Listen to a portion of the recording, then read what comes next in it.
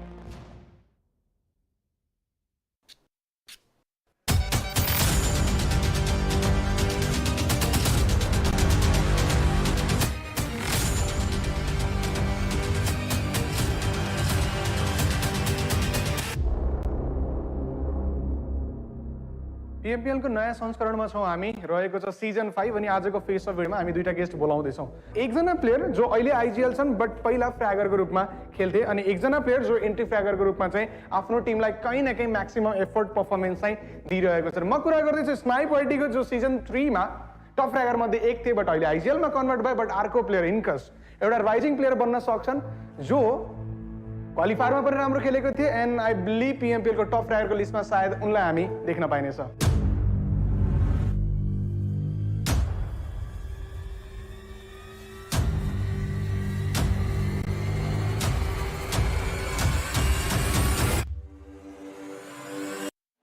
नमस्कार, मेरो नाम चाहिँ यमन श्रेष्ठ, इन गेम नेम स्नाइप वाइटी र म ज्यानमाराबाट खेल्छु। मेरो नाम चाहिँ प्रसन्न पुलाइ मगर, म एलिमेन्ट्रिक्सबाट हो र मेरो रोल एन्ट्री फ्र्यागर हो। स्नाइपको साइडबाट सिजन 3 मा टप फ्र्यागर मध्ये एक, सिजन 4 आफू खेलेन, त्यो पछाडि केही कहानी थियो भने म त्यो निकाल्न चाहे हैन। इफ नट फिलिङ के रह्यो लाइक ज्यानमाराबाट क्वालिफाई हुन सकेन PMPL। सिजन 3 पछि हामी रिजनल फाइनल्समा क्वालिफाई हुन सकेन र त्यो खेल्ने इच्छा थियो। त्यसको लागि स्काइलाइट्समा जान ट्राई गरेँ तर रोस्टर चेन्ज गर्न मिल्दैन रहेछ र हाम्रो ज्यानमारा गभर्नर गेङ्गिस खानले कन्ट्याक्ट गर्नुभयो ज्यानमारा हो भनेर र म त्यहाँ गएँ अनि त्यहाँबाट अनि सिजन 5 को लागि मेहनतहरू गरियो, प्लेयरहरू खोजियो, सबै गरियो तर सिजन 5 मा PMCबाट चढ्नु सकेन। धेरै मेहनत लाग्यो बट क्वालिफाई गरिएन। यो पालि छ मौका देखाउनको लागि। मौका छ देखाउनको लागि भन्दाखेरि मलाई इन्कसको एउटा पर्टिकुलर मोमेन्ट याद आउँछ गेमको, जहाँ आफूले टनेलबाट ओरेन्जीलाई क्यारी गरेर लगेको थियो। आई बिलिभ कि त्यो म्याच नै थियो जसले एलिमेन्ट्रिक्सलाई PMPLसम्म धकेल्यो। सो PMPLमा अब के एक्सपेक्ट गर्न सकिन्छ? फर्स्ट टाइम भएर होला, हल्का कन्फिडेन्स बिल्डअप गर्न टाइम लाग्यो। क्वालिफायर्समा त ठिकै गयो, अब PMPLमा चाहिँ राम्रो गरेर देखाउने छ। सो सिजन 5 मा टप फ्र्यागरतिर जाने आइजिएल को लोड बढी लिने? अहिले लोड आइजिएल के बढी छ, हान्ने केटाहरू छँदैछन् टप फ्र्यागरमा आउने, म त बस आइजिएल गर्ने हो। ज्यानमारा अलिकता एग्रेसिभ लाइनअप मात्रै देखिन्छ। अन पेपर हेर्ने भने 4 जनाले घुसेर हान्छ, इभन रोस्टरको 5 जना प्लेयरलाई पनि इन्क्लुड गर्ने भने। बट लेट मी नो कि ज्यानमाराको प्लेइङ फोर के हुन सक्छ, किन त कसैलाई पनि बेन्च राख्ने यस्तो प्लेयर छैन ज्यानमारामा। पहिला जस्तो छैन अहिले, पहिला त जो जहाँ जे गरिदिन्थ्यो, अहिले तर अब धेरै अपग्रेड भइसकेको छ गेम, त्यही भएर गेम प्ले नै अब त्यो रोल हिसाबले खेल्न नै पर्ने खालको छ।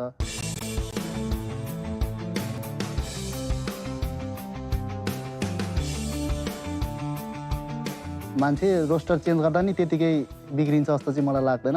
हनाइमै हो सबैजना मेन चाहिँ, तर पछि अब हनाइ भन्दा पनि मेन भनेको सर्भाइभल पोइन्ट धेरै म्याटर गर्नेछ र त्यसको लागि म मेहनत गर्छु र केटाहरूले हनाइमा मात्र फोकस छ सबैको।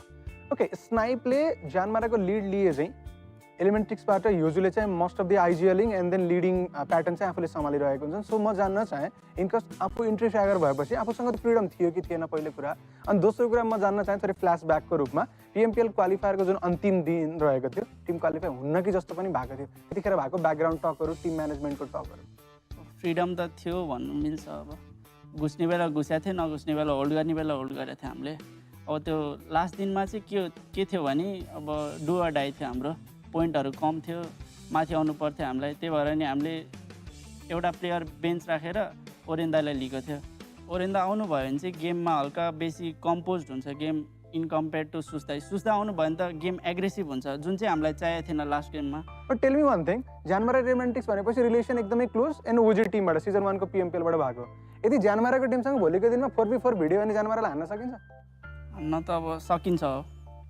स्नाइप एलिमेन्ट्रिक्सलाई अगाडि 4on4 भेटायो भने के गर्ने त्यो अहिले बोलेर काम नै छैन त्यसको बारे अब त्यो परिसकेपछि हुन्छ अब हाम्रो एउटै काफी हुन्छ कि त्यो फोर नै चाहिँदैन जस्तो लाग्छ मलाई चाहिँ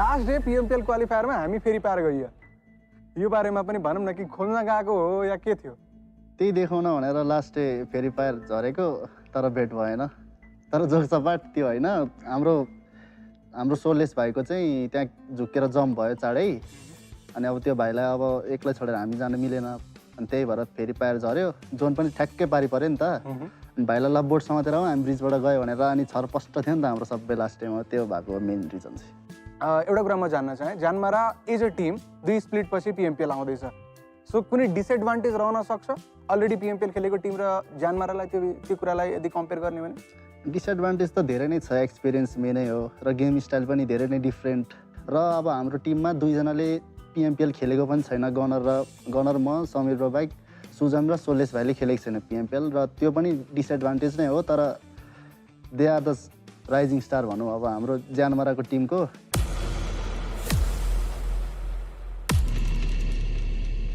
एलिमेन्ट्रिक्सको लागि यो कुरा सोध्ने हो भने के रहन सक्छ कि के एक्सपेक्ट गर्ने हो पिएमपिएलमा पिएमपिएलमा त राम्रै एक्सपेक्ट गर्न सकिन्छ किनभने लाइनअप पनि चेन्ज भएको छ एग्रेसन त्यस्तै छ योपालि सुस्दाई म लिक्विदाई ओरेन्दाई युजदाई हामी 5 म्यान राम्रो हान्नेछौँ योपालि पिएमपिएलमा हामी उनीहरूको लागि त अन्डरडग्स हो नि त एक प्रकारले त्यही भएर नि हामी त्यही स्पिरिटमा कमब्याक गर्नेछौँ योपालिको पिएमपिएलमा सो कन्भर्सेसन एन्ड गरौँ बट म जान्न चाहेँ कि आफ्नो हिसाबले यो पिएमपिएलको टप 3 को रहन सक्छ पहिलो स्टालवर्ट लाग्छ किनभने उनीहरूले देखाएर नै राखेको छ सबैमा त्यसपछि डिआरएस अहिले one of the strongest team of Nepal भनौँ त्यसपछि एससी र हामीलाई राखौँ न okay so three diplomatic answer एलिमेन्ट्रिक्सको साइडबाट म जान्न चाहेँ टप 3 प्रेडिक्ट गर्नु पर्यो भने फर्स्टमा त म स्टालवर्टलाई राख्न चाहन्छु किनभने उनीहरूले ग्लोबलमा नि राम्रो गरेर आएको हो अब सेकेन्डमा चाहिँ म राख्छु डिआरएसलाई किनभने उनीहरूले नै अब हरेक टुर्नामेन्टमा कन्सिस्टेन्ट पर्फर्मेन्स देखाउँछ थर्डमा चाहिँ हामी अब इएक्स और जेएम सो बोथ अफ दिलाई चाहिँ म गुड लक भन्न चाहेँ for the PMPL hopefully both of the टिमले जुन भनेको चाहिँ एटलिस्ट टप 3 त्यो चाहिँ निकाल्नेवाला छ so good luck दुवैजनालाई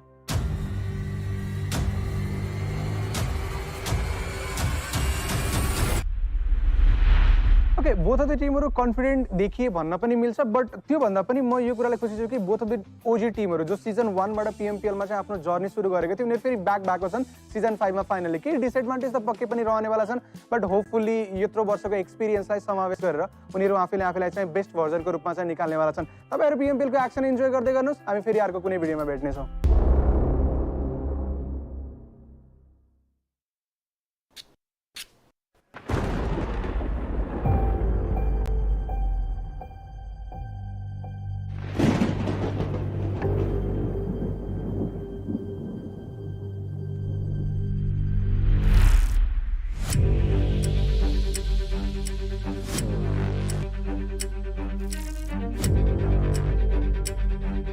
Each new era needs new champions. But to become one needs to rise to the challenges.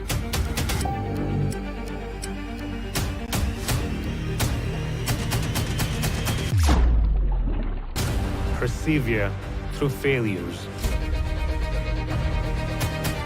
one needs to fuel the inner fire.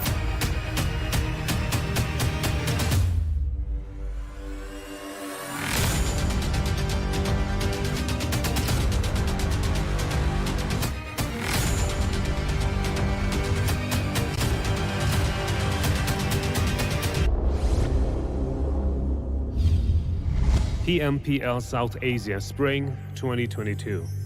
The dawn of new champions.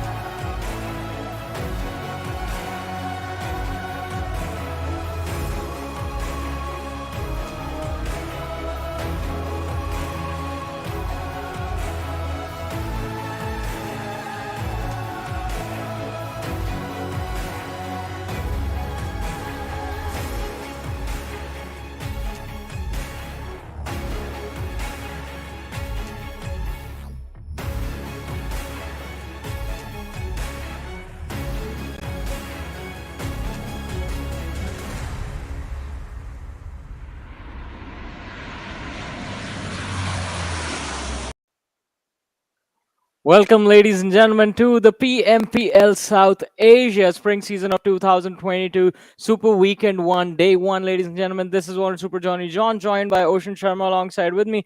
And before we continue on with the show, a huge shout out to our sponsors, ladies and gentlemen. That is the Oppo F21, which is about to be launched quite soon. So winner, grab yourselves a chicken dinner with the Oppo F21. And Ocean, Super Weekend all about to begin, the very first one for this spring season. What are your expectations from the teams? Well, this is where, it all begins in its own seriousness. Obviously, previously, there were 20 teams. All of them were trying. And there will be 20 teams again in the next week. But right now, these 16 have a chance of a lot of things for themselves. Starting off with the amount of points that they'll accumulate right now. That's the first thing. And then, every winner chicken dinner is going to give you some amount of money, which obviously you're going to cherish. But we'll talk about those things in a while. And I want to see which will be the first team to get that amount for themselves to begin with. I mean, exactly, because it's going to be quite interesting when you add to the mix that, as you mentioned, Ocean, every dinner right now in the Super Weekend is worth $1,000 each. There are 15 matches, 5 matches are happening every single day. So a potential for a team to pick up $5,000 in a single day if they get those 5 chicken dinners, which in itself would be quite an achievement over there. But on the other side, I mean, we have in the past seen teams walk away with just like $5,000, $6,000 extra because of those chicken dinner wins. And again, ladies and gentlemen, as we did mention this earlier, when we move on to the next week, the 20 teams will be back for the league play stages. So the teams that did not qualify, A1 Esports, High Voltage, Diastrix, and TRZ, will have another opportunity to qualify for the second Super Weekend and then earn some points. And also, let's not forget, only the points that you get for yourself in the Super Weekend matches matter. They are the only points that are counted. Points from league play, they reset every single week, and at the end of the third week, top 16 teams will be moving forward for the finals. And this is the overall schedule right now in front of us, ladies and gentlemen, boys and girls. You saw the first league play happening, the league play week 1 happening, and now it's time for the Super Weekend, Friday, Saturday, and Sunday.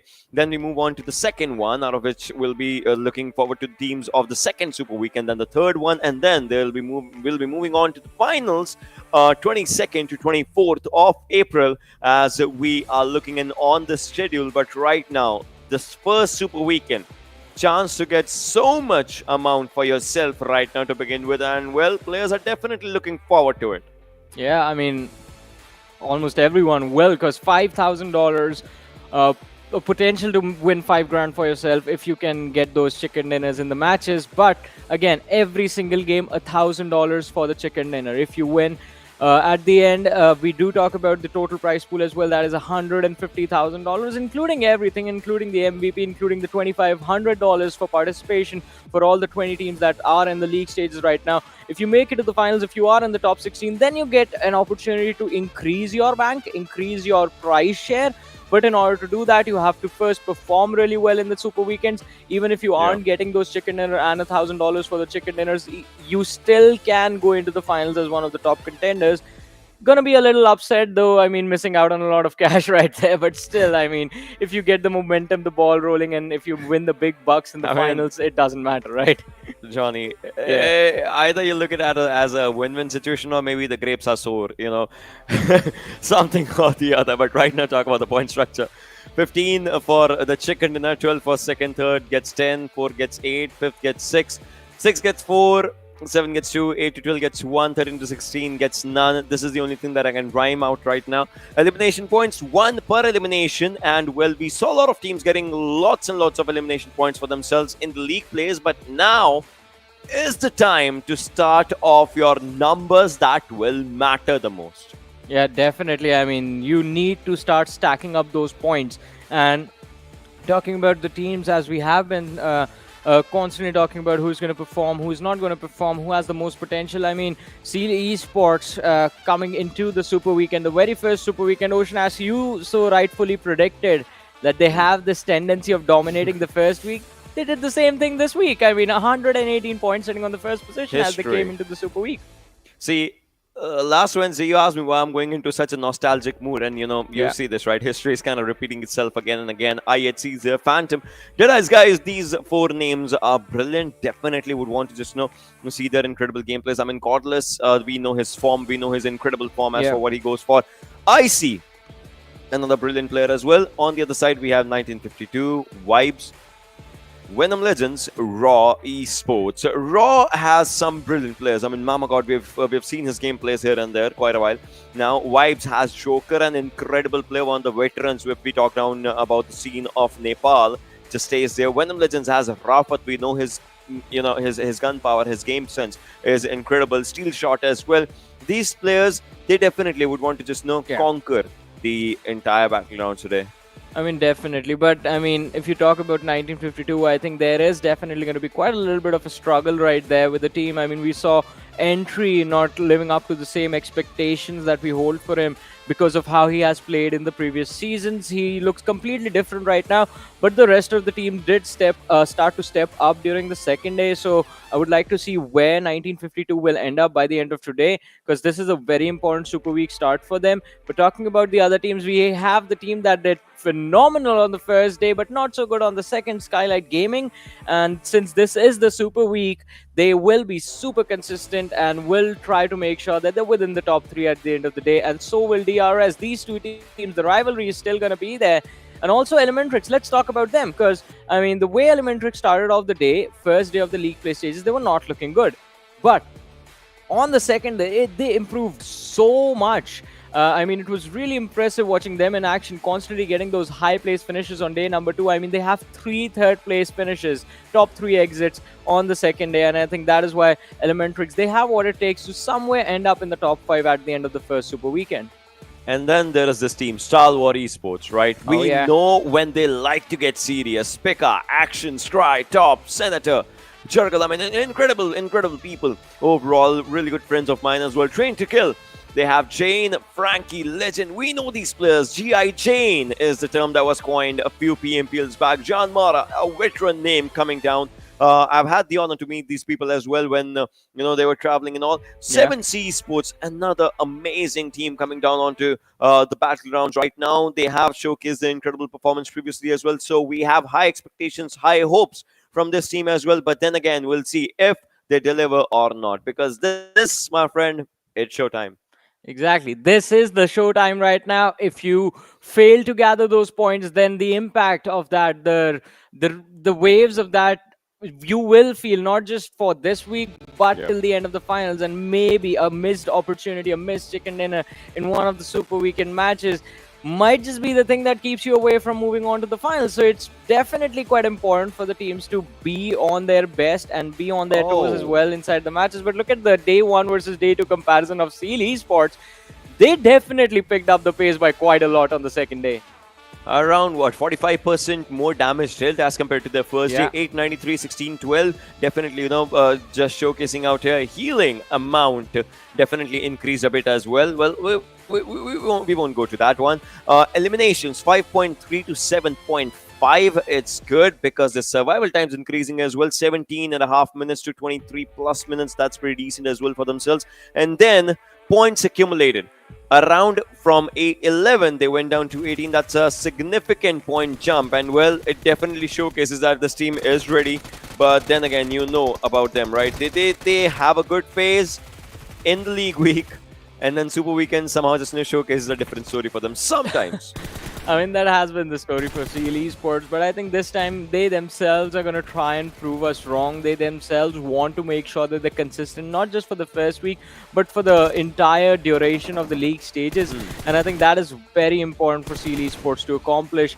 Otherwise, I think that it's going to be quite a questionable decision as to what is happening with this team. They come back season after season, year after year, and it's the same process again.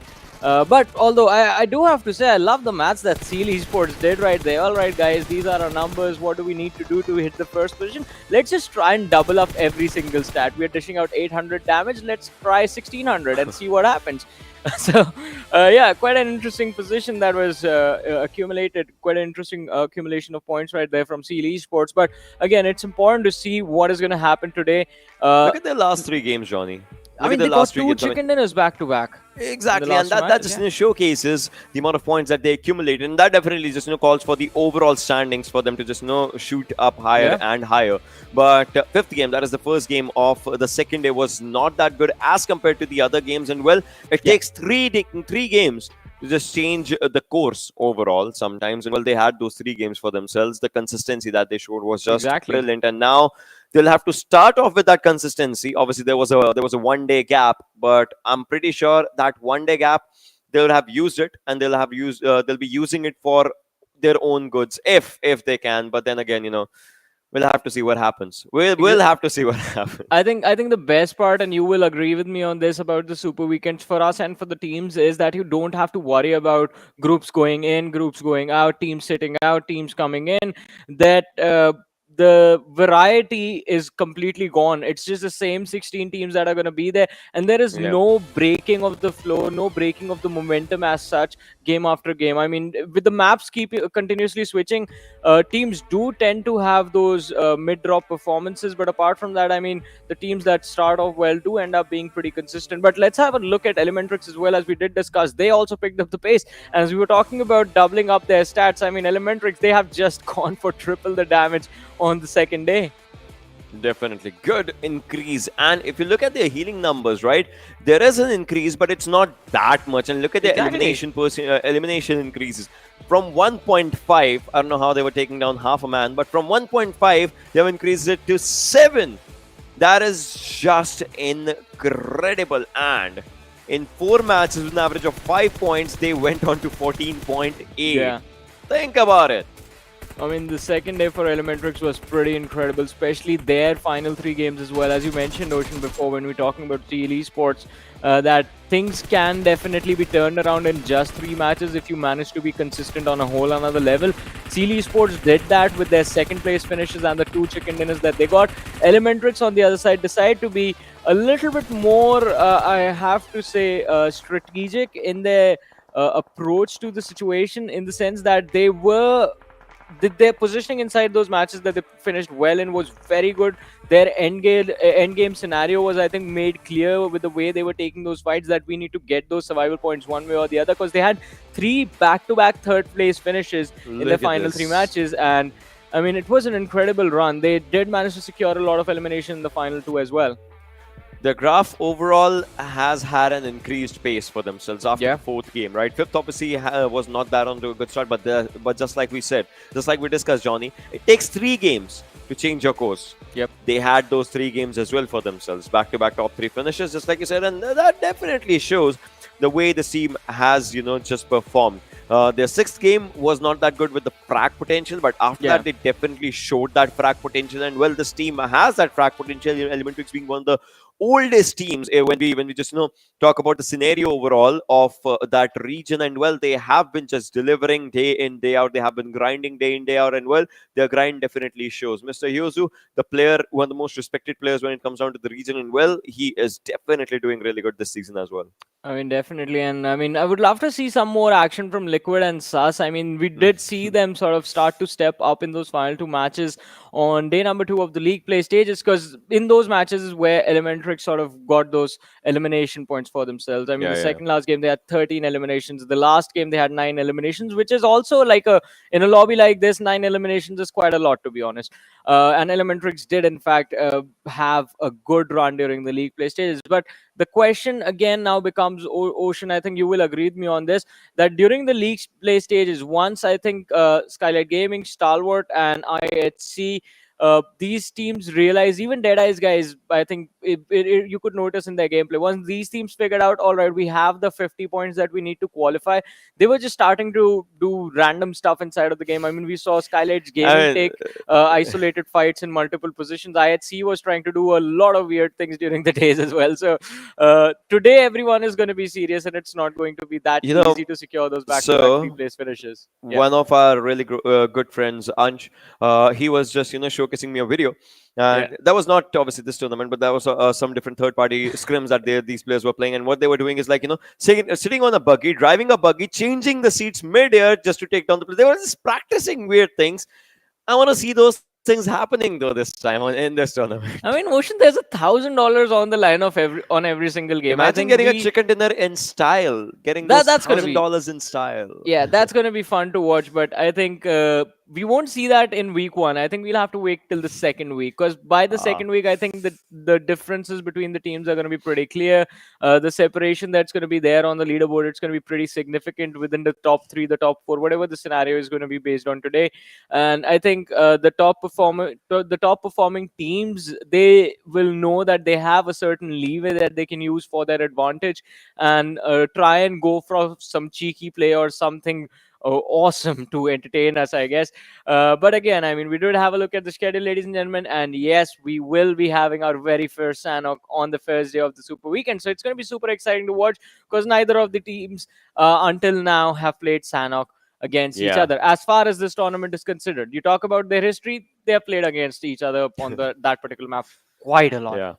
They've had that read of Sanhok though, but they haven't had that a proper affair of Sanhok with each other when we talk about this tournament. And well, every tournament's different as well. Sometimes a team thinks that they would just want to change their drop location one tournament or the other, just understand what their drop locations might be, and they might just be coming back to their original drop location also. That's the thing. But then again, I want to ask this question from the audience, from our respected audience out here. Apart from Sanhok, apart from Miramar or Erangel, like, we know these things are happening, but which team do they think is going to take that first winner chicken in the first $1,000? Come on, we ourselves are greedy. We love money. We love money affairs. So we would just want to understand which team do they think is going to get the first ever winner chicken of the season. Yeah. So I'm going to stir the pot a little bit more. I want one of the bottom 3 or bottom 4 teams to qualify for the Super Weekend to take the very first one. I mean, T2K 1952, Savage, or 7C Esports, because I mean, we know these teams. I mean, their history is also pretty solid. They have a good, decent set of players. And if things go just right for them, I think they also have the potential to secure chicken dinners in the Super Week. You remember the first ever chicken in the previous seasons. In fact, previous season was taken by T2K, in which Jane was the MVP. And like, that's how they started off their journey. But well, talking about this journey right now, ladies and boys and girls, we have all our 64 participants right on our screens, ready for it. And well, let's get ready to rumble! Did I say that out loud? I guess I did. Too loud, I guess. I think, for sure my ears are bleeding now. Just had to confirm that, but no worries, I'll be okay. I guess it's time to just enjoy the mind-numbing action that we're about to witness. As ladies and gentlemen, the match is about to start. The Colosseum is ready, and the plane flying over the Colosseum. I mean, a little bit confusing with how the timelines have been laid out, but still pretty fun to watch. And I guess we have the plane in front of us as well, starting from the western edge, the southwestern edge. heading towards the northeast part of the Oh. map. The expensive skins, because you have to show off as well. CoinXX just coming down with the players of Ocean, are we CLAS. handing out style points as well? I mean, on our own, you and me. What is this, Fast and Furious now? I think we should. Taking down, going down with a vehicle. All right, but yeah, those are good. Show off style points. Definitely just gonna give it to them. I don't have a CoinXX, but I definitely have a Lambo, and well, I have a Tesla. So Elon's a good friend, trust me. So yeah, just coming down right now. If we talk about the military base area, you can see Stalwart just dropping down, moving to the areas of Novorepnoy. Seal just coming down to military base as well, as that is their drop location right now. Venom Legends is dropping down as well. Phantom we see quite close to them. ElementriX's players on their own split, just coming down to the areas of Ferry Pier, the backsides of the 12 pack, and T2K. We'll see them on the areas of 7. Well, it's going to be quite interesting for them as well, because Skylightz Wow. Gaming is going to be quite close to them. DRS, I think this time are going to be pretty happy, because they've been dropping quite close to, in fact, taking entire control of Milta. And usually we had another team towards their right, but this time DRS, they only have to worry about 1952 on the farm position, and JyanMaara, who like to go towards Mansion, Lipovka Prison, and Shelter. So again, it's going to be quite interesting to see how these teams are going to tackle the positions, because now I don't think there's any need to do that. No incentive to move. 90% of the teams already inside the circle. It's just Venom Legends that are outside the zone. So one team needs to move in, everyone else just needs to hold their ground.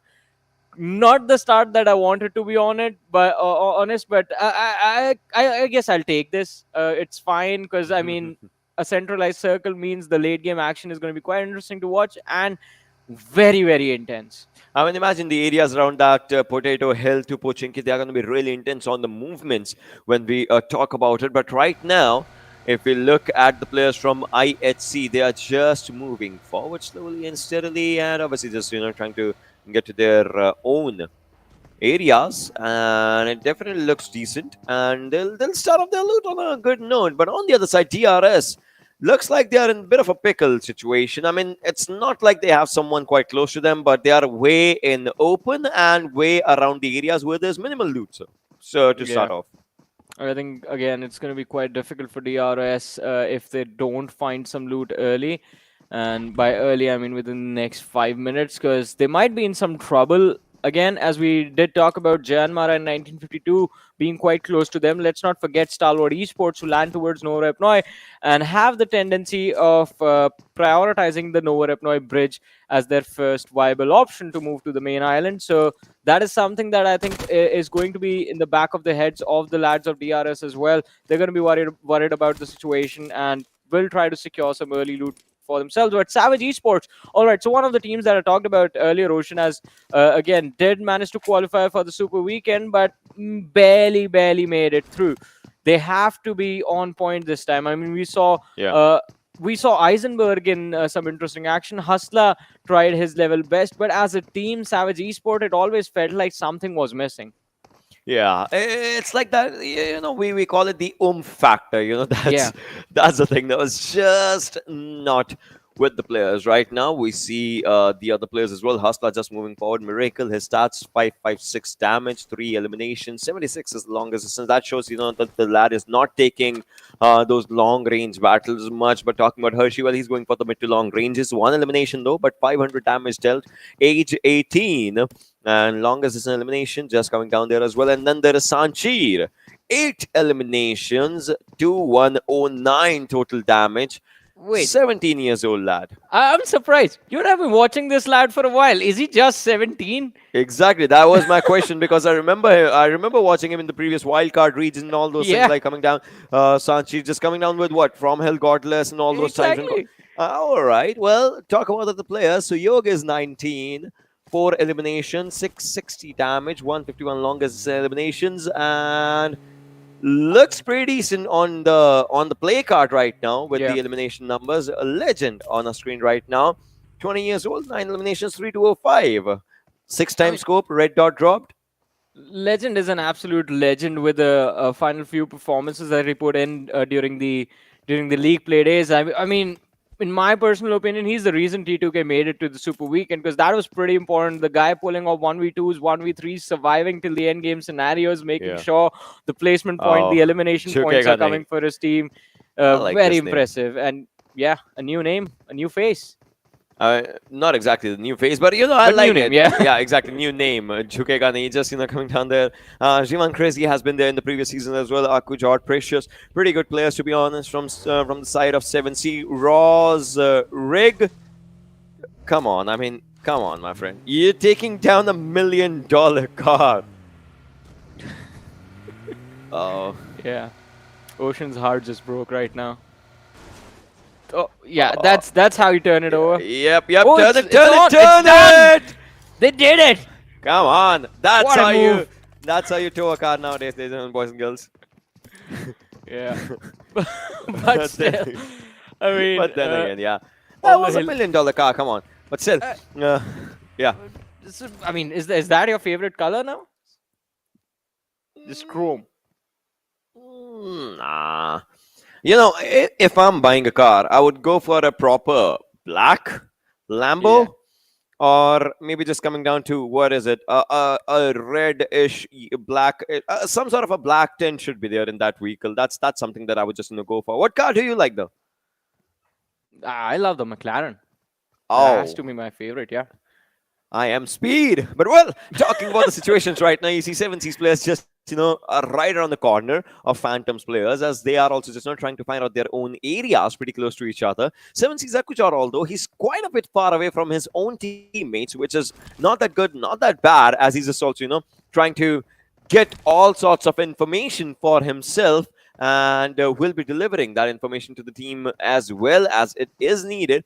But as of now, not a lot of action is happening. It's kind of like the sloth zone situation, and well, it is, because no one would want to give up their players right so early in the game. Everyone would want to get those kills for themselves, but no one would want to give their kills. Again, ladies and boys and girls, this is the Super Weekend. Every chicken dinner gives you $1,000. I guess welcome to the Super Weekend, because no one wants to take an unnecessary fight right now. There's too much of a risk if you go down early. Plus, again, as we did talk about the circle as well, it's quite centralized, so there is no major incentive for the teams to force these fights.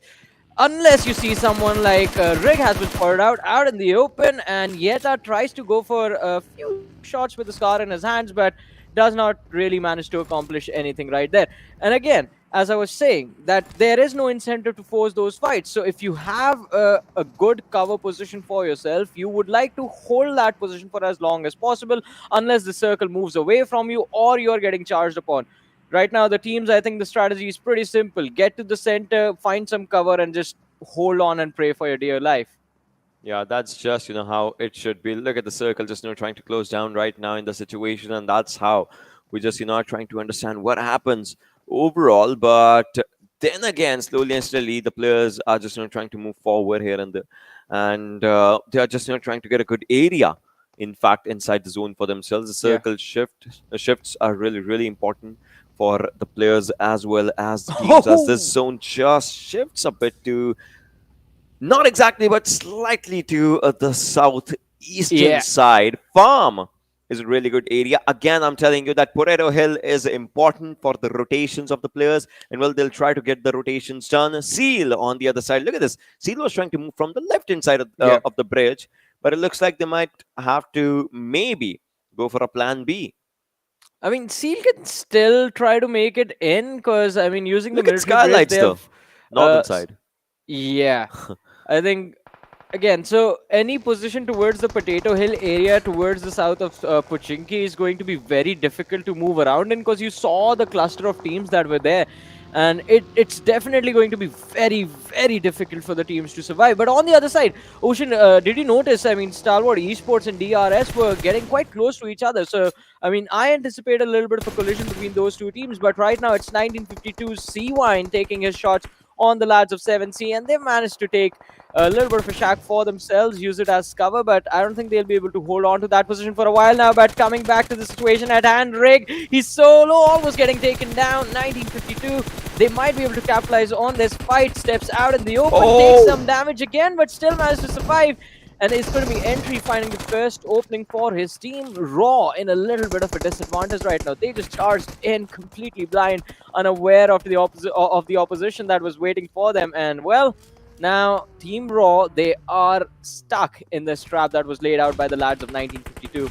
And 90 degrees also stuck from 1952, perhaps, though in this situation he cannot make up a move right now. But look at this as Evil Eye is trying to charge in, but Evil Eye will take one down, but Assault's grenade just, returning the favor. It's down to Entry. It's down to C1, 90 degree as for what they can do, as C1 is trying to move forward as well as Entry. Just with that, Buggy is trying to go for an entry right now. 90 degree again, just dropping down, casting down one player. Assault is just out there in the drop shots, just coming in. Assault, will he be able to take everyone down as C1 is the last man surviving? 32 bullets onto him, although he just takes down one. And Skazi versus 1952's last player, C1. Last but not the least, Kazi survives and will give up a revival on two players, but 1952, they mark an exit. Wow, and what an amazing fight from the lads of Raw, losing out on one of their teammates earlier on in the fight, but still managing to recover quite nicely. And Assault, being the main assaulter for the team, definitely living up to the name that he has for himself, just gunning down those lads of 1952 as they pushed in to finish him and his teammates off. But we have the second airdrop, ladies and gentlemen. The first one, I believe, has been picked up by the lads of IHC. But the second airdrop brings with it the MG3, the cheek pad, the level 3 kit is going to be there as well. So quite a decent upgrade for anyone who's quite close to picking this up. And I believe it's going to be the lads from Raw that are nearby. Oh, yeah. Probably. They might just want to go to that area. But you see, pretty close to them now is 7C. Yep. I mean, they were there only. But it's like they're trying to move from one compound to the other compound as they're just, trying to get their own areas. And now the circle shift is going to be really, really important. We'll be seeing that circle just, going down to its own areas. Look at that. From Porero Hill, the rotations will happen to the areas around farm. And talk about these kind of rotations. DRS has a pretty decent area. But Stalwart, what is that place that they have for themselves? And look at their split. If everything goes according to their plan, they might just get the first chicken dinner. Oh, now, Ocean, the way this game started with the centralized circle, I thought we were going to have a very, very slow game where I think the first quarter wipe I expected was going to happen like around 20 minutes into the match. But I've been proven wrong with the second shift, and the third shift is even better. Still, I think the land area is quite low and the teams are going to be forced to fight. Raw getting absolutely destroyed by the lads from Seal Esports, and well, they also have their attention split between Raw and JyanMaara. JyanMaara finding the opening, Demo with a trade. Wally has been knocked out, but Demo is quite close to him, so it's going to be an easy revive for him. But Baron, he's in an interesting spot and finally gets behind cover. Yeah, he's getting on behind that cover area for himself as he's just, trying to get decent areas for himself. So Yog just gets out of the harm's way from a really harmful situation though. But now Malik understands it's not just Suyog, but there are other players as well. So he'll just try to reposition himself on the other side. Airdrop taken, as we could just read that one out. We saw the airdrops just having pretty good weapons. In fact, the MG3 just arrived, and well, it was definitely taken. Right now, JyanMaara is just trying to go for the fights against Savage's players as they take down one legend, just ramming down his scoop RB in that small tree. And well, it all rhymes. Suyog and all right, come on, drive safe. Drive safe. I mean, just a little bit of fun between teammates, I guess, right there. But still, I think Vibes, again, in a very decent spot, a little bit further away from the circle, but I think based on how the situation is looking right now with the number of teams remaining and the number of lads as well, I think if Vibes, they keep moving at this pace, they will be quite comfortable once they enter, but it's still going to be quite tricky for them to find some safe cover. So they will have to survive out in the open for a little bit before they find those compounds for themselves to hide in and to make a stronghold. But I guess the other option is just initiate a fight mid-rotation, because Steel Shot gets caught off guard. Quite an easy knock for Vibe to secure. And I think they might just go for the finish as well. But Ale is here protecting his teammate, not allowing the finish. for a little bit, but this decision of giving away his position might backfire. But no, there's a third party. ElementriX is here, Ocean. Oh my god, so much for just moving around. Look at that! Alibu taking down Joker. He could not even blink his eyes as he was taken down. And right now, Jiggle will be taken down as well. The fights are definitely taking a serious toll in all of these situations. As Dictator just, trying to go for a revive. And the smoke would definitely just arrive on him. Venom Legends is just, definitely enjoying all these situations. Also, seal shot, he will be revived. He needs to heal. Rafat as well needs to go for one first aid onto himself. 30 seconds on the clock, and then the circle's going to move around and around again and again. 7C onto the back lines right now. They'll have to move out as well. The circle will punish these players as this is the fourth one, and the transition will happen for the fifth zone. Suzanne on the other side trying to take down a few players. Deadeyes Guys in a bit of a pickle situation as the players have been taken down. Snipe White, he can take another one, although he needs to heal as well. His HP is low, but now the zone shift will come in handy. Look at the shift though. How do you tackle that? There's like 70%, not 70, like 60% water in the circle right now. There's not enough area for these lads to step on and, well, stand upon to take these fights. Seal Esports, Wally is down on his knees again, and Deadeyes Guys right behind them. Leo, he's trying to use a first aid. His armor is all shot up, but Chari will be able to secure the kill of Wally right there. 15 teams, 47 players remaining right now, as Mafia Ninja is going to be a casualty to the lads of T2K. Esports Leo still in the struggle against Deadeyes Guys, but IHC, they're going to find Snipe White. He was trying to snipe them for shots. Well, he was using an assault rifle to shoot them down as they were charging towards that shack, but nothing is going to happen. Snipe in turn gets taken out, and his teammates are too far away for them to back him up. So quite an easy elimination point right there for IHC, and it's going to be quite interesting to see what the next move from JyanMaara is going to be, because Gunner is out. It's just No Fear and Susan remaining. Gunner has been revived, but still moving forward, moving towards the circle. It's not going to be easy. And, well, what do you know? Vibes, they get eliminated. 1952, and then Vibes follow up as well. We are down to 14 teams, 42 players. 3 times the number of teams are alive right now. Godless on the other side taking down a few players as well, as Gunner goes down from JyanMaara, and now Leo thinks he has spotted someone. Well, he has, but he's not taking any shots. Maybe just going for the enemies ahead, but now he's just taking up a few shots. The Sus is on low HP, but well, they have spotted him down as well. Peekaboo, they have done it, and now Hyozu on the other side is trying to take down a few players, as a Scarl will need to reload. Definitely just has 18 bullets. It might just not come in handy, so he'll go for the reload in the situation. ElementriX's players are in a bit of a pickle situation as they will be taken down one by one. Leo with that Grenadier title onto himself. 40 players alive, and the circle, well, it has its own weird story just to tell.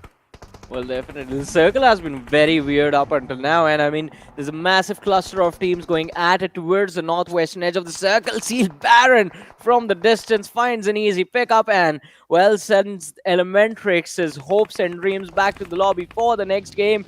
Look at the lads from Deadeyes Guys. They're in the waters already, just trying to survive, trying to secure those placement points for themselves.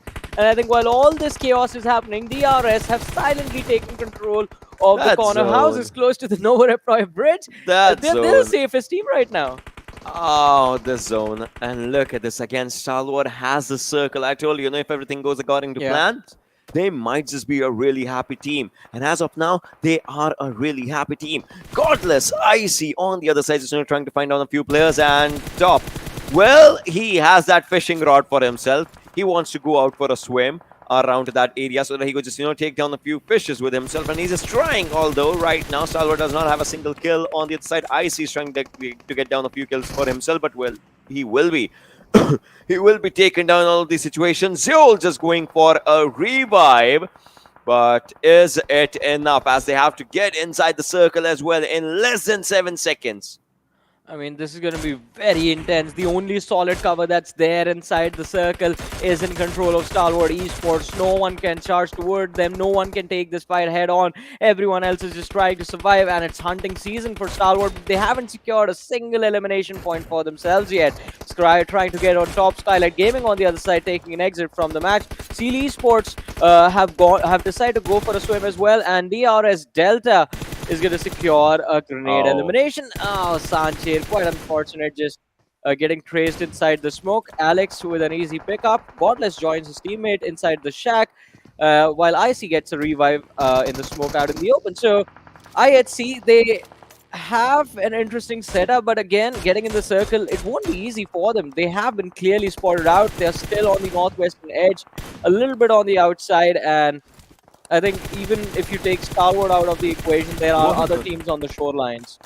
It's definitely getting really difficult for the players here, and they're just trying to take down a few players. But well, then again, look at the water lines. There are a lot of players who are maybe knocked down, or who are maybe just swimming around. But Seal Shot, it's not a time to have a run on the beach, as he'll be taken down, as well as Top just opens up the account for the team, taking one for himself, and now it's 2 kills in the name of the team. But Seal, they are pretty close to the players of Venom Legends. Alex will be taken down, though on the other side as Action is trying to take down one more player, and he will take one more down. Seoul just right in front. Look at that mini tap just happening, and now Seoul will have to understand that they are in a wrong fight against IHC, against Stalwart, and well, there was C2K as well. T2K's Jane got the last kill. Yeah, exactly. I mean, Seal took one, T2K took one. Stalwart, they just weren't able to secure as many points as they thought from just pinning Zeus down out at C down out in the open. And look at this, the 3 lads from Stalwart Esports trying to see if they can survive in the water. Leo is going to be the one going down. Demo is low on HP as well. Top lines up his nade, goes for a toss, but will this nade hits its marker? That is the big question right now. And look at Action. He's completely unaware of Jane's position, but the bolt action shots connecting are going to make sure that Top respects his opposition and goes back behind the cover. We are down to the top 7 teams, ladies and gentlemen. Stalwart Esports taking an exit Cry, taking shots from the lads of DRS. Reaper Bot finding an important knock for his team. Now, Stalwart Esports are going to be in a world of trouble, as Action was also very low. He needs some time to heal up before he's coming back into these fights. And I think the final action, the final fight, ladies and gentlemen, it's going to be between Phantoms, DRS, and Stalwart Esports, as the rest of the teams are lacking heavy numbers. We just saw Savage Esports going out of the game. Now Raw and Deadeyes Guys and T2K with a few individuals left. These teams are going to have to take the initiative of trying to dwindle down the numbers of the top 3 teams. You saw that spray from Jane. That deserves recognition, to be honest. That deserves appreciation for that lad. The way he just took down one from Savage Esports. But right now, T2K, they have just 2 players, and they'll have to be a part of the fight right now. They have 5 kills, and all of those 5 came from one individual. That is Jane. Now they have to move around the zone. That's what they are trying to do. We'll have to see if they are able to or not, as now the circle forming up. But Sandesh becomes the first man to just move around inside the circle. Jane wants to follow up as well. A nade, probably just coming up. We'll have to see if that happens or not. But Action is trying to survive as well. He needs to understand. Now he's in the open grounds. Now he's in the grounds where the other teams are actually playing, and they're playing good. But Jane will be taken down by Wex in the situation, who's just trying to move forward. One smoke, another one nade, just moving forward. Sandesh is pretty close of this player, although a good nade comes pretty close to Sandesh as well. And on the other side, Stalwart is taking up a pretty good fight as Cry goes on to the 3rd elimination for himself. And Sandesh, the last man standing, will he be able to stand? That's the question. It's a 1-4 situation for himself, but I don't think so. He might just be out of it. And look at this, he's just sitting onto the back lines of that buggy, taking that top TPP angle, as he'll take down one, but the nade just ends him. Well, quite a brutal usage of utility, and well, guess what? We are down to the top 4, 14 players still alive. Stalwart Esports Action, part of a lot of action right now, getting shot from every single direction. Finally goes down, thrown, but still gets knocked out, and it's Trula from Deadeyes Guys, who is, well, turning the heat up. Alright, it was Rules with his nade from DRS, who actually knocked out Action, and Phantom Esports from the backlines. They are trying their level best to secure a few extra points for themselves as well. All 4 players standing strong for Phantom Esports, but they only have 1 elimination point. So for them, the point of concern is they have to try and secure as many finishes, as many eliminations right now as possible, so that they don't lag anywhere when the game ends. And it looks like the circle is also in their control right now. Look at the zone on the radar. They have control of the northeastern edge of the circle, but maybe I was wrong. A stop from the rooftop is going to hand a lot of damage to Yeta. So Phantom Esports, 1 lad is knocked out, not finished though. Stalwart just has one, understanding. Take down one player, you'll try and take down the team later on. One by one, they maybe what is like 10 minutes ago they never had even a single kill. They did not have a single kill. Now they have 11 just to talk about it. Now they are taking more and more players down as well. Look at the damage that they are dishing out, obviously on the ball and on the player simultaneously as Action takes down Split Knot. That means only one player from Phantom is surviving in all of these situations. Action on the other side is trying to look around and trying to find if he finds someone. Phantom, one player alive. Stride taking down Slipknot. Killer on the other side is trying to take down one player from Deadeyes Guys. That is True Love. They have spotted on each other. Meanwhile, as these teams are fighting, Stalwart, they have the numbers. They might just be ready for it. Reaper War on the other side takes down one. And now, DRS versus Phantom versus Stalwart. Well, I guess in a little while we will see Phantom Esports taking an exit as well, but Mad Max, an absolute madman, so close to Scry. I thought he had him, but Scry managed to survive. And well, it is Stalwart Esports who in an instant just wipe out the remaining players from DRS and secure the first chicken dinner of the Super Weekend, ladies and gentlemen, with 17 eliminations as well. That's a 32-point start for Stalwart Esports. And again, we somewhere in the back of our heads, Ocean knew that this might happen, but so early, I think we wouldn't expect the very first game that Stalwart Esports would walk away with a chicken. I mean, Stalwart is $1,000, yeah. Stalwart has a team who got the first chicken dinner in PMGC, right? Oh, they definitely had that momentum, that potential straight up. And 17 eliminations, 32 total points, and $1,000 in the bag already. That's Stalwart Esports for you. And they are definitely, showcasing the same momentum for themselves. It was all around that circle, right? You saw that circle forming up. You saw that positioning. Their first, move is always from Novoripnoi, take the bridge, move to the left side, stay there for a while. They stayed there for 25 minutes because the circle was coming up to that side. Exactly. I think the second shift of the circle that made them just hold the compounds just south of farm, that was the game changer for them, because after that, every single shift was towards the south only. And that sort of helped them out quite a lot because they did not have to move much around inside of the game. We're going to discuss a lot more about this match, ladies and gentlemen, but after this very short break.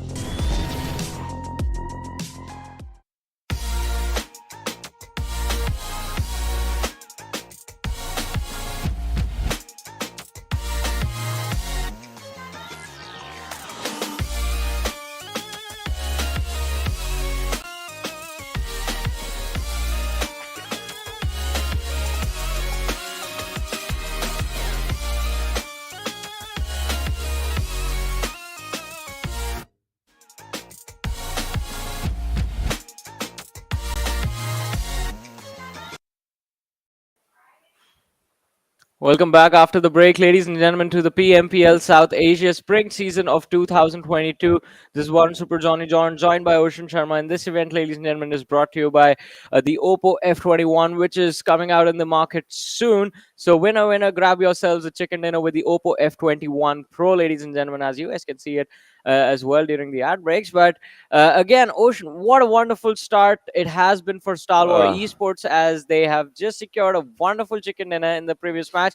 And let's not forget, so again, I think it was around the 19-minute marker or the 28-minute marker, somewhere around that time only, when Stalwart Esports, they had a good cover for themselves in the circle, but they had 0 eliminations. Then we time skip to the end of the match, and they have Exactly. 17 eliminations all of a sudden. That is Exactly. impressive. They started off from taking down a few players on their left hand side. I mean, it was top in action Yeah. that started off as they were taking down players from IEHC and obviously a few players in the water lines that they were trying to take them down. And then they started off with a very good momentum. But let's have a look at the MVP as we're talking about on to this game, and it's going to be top. Definitely just coming up with 6 eliminations, 193 damage, 8 knocks, 4 assists, 24-52 minutes of survival time. I mean, really good affair by this person. Really good affair by this lad. I mean, definitely, this is one of the best individual performances I think we have seen as far as the 2022 season is concerned. I mean, because we're just getting started, this is just the 3rd day of the overall tournament, but still, I think Top as an individual, even in the past, has set a standard for himself. And it's either that or better. I mean, the minimum bar is set, and this is definitely one of his good performances right here. So it will be quite important to see how the rest of the lads from Stalwart Esports react to this, because, I mean, you will agree with me on this. I think that Stalwart Esports, they have their own internal thing happening as well. You can see this in the list of the top players. The entire team is present. I'm pretty sure Action is going to try and topple top over from the top performers after this game is done. Yeah. Look at how red this top 5 players' list is, right? Top, Yeah. Try, Pick, Drain, Action, and it's like Stalwart has all their players playing. So it's like what? An MVP team overall? Well, they can surely call them. I mean, you can count all their entire eliminations on this board only. Meanwhile, Jane is there with 769 damage and 5 eliminations as well, 25 minutes of survival time, almost coming down to 22. But all the other players, 6, 5, 3, 3. Very good performance coming down from Stalwart, and that definitely shows that they were worthy of that win. And talking about the first and second team right now, look at the point difference though that just arrived, right? DRS, they only had 2 eliminations, but all they got is the other placement points for themselves. And obviously they had lost down a few players here and there. That just makes a huge difference as well. Look at the damage dealt versus damage received of DRS, right? The damage dealt is higher than the damage received of Stalwart, which is 612.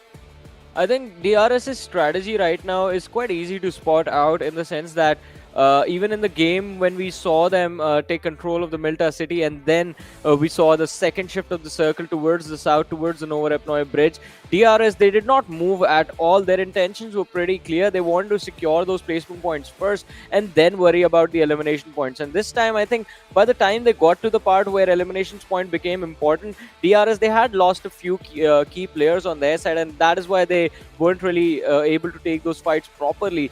But still, I think a 14-point start in the first game is not that bad. I mean, in comparison, if you compare them to Stalwart Esports, of course, there's a massive difference.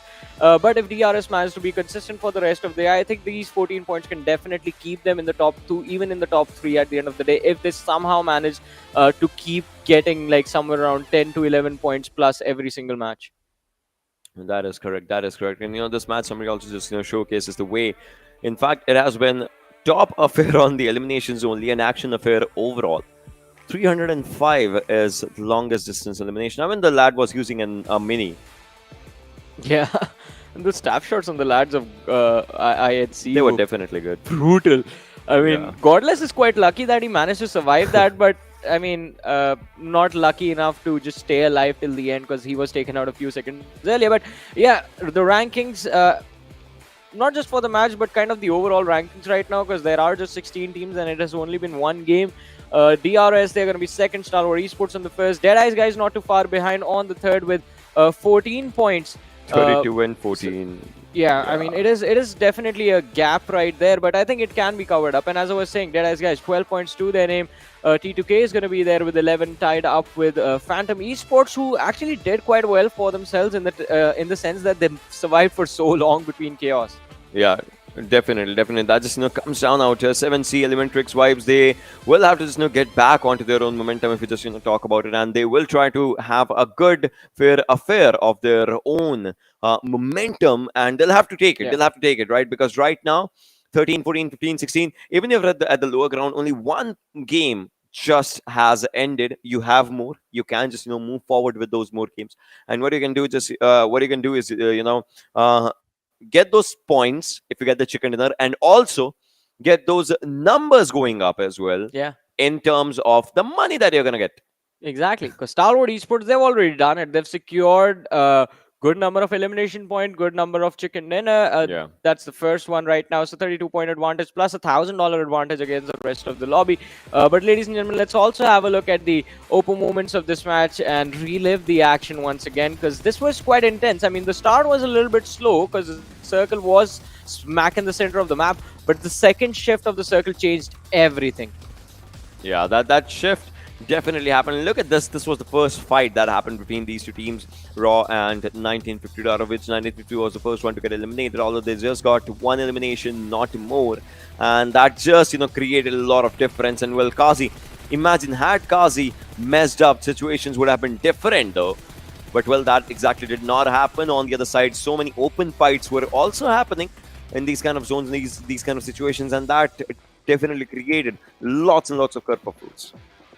I mean, definitely, but I think this was quite interesting right there, because Venom Legends, I thought after Steel Shot was caught off guard, I thought they weren't going to be able to recover, but Ali just coming in right in the nick of time as the savior for Venom Legends and dragging them out of perdition was, I think, one of the best things that could have happened for them in this first match.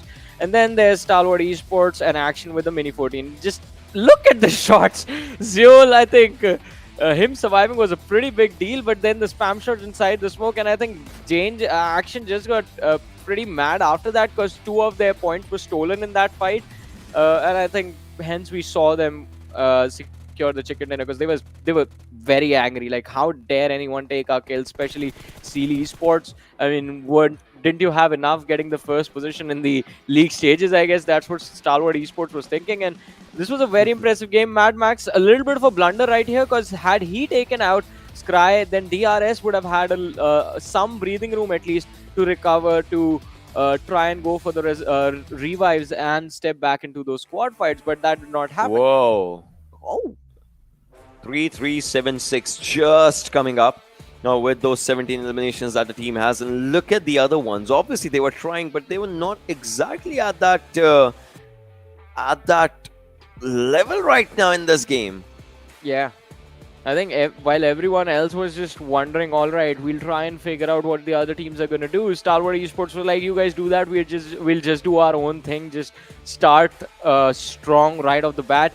And again, this is the kind of performance that we expected. Stalwart Esports have delivered.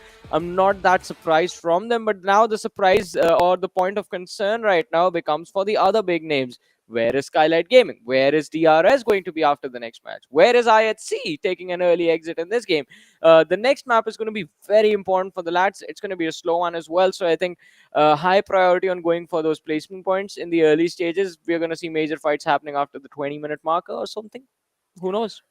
But then again, we'll see a lot of long-range battles as well. A few bolt actions is coming into the equations as well. We know how much we love to see that AWM just coming up onto that game, and that definitely can create a lot of difference as of now. But well, again, we'll talk about those things once the match definitely starts up. But right now, let's have a look at the schedule. Just confirm the conformity of.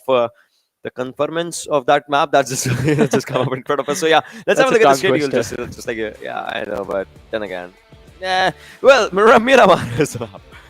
Yeah, Miramar is the next map, ladies and gentlemen. I mean, we're talking about tongue twisters. Well, Miramar is something that will twist your brain, because it's quite interesting how the teams have been rotating these days on this particular map. I mean, we have seen almost every single team go for super wide rotations or just try and take it slow unless they are going to be right in the middle of the center of the circle.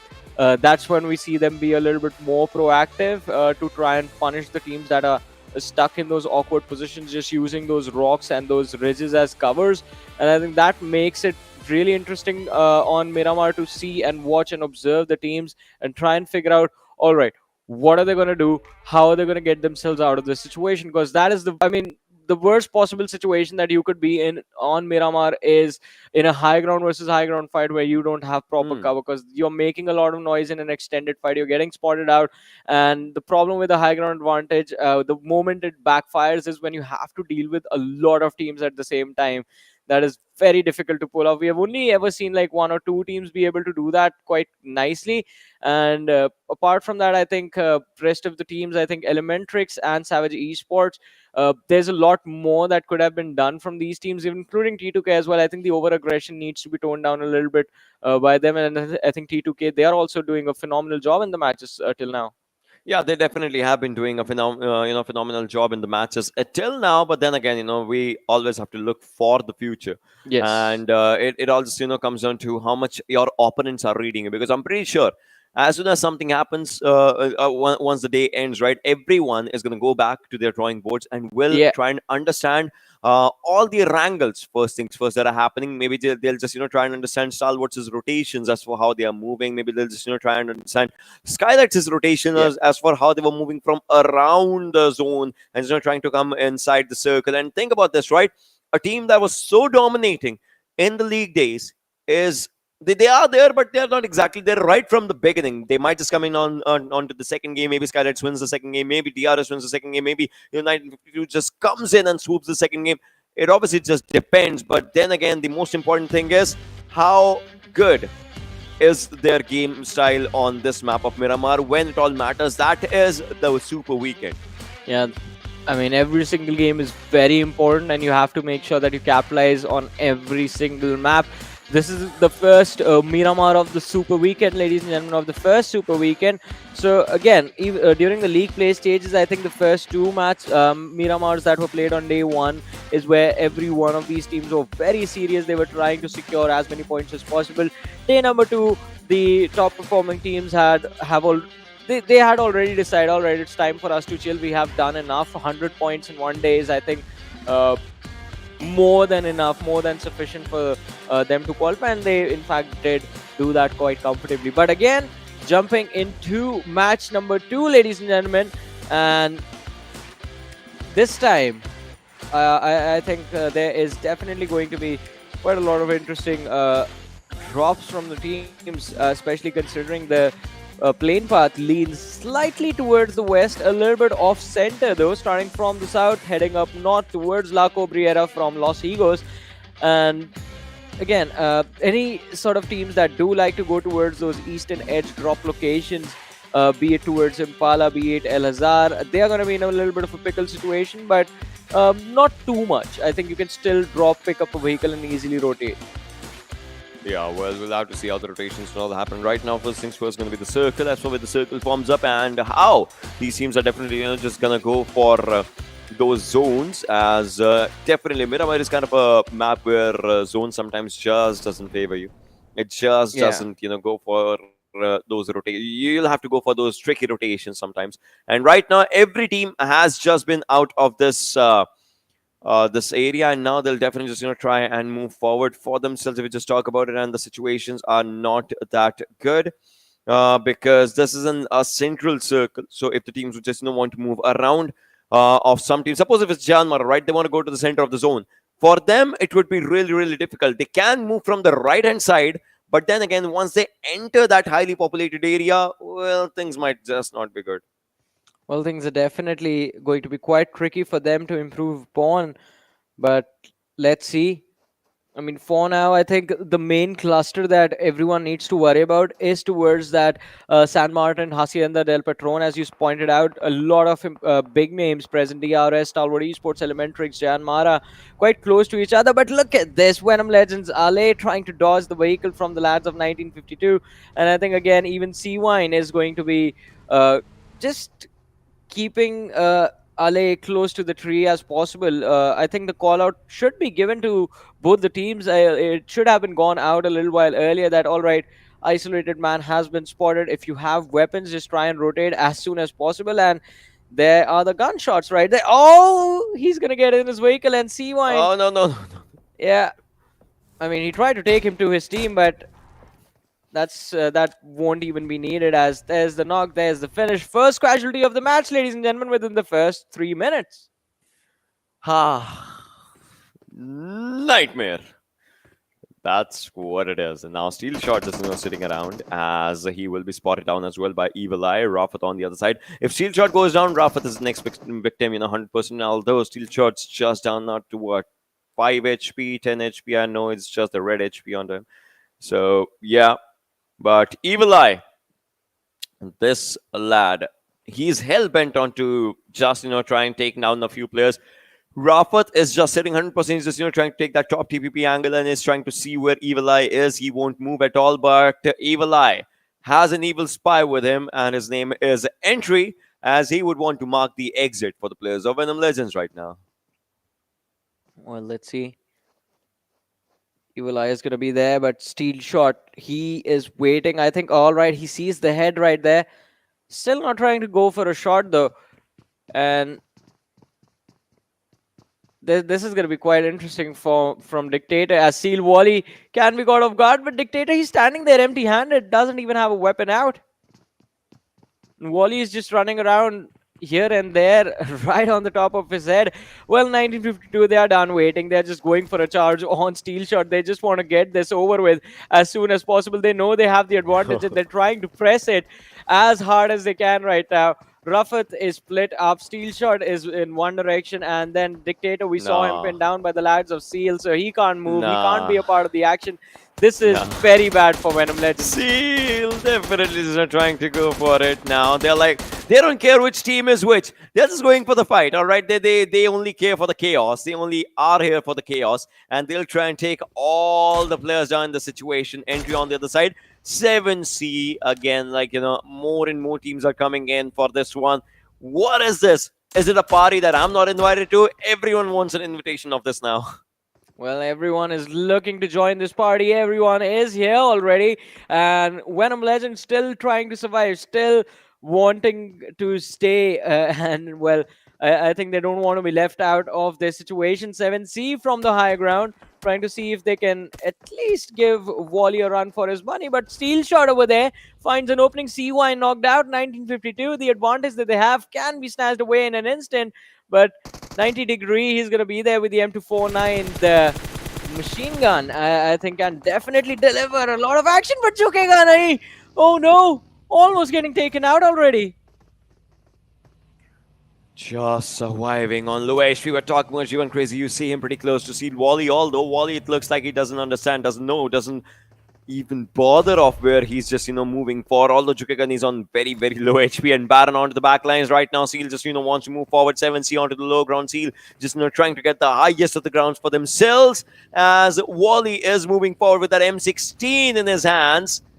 Puts down the smoke, just going for a fake bait.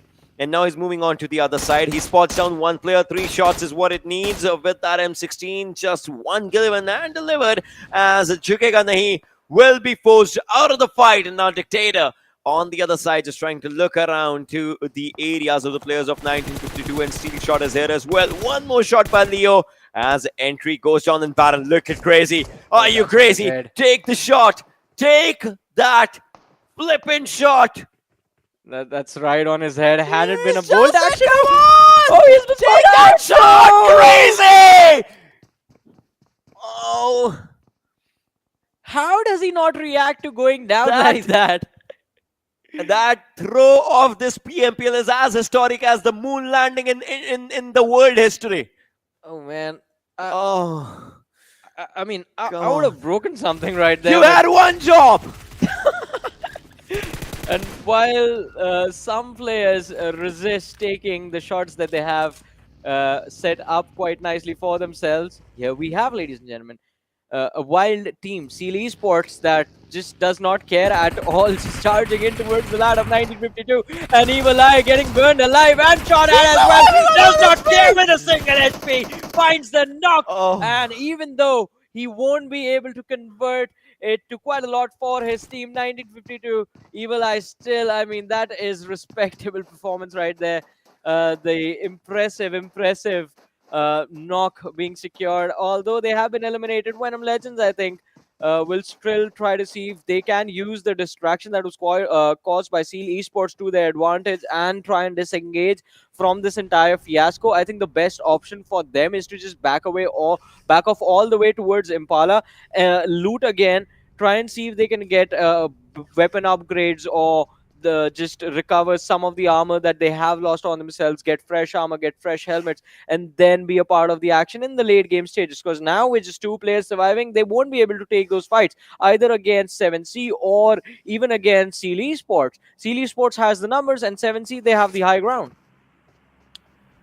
JyanMaara, Skylightz onto the northern side right now. Water treatment areas, Cruiserwell areas, like those are the areas where these teams are. But look at the central cluster as it is forming. T2K, DRS, ElementriX, Stalwart, Raw. Obviously, they are quite far away from each other, but with those markers, you see like they are still in quite a vicinity as right now. Liquid can spot down a few players from IHC. Has an M4, definitely would want to make up a proper use of that. He knows that there are players quite close to him, and now we'll see where the circles shift happens as it's just around the corner. We see the zone just going down to the central lines of Minas Generales, La Benedita Graveyard, where T2K is, but Liquid, I mean, he'll have to take down these players from IHC if they want to move forward. Otherwise, IHC, they'll come back for a fight.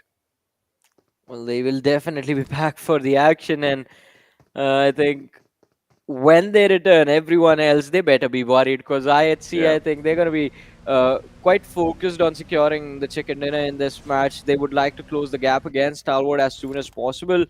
ElementriX on our screens right now, all 4 players standing quite strong. They do have one more team quite close to them, but as long as they have the high ground, I think they can still be happy. Please don't. What is it, spectating with the 3x scope? What is it spectating with the 3x scope? I think he, for a second, just forgot, like, all right. Where's the shoot button? Yeah. No, come on. But well, all these things do happen. It's sometimes a pressure situation. You're thinking like, you want to see all the other players as well. These things happen. Definitely they happen here and there. But then again, the airdrop number 1 has AUG with level 3, helmet level 3, vest level 3, backpack. Those are just complimentary things just here. Cheek pad of snipers, and obviously 60 bullets of 5.56. Ooh. For a second, every time I see the AUG, I just keep wishing the old Godless comes back. AU Godless. Yeah, we remember those players in the early times and in the early situations as from No Chance, from Hell, like Godless has had his share of amazing gameplays in those teams as well, and we have just loved his gameplay, be it whatever the situation is. Right now, we see True Love just moving forward here and there as he's trying to spot down someone. I feel so, but the players it looks like there are players like pretty close to him as well. Like there are players pretty close to Deadeyes Guys, but we'll have to see if they engage in a fight or not.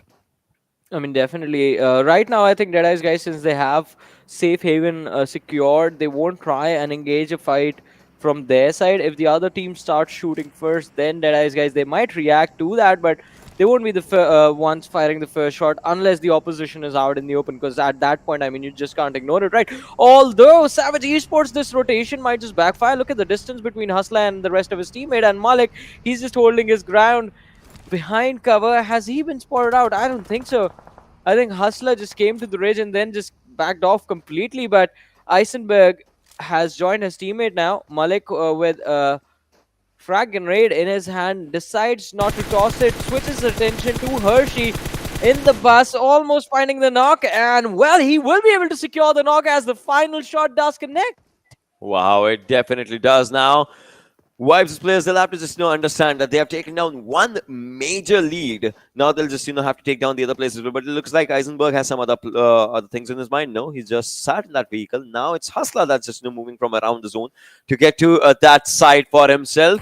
And right now the circle shift's gonna happen. Definitely that's gonna be important circle shifters. Look at Venom Legends players. They are on the sides of Impala, though, in all these situations. And T2K split is pretty good. I mean, 2 players on one side, 2 players on the other, but the circle moves down to Minas General, just like we were talking. And now Phantom is there, and pretty close to them are the players from Team Seal. Well, let's see. The circle towards... I mean, it is going to be quite interesting to see how the rest of the teams react now. I think, again, vibes on our screens jiggle. One of those lads again that we consider to be a veteran now. I mean, has been quite consistent over the years, but not really any major results to back that up. Phantom Esports yet are going over the Reds. Does see the lads from Seal Esports rotate, I believe, but won't be firing those shots anytime soon. I think Phantom Esports, they find themselves in a very interesting position wherein they know they're about to be surrounded from every single direction, but they do have some decent cover that they can utilize at least to isolate themselves from one direction. That's their front. Where they can deny those fights to the other team, so they will only have to clear their backs. And if they can manage to do that, I think they can survive for a little bit longer. But Seal Esports always trying to contest the center this time as well. Yeah, they will try. They would want to just go to the central position as quickly as they can. Look at this; they are at that position, and it's every time scenario with this team, right? They like to have a good, comfortable spot, and I would say it's not just this team. The Mongolian region likes to play in that sense. First of all, they like to go for a slower pace around the circle.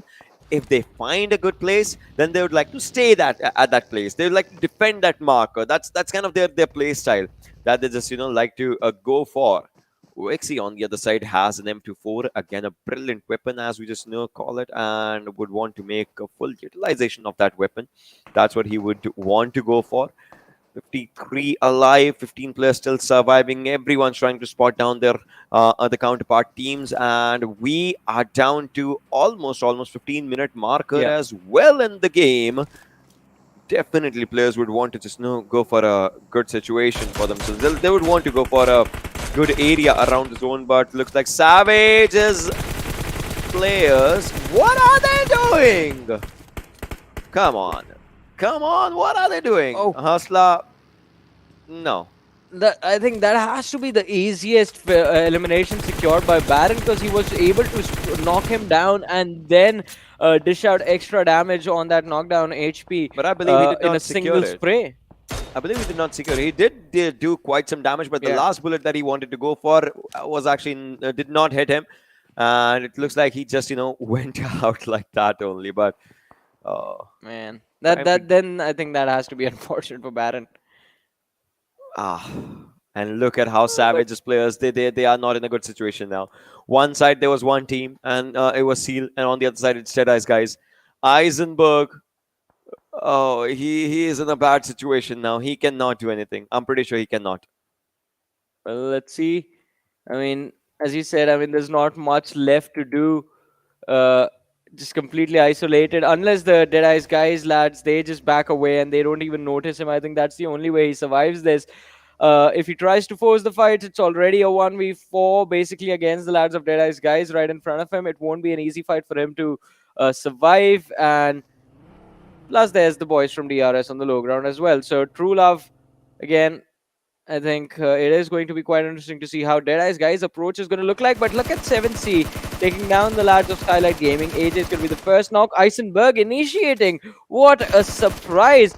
Does dish out significant damage, but takes a lot of it in return as well. Only one first aid on him, and he's using it right now. 5 bandages, 3 energy drinks left, and even with a scar, I don't think there's much that he can accomplish. It's basically a 1v4 that he has to handle right now, as Hershey is trying to make his way to the high ground.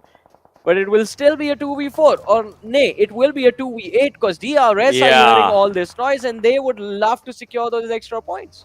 Get the last car, Hershey. Get the last car, as the cars was just moving down quite close to him, as True Love is just trying to find out his own place. But Hershey, his helmet's damaged. DRS on the other side. Like every team is trying to get a hold of their own fights for themselves, but will they be able to? That's just the only question in all of these situations, as Reaper is on the other side, and Shifu, well, he's just trying as well, just survive as much as he can. And Delta with that nade of his own self, Reaper with the nade of his own self. They're trying to cook it, they're trying to throw it, but then again, will it be able to connect? That's the question. Golden Mirror pretty close of DRS players, but then again, now they have to make up a priority: zone or the fights.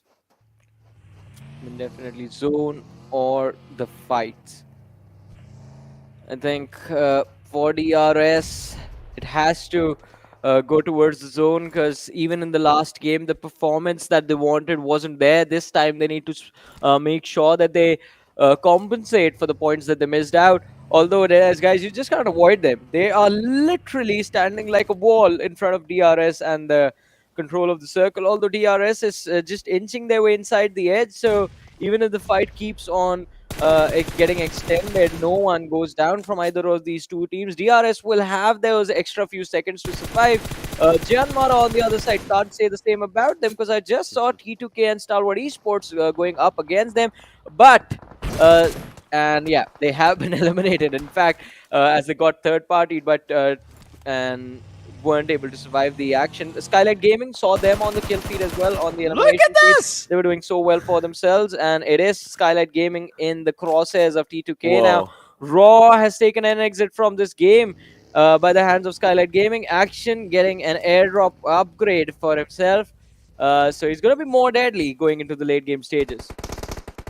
You just saw the situation, right? Almost T2K was trying to just take down a few players from Skylightz as well. But right now, Deadeyes Guys is trying to go against DRS as Delta is down. Reaper will have to take down a few fights on for himself as DE is trying to move on DRS.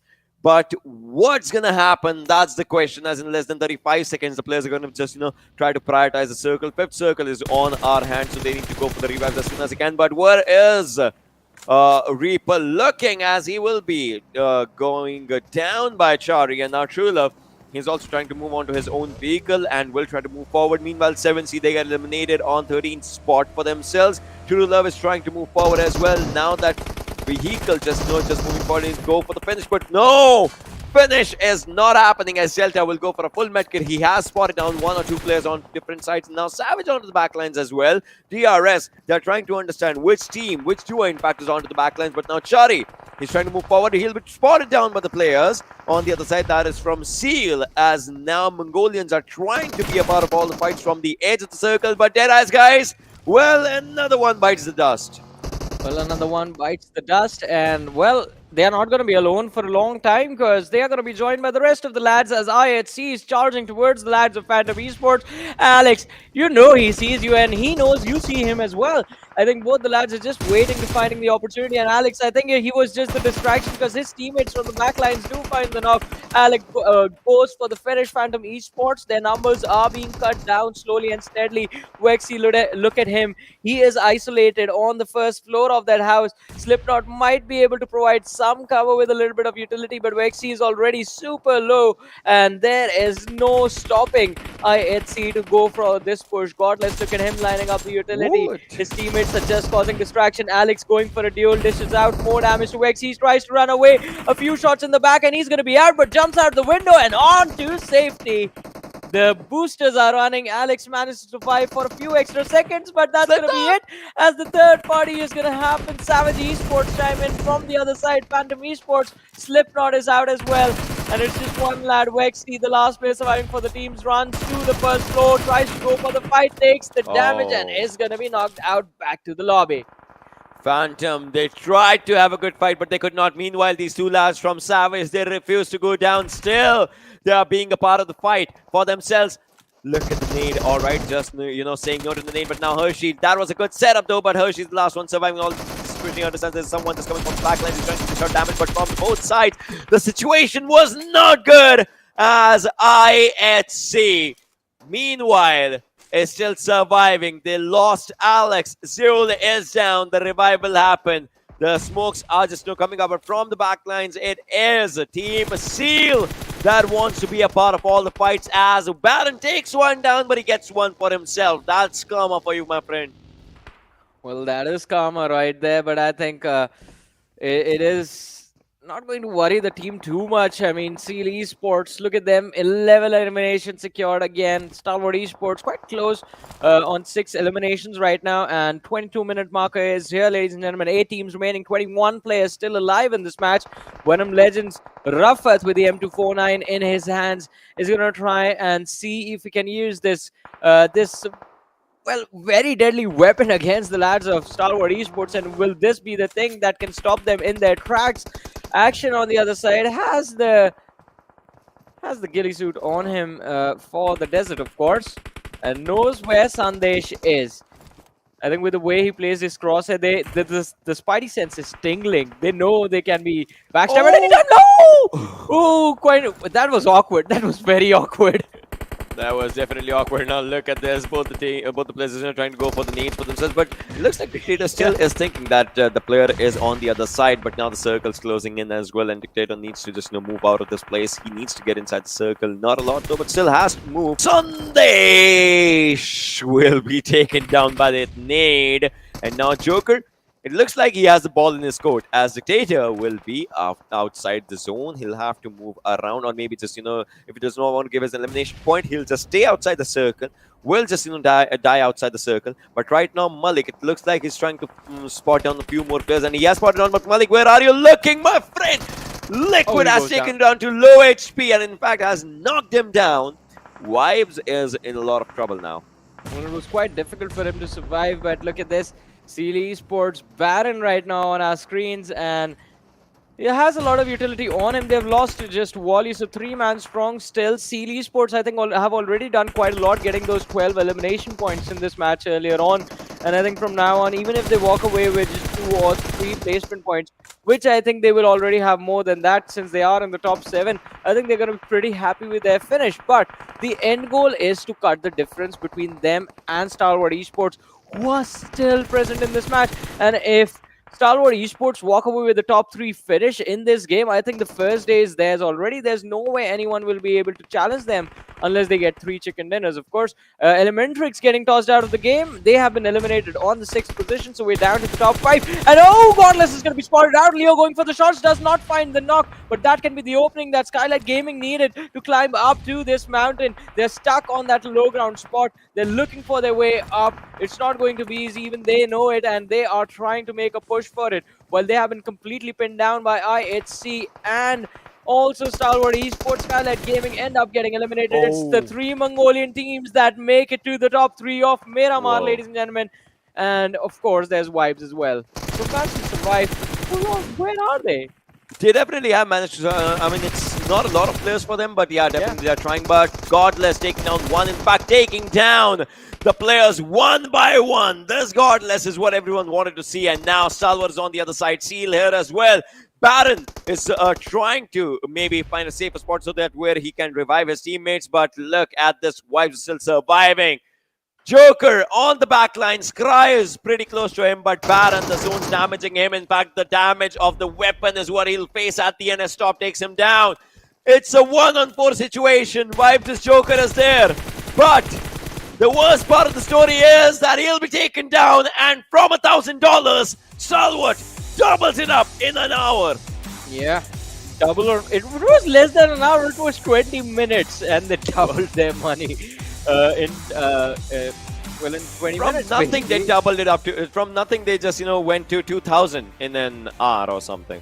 Yeah, Wow. I mean, it is just impressive. So started off with nothing. Now they have $2,000, a hat trick opportunity, and of course, if they get the chicken in the third game, that's going to be $3,000 for Stalwart Esports.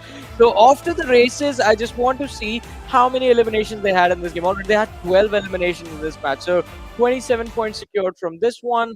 There was 32 already on that. I think Ocean wants the tally now after 2 games. I don't know, man. They are at the topmost position. Definitely, they have 27 points in this one. So they got what? What is it? I think 59 points? in total. Oh yeah, 32 is what they had, right? Yeah. Previously, I know I thought 35 somehow. 32 and 20. Yeah, it is 59, and that's just pretty good, just going on for themselves. Imagine the amount of lead that they have. I mean, this is just the second game. If things keep on going like this, I think we'll already have Stalwart Esports hitting almost 100, 110 by the end of the day. And I think someone needs to remind them that they have 5 matches, not just 4, just like the league play days. Because I believe the way they are playing, they think they are just going to be playing 4 games right now. So yeah, Stalwart Esports looking pretty deadly. But we'll be taking a very short break right now, and after that, we'll be breaking down this match.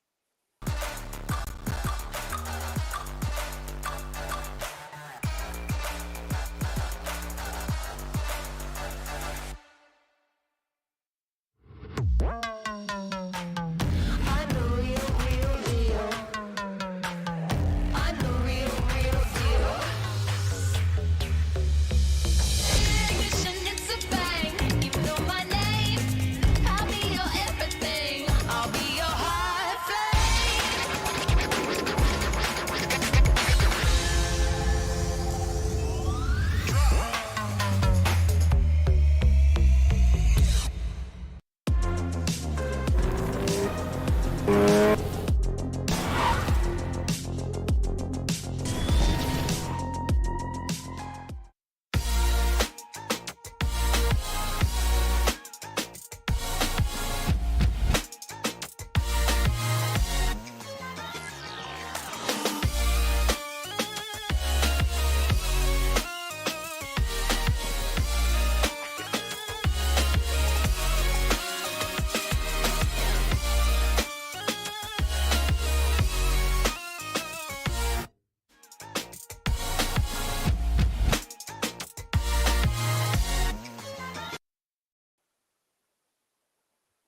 mean, one party is happening over here, the other party that we just saw, it looks like super fun as well. Welcome, ladies and Yeah. gentlemen, to the PMPL South Asia Spring Season of 2022, brought to you by with the sponsors Oppo F21 Pro, ladies and gentlemen, that is going to be out in the markets soon. So, winner, chicken dinner. Grab yourselves a chicken dinner as well with the Oppo F21 Pro. And again, I mean, 2 matches done. Can you guess? I mean, for the viewers tuning in right now, who do you think? If I tell you one winner, you will you try to predict who the winner for the second match was? The first match was won by Stalwart Esports. Now, guess who won the second match? Well, the answer is Stalwart Esports again. So, Ocean, based on the pattern, you are the mathematician, the scientist amongst us. So, who do you think will win the third game? It's Erangel again. Let's have a look at the MVP first, we'll talk about that. Because I want to see if Top is still the MVP or someone else just, went on to being the MVP of this game. That's my question as well, if we I just, think it's talk gonna be about action. So, well, let's see. Let's have a look at the MVP. It's coming up right on our screens right now. And this time it's Baron from Seal coming down with 6 eliminations, 7 knocks, 2 assists, 24-18 survival time, 12-17 damage. Well, Seal tried to seal the deal, but we know Stalwart, well, they had a different level of their own gameplay, and they just played amazingly.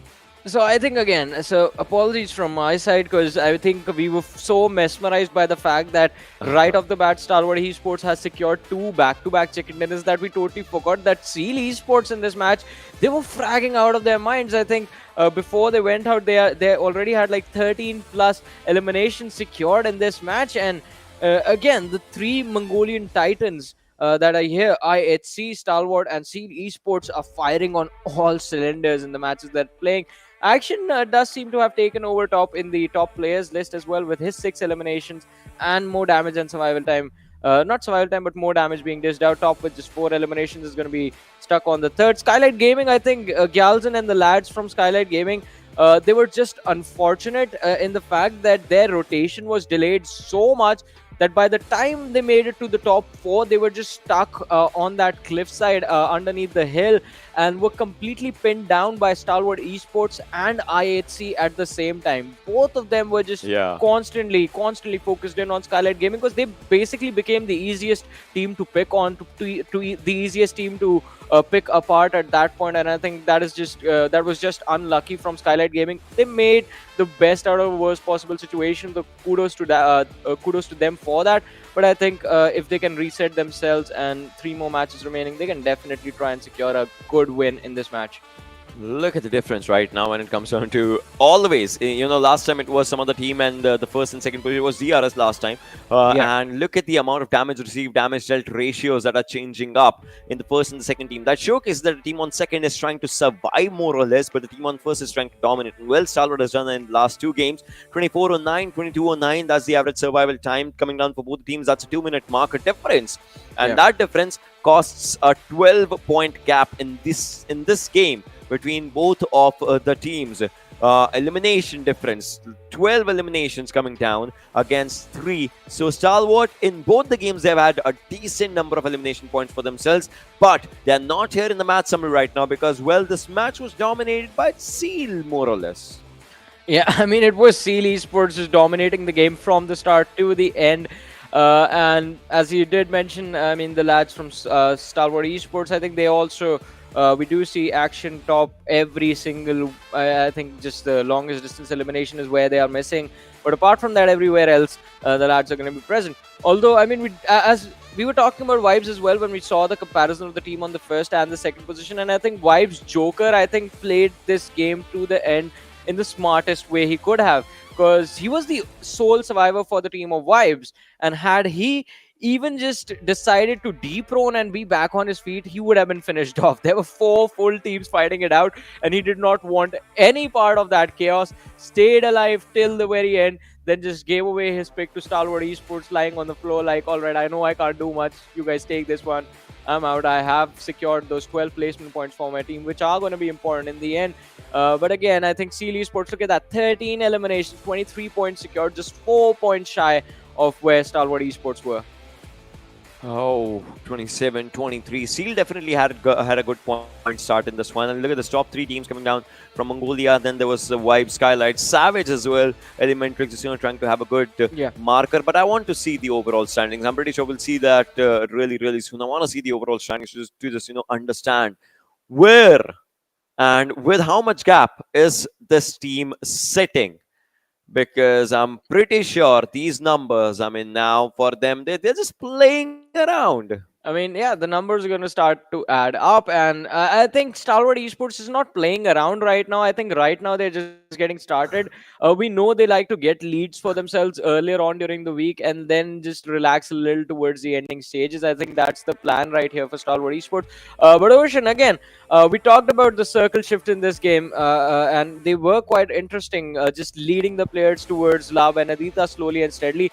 And that is where I think majority of the teams got into trouble, because look at the teams that capitalized in this game in the late game stages, and you see all of them quite away from the early fights. I mean, you see Skylightz Gaming on towards water treatment, you see Stalwart Esports towards Graveyard, and San Martin just avoiding any early game action. And I think that is the thing that left them alive to late game stages. IHC as well, look at them at Picardo. So all the top teams were just away from the center till the very end when it was needed for them to close the fights. Definitely, all the top teams were at those areas for themselves when we talk about it. And right now, you'll see the circle shift just going down to the areas of Manar General as La Benedita. And this is such an open area to play around if you're at the higher ground, right? If you're at the lower ground, well, you're done for, definitely, because everyone's just looking in your direction. But if you're at the high ground, you have such an open space to just play around. And teams definitely tried. But look at Seal's position right now in this situation where they are.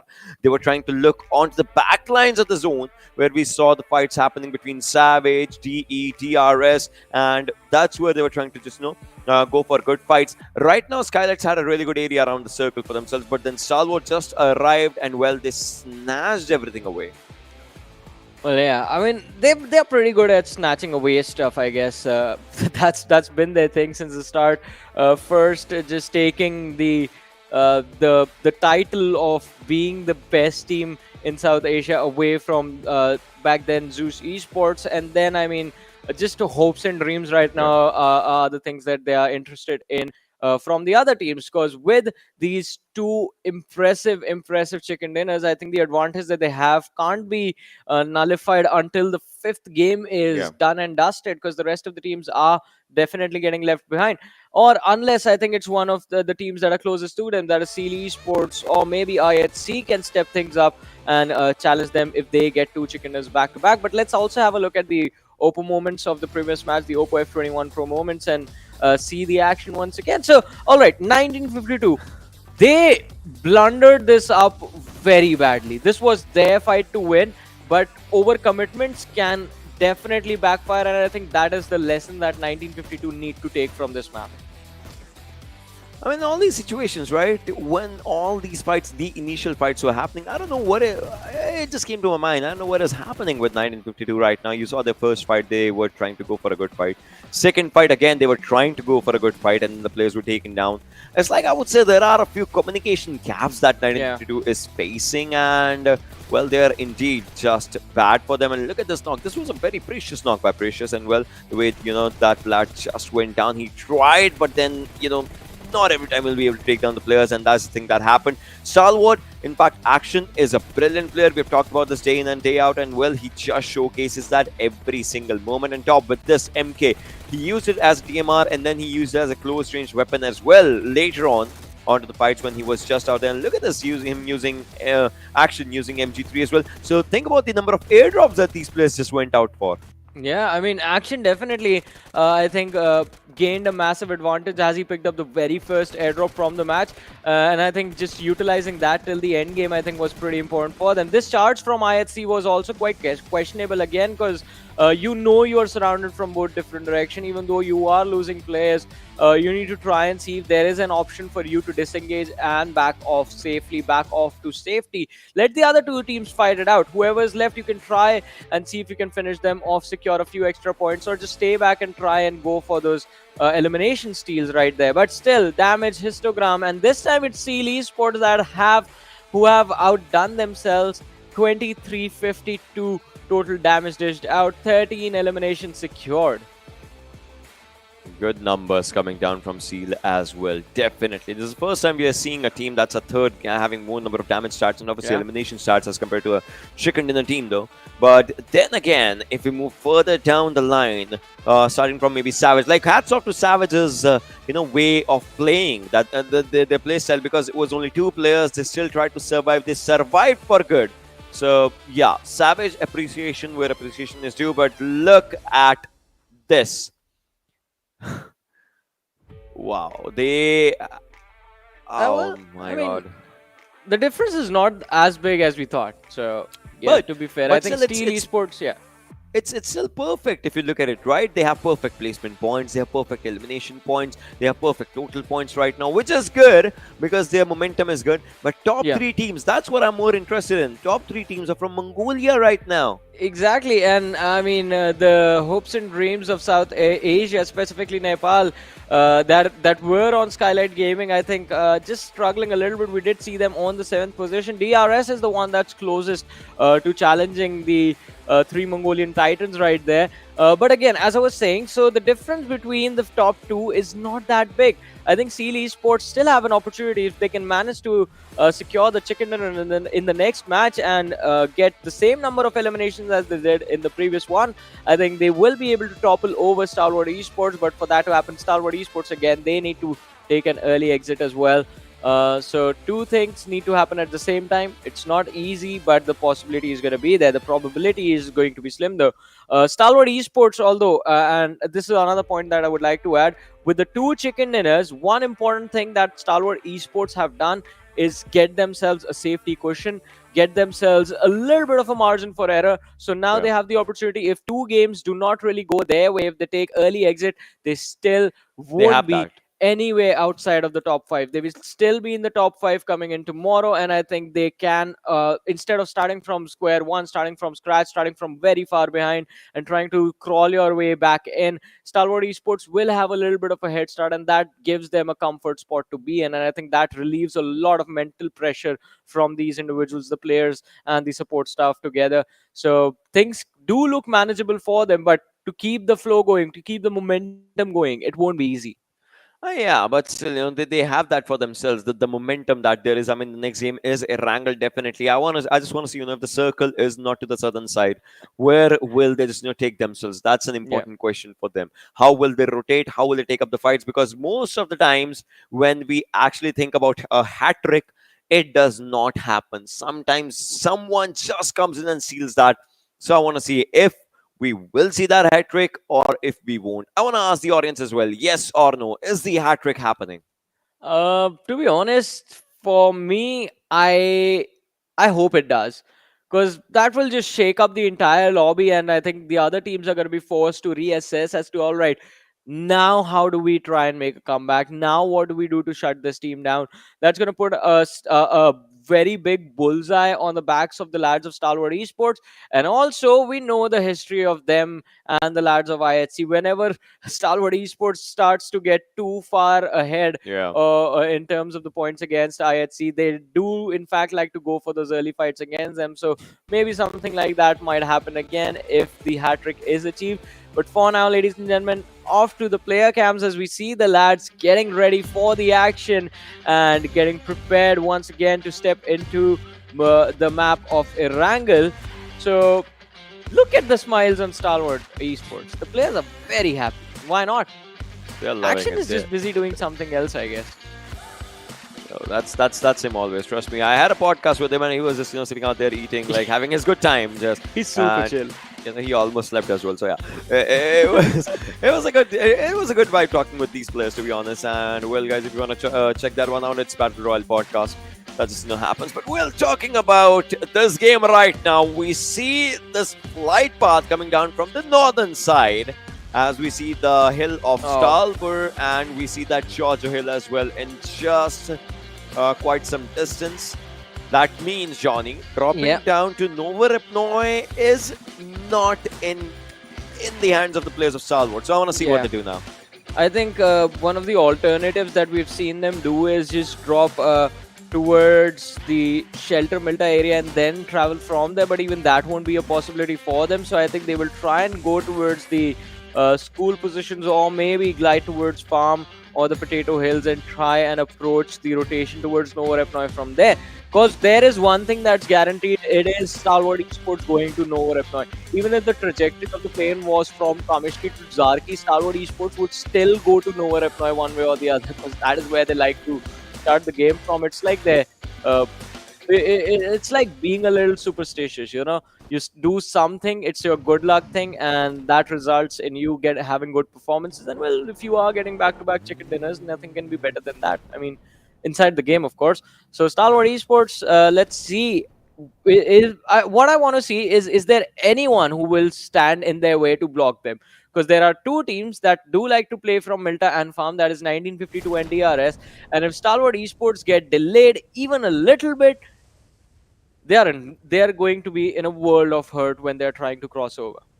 Yeah, that is correct. So we'll have to see, what in fact the teams actually do in all these situations, because this is going to be really, really difficult for a few players. Although right now everyone's just trying to go down to their own areas. They're trying to go for their own loot for themselves, finding an M4 right now. Vexy, it's a pretty good weapon. We all know about that. And on the other side, we see a UMP just being picked up. All right, again, a pretty good weapon. Nowadays, it's the meta of UMP, and everyone just likes to use it. From what is it, GC days, we are seeing that more and more. Yeah. Although it is a pretty good weapon, even from the times before that, though.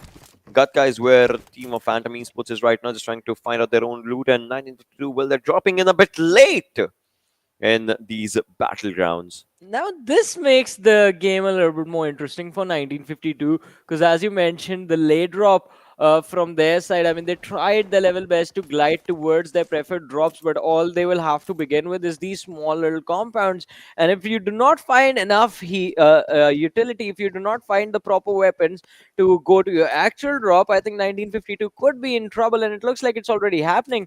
Not enough weapons, all right. The Bison is going to be in the hands of C1. Something is better than nothing. The VSS there as well, but entry with just a shotgun, I think, won't be able to do much in those extended team fights. So it's going to be quite important to find some proper weapons. Even the SMGs will do the trick right now for 1952, as they have been struggling throughout the day.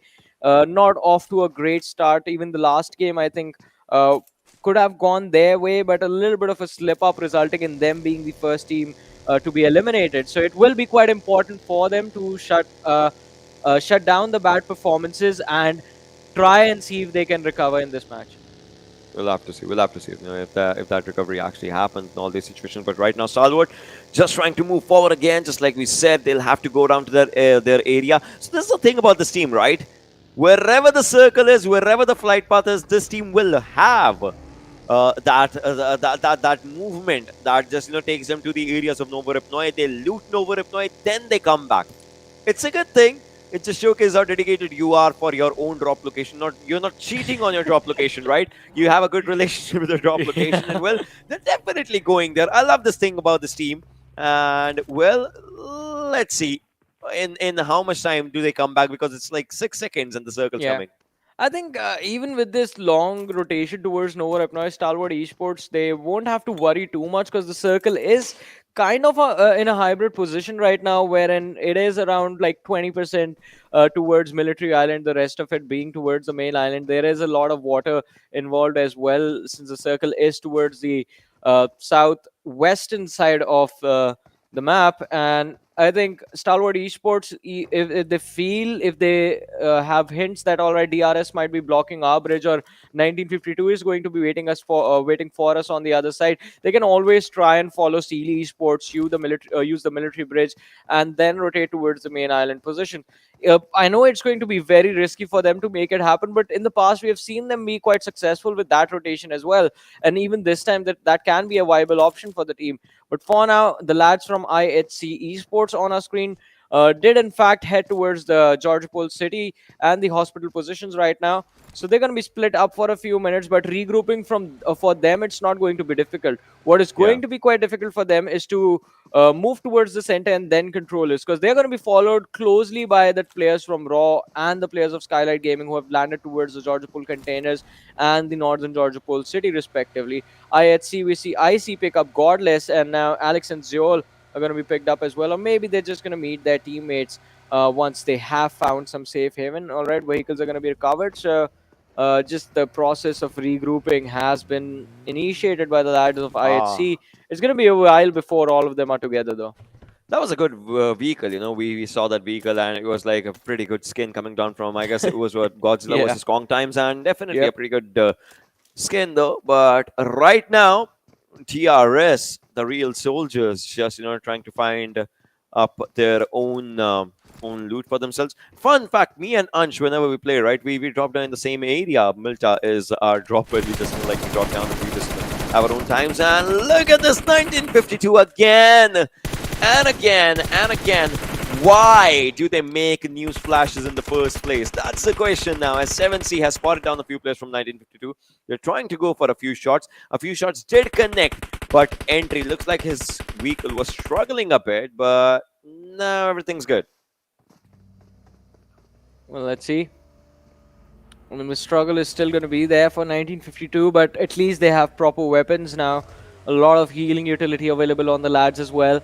Still isolated on the map, though. I think they will have to be a little bit more patient and try and wait and hold their positions rather than just start shooting at anyone they see, go for a wide rotation, because we know whenever the circle is towards the Gutka farms, the game in its early stages is the slowest it can be.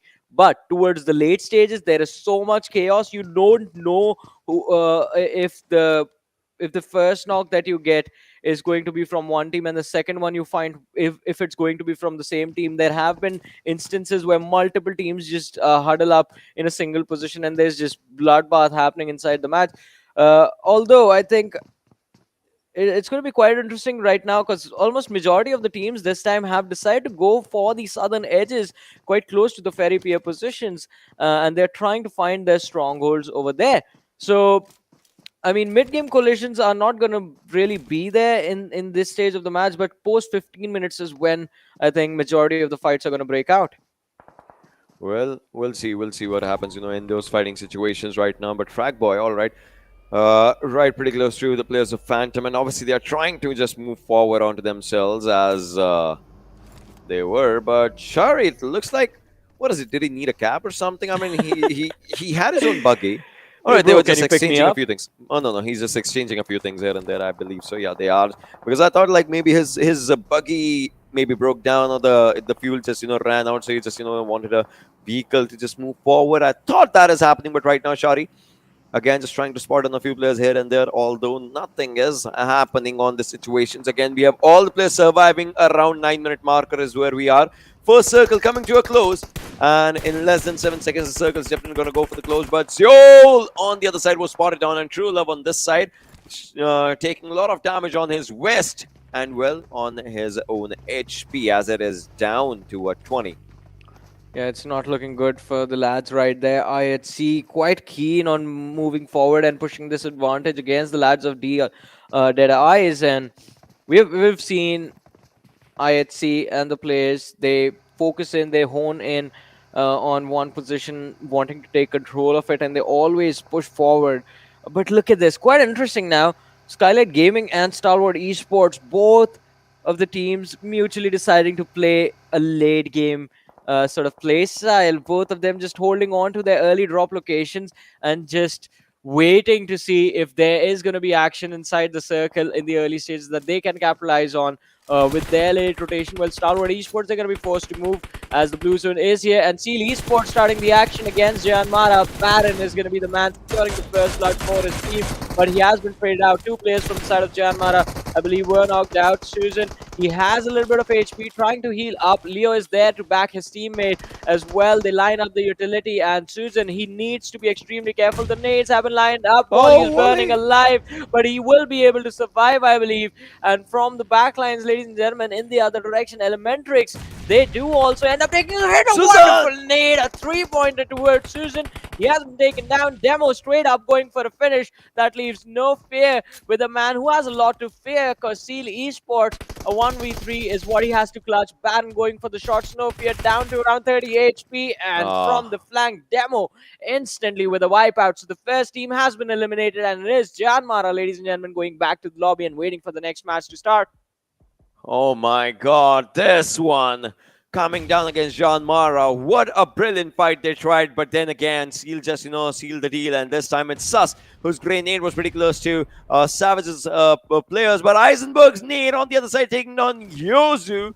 Mr. Yozu's down, and now Sus is going with his Molotovs as well, but now ElementriX needs to understand that they have already lost down one player, and Yozu's down as well. That means just 2 players are trying to take up all the fights. Sus with 18 bullets in that UMP.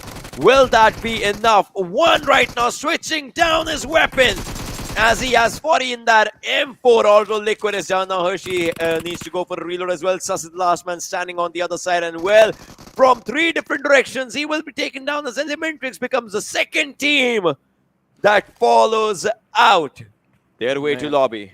Some of the biggest names going out this early was something that I think no one could have predicted, but still 14 teams surviving. And look towards Ferrypier. We have the lads from Phantom Esports over here, but they are not exactly alone. There's one team towards their left, one team towards their right, and Phantom Esports, they seem to be stuck in the middle. They can't even cross the road, go towards the high ground in the front, because there is definitely going to be a very massive cluster on the other side of that hill. So that is going to be very risky for them. But talking about the other side of the hill, we did have a look at Venom Legends. They are doing a phenomenal job right now, just holding on to their positions and not really being exposed to unnecessary angles from where they can be taken out. The second airdrop, ladies and gentlemen, in front of us right now with the MG3 and the 8X.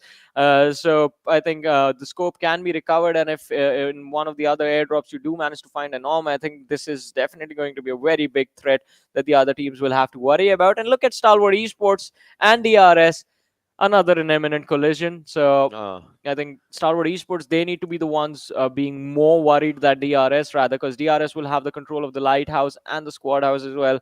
Quite a good crossfire setup that can blockade the lads of Stalwart Esports in an instant. And that's the thing, right? Because the first player to just move forward, as we can see, he's trying to just get down to a good place, but well, it looks like he stopped his vehicle right around that bridge. The other players of Stalwart, they'll also just try to move forward. Although Skylightz, look at this from the back line. Skylightz has reached to the sides of Query. This looks like a good circle for them as they are just away from all the kerfuffles. We'll have to see what happens. But right now, Savage is trying to dish out some damage there, although not a lot is happening. But Frag Boy taking down players from 1952 and Vibes Joker taking down Shifu. 1952 for the first time in the fight. It looks like they have an upper advantage. They would not want to lose this out as 90 Degree is trying to go for a what? He was trying to heal himself, but now the nade splash damage just took him down. And Turula, what is he doing? What? Who statued him? Come on, he needs to move. All right, C1's moving on the other side, and now he'll go for that revive that needs to happen as C1's the last one, standing last one, surviving as Turula is still on the backlands. I'm pretty sure something bad has happened with that lad, though. I think he's knocked out. He's all right. No, he's there. He's there. His teammate is down on the flank. I was looking at the radar and they just overlapped. I was like, all right, maybe it's just the observer doing something weird, but no. But yeah, he's just standing there. Come on, I believe whatever it gets resolved or something, like, I don't know. But well, Jiggle on the other side is just, trying to spot on a few players, switching on to the FPP, counting out the distance and then throwing that nade inside that house. That nade was good. It was impressive, and finally, I think True Love is going to be put out of his misery. He has been finished off, and 1952, all right, they at least survived this one fight. But they shouldn't be too happy about this. They were almost taken out in this one as well. And had whatever happened did not happen, I think we would have seen 1952 take an exit instead of Deadeyes Guys right there. But look at Vibes. They want to take a peaceful exit out of this one, having tossed a lot of utility in the other direction. I think they realize there is another team present on their flank, and Vibes, they need to be prepared for the high ground action against the team of Venom Legends. The trees are being utilized for cover, but utility will be quite important, especially those smokes to create pathways to move, to create a little bit of a breathing room for these teams. And ladies and gentlemen, as the next blue zone approaches, and we are down to 13 teams, 50 players still surviving, I think it is going to be quite interesting to see how many teams are going to be picked off from the center of the circle, because the circle just takes a shift towards the south. Now it's completely towards Primorsk and Periphery. So all the teams that thought, all right, so Gatka Farm is where the game is going to end. Psych! That's not it. That's not it. That's the wrong place that you're thinking about. But right now, Entry is trying to spot down a few players. I mean, 1952, they survived by the Whiskers. It's one player that was surviving C1. He revived all the teammates of his, and well, that's definitely a commendable. Right now, Stalwart just trying to move forward top. He moves forward. They survive again, but right now DRS's rules takes down a few players from Vibes, obviously taking down Malik Vishal, just down, and now Reaper is going with a few nades. Jiggle needs to understand that if one nade's on him, then he would be gone. Down and out though, but right now he's still surviving. DRS is inside the circle, but from the back lines, you see Stalwart. I want to see how Stalwart plays this one. That's the question, but no! Before all these things, Rick takes down Jiggle. That one's got hurt right there. Jiggle was completely surrounded. DRS on one side, Raw on the other. Nowhere left to go for him. And I think Raw now have their attention focused on the lads of DRS. Rick finding another opening for his team. On the other side, though, Stalwart Esports, it looks like Savage might be the team taking the exit in a few short moments. As Stalwart Esports do engage the action, but action is going to be taken out by Hustler. So the backstab was already set up, but the trade comes in for Stalwart Esports. Pika with a wrap. They've already lost Cry, so it's up to Pika and top to bring their team out of this tough situation. Sanchir, look at him climbing on top of the rock, takes a lot of damage, almost down to 20 HP. They could have found this opening, but talking about openings, look at that. Skylightz Gaming in a world of trouble as Steel Esports managed to finish off AJ in the collision between the two squads. And Skylightz Gaming not having a good day will be wiped out from the game. Mafia Ninja, the last player of the team, is going to be completely finished off. The 13th placed finish for Skylightz Gaming. I think again, just having trouble adjusting Stalwart. to what is going on with the rest of the teams. But Yeah. I think Stalwart Esports, they are not having any trouble. They are still holding 3-man strong. But I believe they are not in a good position. They are not at all in a good position. The hat-trick is not going to happen. Yeah, that might not happen. Look at the nades that are coming up from Savage's players as they take down one. Stalwart is in the wrong spot now. No amount can just save them. Action is low on his HP. Pika just trying to survive in all these situations. Needs were coming on them. If they survive from this one, it would be the miracle that happens. But well, will that miracle happen? That's the question. Hustler follows down. Sanchir's Molotov takes down Hustler, and Pika takes another one down, but he's burning. He is burning, all thanks to Sanchir. One Molotov to take his teammate down, the other one to just take the team of Stalwart out. That was such a good fight between those two teams, but the action is not going to stop. IHC have been caught off guard by the players of 7Cs. Godless has been taken out. Alex is down on his knees. It's up to IC and Zeol, and the utility being tossed out by Precious is going to find more knocks. One more man out. It's the last player. Zeol in the blue zone. Look at him hiding behind the tree, slowly bleeding out, and even he realized that the fate that awaited him, he couldn't avoid it in any other way. IHC taking an exit. Top 9 teams, 30 players still alive. And Seal Esports, I think, the revenge that they wanted, the story that they wanted to write for themselves against Stalwart Esports, it's going to be a success. 3 players strong, 7 eliminations already secured. Their position in the circle is quite nice. So they're doing a phenomenal job, but Venom Legends surrounded, and they're getting flanked by 2 different teams, 1952 in one side and 7C Esports on the other. So it's going to be quite difficult for Venom Legends to move around. They have good number of eliminations for themselves, 7C right Yeah. now, just to the just when we talk about the start. But Seal definitely has a notch up for themselves. 7 eliminations, all the 3 players. Seal and Savage as well, 7 eliminations and only 3 players surviving for them as well. These two teams needs to they need to understand that these they only have 3 players, but 1952. Now looks like things are turning bad for them as Entry follows up as well, and now it means 1952 has one, in fact, none surviving for them, and they mark another exit. 8 teams remain. Sanchir trying to see if he can force the fight against the lads of DRS, but 1v3 in a situation like this is not advisable. So Sanchir has been picked off. I think just one nade and he's going to go down. Savage Esports, again, the earlier fight that they took, or well, the trouble that they were put in just delayed their rotation too much. So quite an easy elimination for DRS to hand out, and now they refocus on their own position. Oh, important knock. Oh, just barely missing out, I think, but still Delta has done good enough for his teammates to be allowed the opportunity to move forward a little bit closer to the edge of the circle. And if they can finish off the squad of Raw, I think DRS, they will go on to win the chicken dinner in this game, but I think even they are losing out on those bodies. It's a 3v3 between the two teams. 7C Esport still holding their ground against the other lads. But what is this rotation? Assault, quite an easy knock being secured.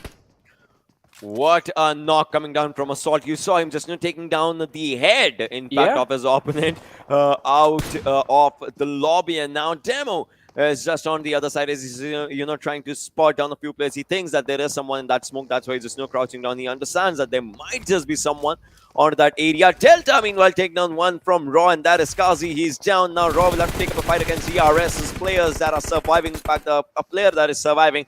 Look at DRS, only 1% win, ratio coming up for them, win percentage coming up for them. And these nades, these triples were there, but Rick with his own grenade takes down Delta, and DRS is out as well.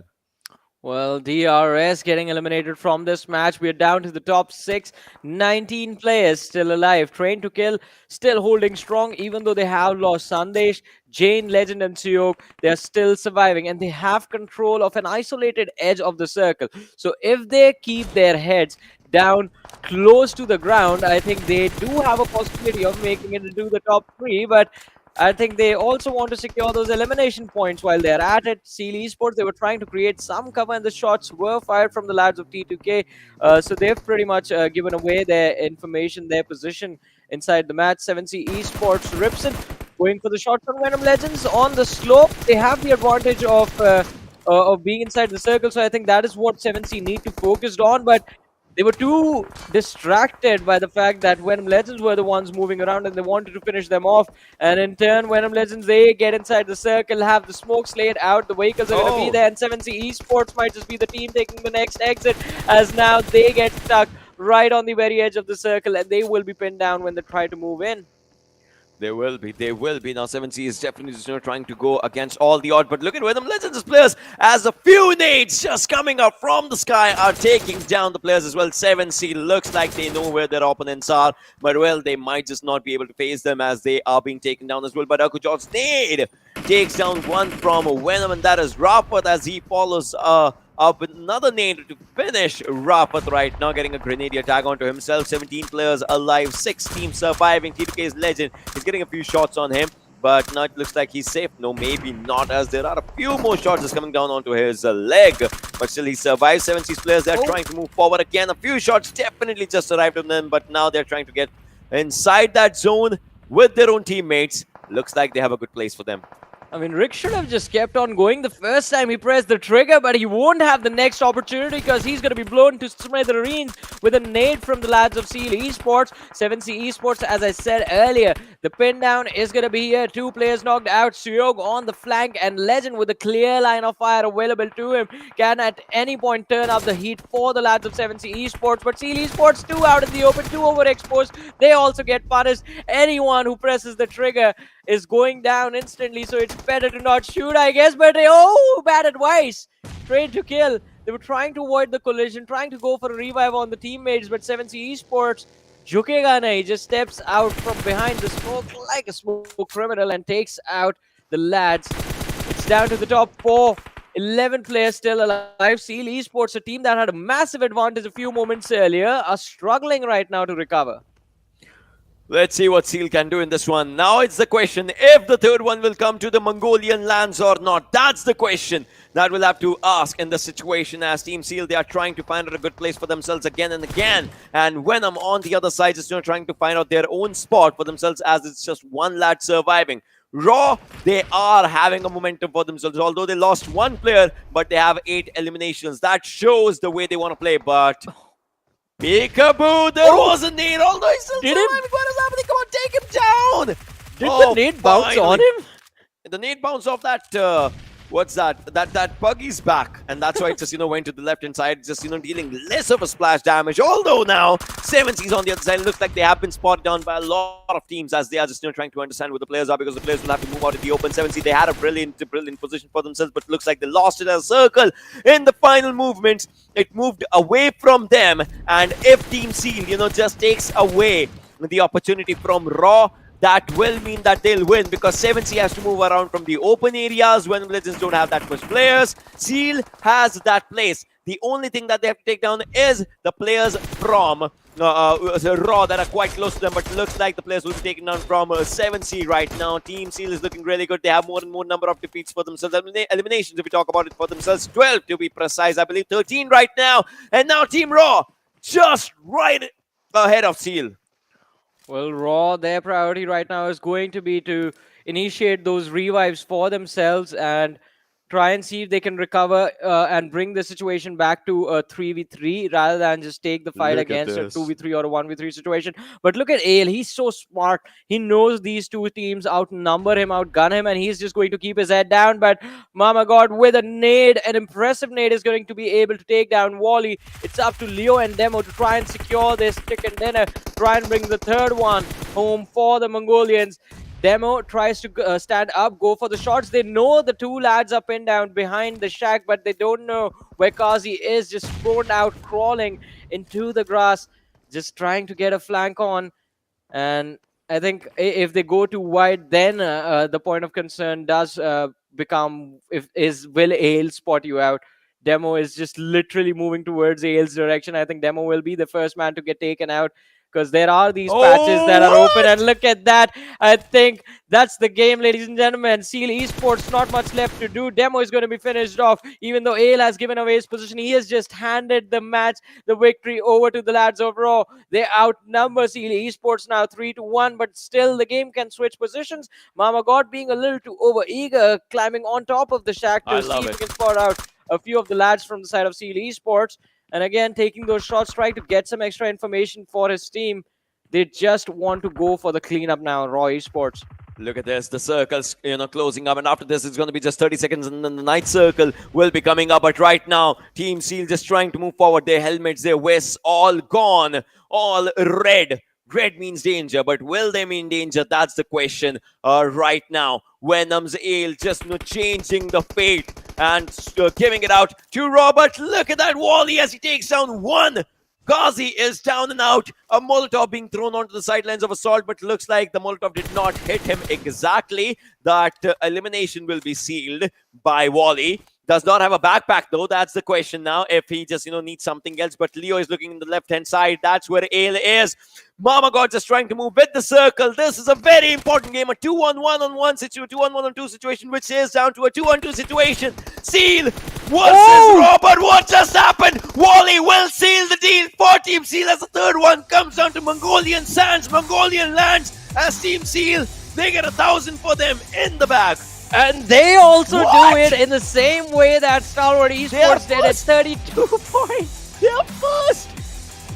Are you freaking kidding me? They're first! Yeah, I mean, the difference wasn't that much. I believe after the last game, they were on 36 and 59 was the total tally for Stalwart Esports. And, well, Seal Esports, the first week, like always, this time as well, is going to be theirs. There's absolutely no one in the lobby that can take this away from them. What an impressive finish. I thought they were done the moment Demo was finished off, because by then I think Raw had pretty clear information where the lads of Seal Esports were. They could have just completely denied vision to the last surviving player for Venom Legends and then closed in from the left, finished off Seal first, finished off Venom Legends in the end, secured the chicken dinner. That should have been the game plan right there for the players of Raw.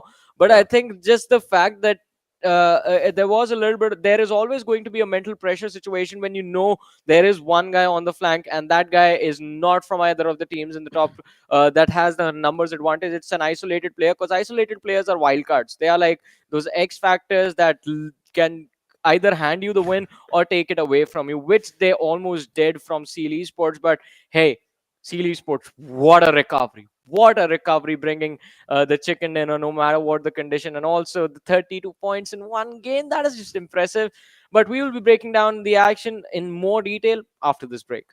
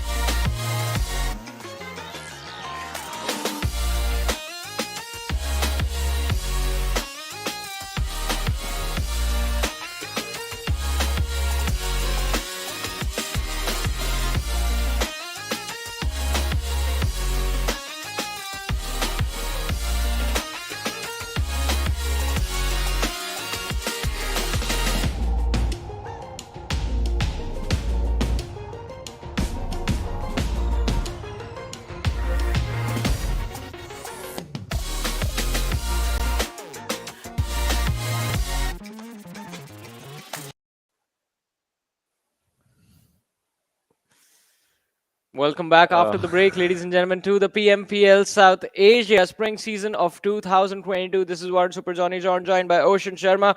3 matches of the day are done, and so far it just has been the Mongolian domination that has been ruling the lobbies and the maps that have happened so far in the day. But if you guys want to dominate as well, you can do so with the Oppo F21 Pro, ladies and gentlemen. That is the sponsor of the PMPL South Asia 2022. It's going to be out in the market soon, and you guys can also grab yourselves the winner chicken dinner with the Oppo F21 Pro. And coming back to the discussion, Ocean, you were pointing out an interesting fact about the final fight. Well, let's have a look at the MVP while I'm pointing that out, because obviously that will be in the MVP. I'm pretty sure on the MVP stats, because we'll see the eliminations that a player has done. I'm pretty sure it should be from Team Seal Wally. 8 eliminations, and the last 4 came up as a 1-on-4.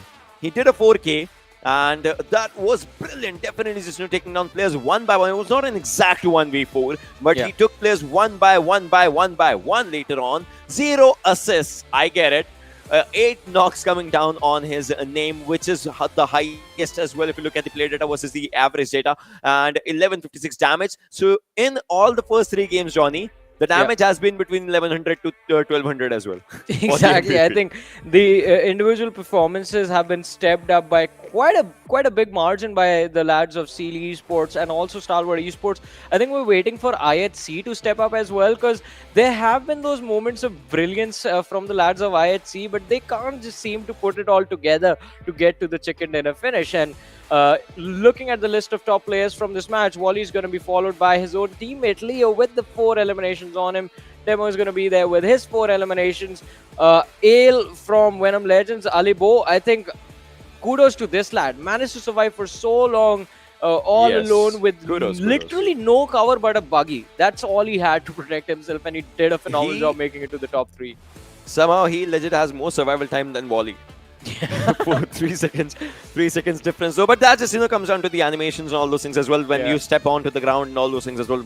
But yeah, but still 676 damage. That is 26 square. If we talk about it, 917 damage coming down to Leo and 4 eliminations. Demo with 4780, Assault with 3, 4433, and then there is Wally with 8 freaking eliminations for him. I mean, what an impressive day it has been. And I think again, Raw Esports, I Oh my have God. to say, Raw, they had the possibility of securing this chicken dinner, but just Johnny. the way the final fights went. Yeah, I know, 3161 damage dealt, 1300 received. Seal has an average survival time which is less than Raw's average survival time because Seal had only 2 players. They lost their 2 players earlier. Yeah. And Raw had 4 players when it came down to the final circuit. They lost their player 1 by 1. So think about the average survival difference. So it was a legit 2-on-3 on like 2v3v1 situation, all those things. So Seal, Also, they got a good game for them. exactly. I think even Raw Esports had a pretty good game considering the fact that I think there was efficiency from both the teams. 17, 8 knocks, and everything was just instantly confirmed. So no sort of leeway for mistakes to be made, for points to be secured by other team, I guess. And that is also very important because the more you start tossing away points left and right, just leaving knocks out in the open for others to secure, I think it does end up backfiring in on the when you look at the bigger picture. But looking at the match summary, Wally is in 3 positions on the first spot. So highest eliminations goes to Wally, highest damage with Wally as well, and highest knocks as well because 8 eliminations, 8 knocks secured. Highest assist, although it's going to be rules from DRS with 4 assists being secured by him, and longest distance elimination in this match was Leo's. But looking at the match rankings right now, 32 points for the team that got the chicken dinner, and then there's a 12-point drop where Raw is with just 20 points secured for them. 32. I mean, it's definitely just quite a good number coming down for these players if we just talk about it. But then again, Draws there, Venom, 7C, just like we talked about. But Deadeyes Guys, JyanMaara, I don't know what happened with them on this game, to be honest. But then again, I would say for someone a game is good, for someone a game is bad, and that's how even life is sometimes. So I mean, you want to talk about having a bad day. I think we all saw what happened with Deadeyes Guys. You can't really go any worse than that. So quite an unfortunate start for them as well. But hopefully by the end of the weekend, Deadeyes Guys, we see them within the top 6. I want to see Deadeyes Guys be consistent this time, because even the last time I think that was the case where they would either do extremely well, just destroy the entire lobby on one particular day and get stormed on the next. So there was just those 2 extremes and no middle ground for the team. If the team finds the middle ground, if they can get just decent performances consistently, like on an average just manage to secure 9 to 10 points as well, I think for a team like Deadeyes Guys, that is enough to get them to the finals. And in the finals, I think with the amount of experience that they have, they should easily be able to handle the pressure. But Ocean, we have the zone analysis in front of us, and how do you predict the final shift that happened towards Ferry Pier and Primos? Because I think half the game everyone was thinking, all right, gut cuff arms is where the game will end. Definitely. I mean, the way that shift happened, it was just weird. And look at this. Everyone would have been thinking that the circle might just go to query lines or something like that, and the circle goes down, and that's where Raw was. Look at where they were. Look at where Seal were. These 2 teams had a really perfect place for them in the circle. Rest all the teams, either from the northern side or from eastern side, they were trying to just get inside. They were not even like they were just trying and nothing else. But then after this circle, you saw how Seal just went in. They had these 2 players only, and with these 2 players, they managed to get everything for themselves. Well, they did a phenomenal job in this match, because I mean, their position from the military island, the first challenge for Seal Esports becomes how do you cross? Well, an early rotation through the military bridge got them to Primorsk earlier on, and since their position was isolated for a long time, since majority of the teams were towards Gatka farm and they were trying to push for Peri Pier and not Primorsk, I think Seal Esports, they took advantage of that. But then this fight happens out in the open, teams closing in from the small hill on the other side of the road as well. That is where they got in a little bit of a troublesome situation. They also got too overconfident. I think we saw them take those exposed fight against Raw Esports, where Raw Esports was able to find those knocks, but they weren't really able to convert anything moving forward from there. And I think that is the decision that could have changed everything. Had Raw Esports, when they got their revives and Venom Legends chimed in with the third party, Ale Boot chimed in with the third party, had Raw Esports use that time to push forward, they could have easily taken down Seal Esports, and they would be the ones with the chicken dinner and also $1,000 for themselves. Let's not forget, money is also involved in every single game right now because it is the Super Weekend. It would have been quite a nice start for Raw for this first Super Weekend. But hey, the day is not over. 2 more matches are still left. Oh, well, the day definitely is not over. But then again, the way we saw this day just shaping up, this day has been a Mongolian day so far. Yeah. They have just dominated. Be it Stalwart, be it Seal, Savage has been there here and there. IHC is trying to make up their marker. But then again, if we just discuss all those things together, we still understand that the other teams, how much they try, they're still falling a bit short. Be it the zone holds, be it the rotations, and that's where Mongolian teams are just, one step ahead somehow. And well, not even one, like lots of steps sometimes. Oh yeah, I mean, they are doing a phenomenal job, especially these two teams that we have seen get those chicken dinners, Seal Esports and Stalwart Esports. This match was quite unfortunate for them. As you pointed out, their position in that fight was quite exposed, and not really, I don't really know what they were doing there, because there were like 3 different teams that had them pinned down, and Seal Esports, ladies and gentlemen, towards the end, Assaulty couldn't really do much to stop Seal Esports in their tracks. 1v2, both the players a little bit further away from each other, so you can't really line them up as well. And Seal Esports, they capitalized quite nicely. Look at the damage numbers again. It's just one team that has dominated the game. The rest were just too busy fighting amongst themselves. Yeah, but right now 3161 was the total damage number that Seal had for themselves. Raw coming down with 1922, 1096 coming down for 7C, Venom 1355. So definitely lots of differences just coming down for the players and for the teams right now. And this shows the difference that the teams like to have in their play styles. When we look at what is it, the league plays versus the Super Weekends, there's a lot of difference. Well, there is definitely going to be a massive difference in the way teams have been performing, because, well, it's the Super Weekend, and look at that. Seal Esports, they did in fact take the first position away from Stalwart Esports, but there is just a 4-point difference between the two teams. Although, Ocean, look at the top 2 and then look at where Raw Esports are. They have an 8-point jump that they have just secured for themselves. They do bring themselves up to the top 3, but still, they are on 28 points. And the team above them is already on 60.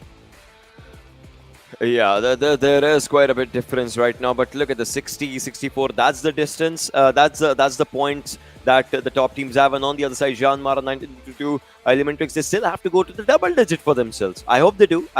But then, let's see. Well, let's see. As you said, I think one thing I would like to see is JyanMaara and ElementriX step up the pace, because during the weekdays, they were still doing quite decent for themselves, especially ElementriX, as we talked about them earlier on in the day. They were in the top 6, and now it looks like they are struggling. But as you can see, ladies and gentlemen, on the schedule, it is Sanhok, the next map that is about to come up, followed by the last Erangel of today. Ladies and gentlemen, just 2 more maps left. And I mean, the first 3 have been secured by the Mongolian teams. Yeah. Who knows what will happen in the next 2? The teams from Nepal are still struggling a little bit, but they are improving. I mean, with every single game, we see them inching closer and closer and closer to that chicken dinner finish. But out of all the teams that are there, who will be the first one to do that? I think right now, most of the fans are going to be rooting either for DRS or Skylightz Gaming, but Skylightz Gaming in particular haven't really had a good start to today. As of now, yes, they haven't had that good of a start for themselves. I'm pretty sure they're going to be discussing about all of Yeah. these things in detail after the day ends, or maybe it's sometimes it's not about the good start, but about a good ending. So they might just go for a good Yep. ending in the last two games. Again, it's Sanhok. The next one, obviously, we'll see the Erangel map coming, making up its own return again and again and again. But then that's Erangel for us. But still, we'll see what happens in these two games, because these two are important, not just for Skylightz, for the teams that are actually not in top 5 right now. Again, one chicken dinner for you gets you $1,000. That's the thing you need to have your mind on. Just like Seal had it right now. They had only 2 players, but then those 2 players made a lot of difference. I mean, definitely the major impact just by those two lads. And going into Sanhok, I think again it's going to be a fast-paced map, so you have to be prepared to take these fights. You can't really avoid the scuffles that you might run into. Also, I think since, as we did discuss this earlier on in the day as well, this is going to be the first Sanhok, ladies and gentlemen, of this time's PMPL South Asia Spring Season 2022. So if there have been any change in strategies between these two teams, they are not aware about this. So right now, I think Sanhok is going to be used to test the waters. A few teams that have the momentum in control might just keep things going, might just keep the flow for themselves. But I think it's going to be quite difficult to predict who will walk away with the win on this map.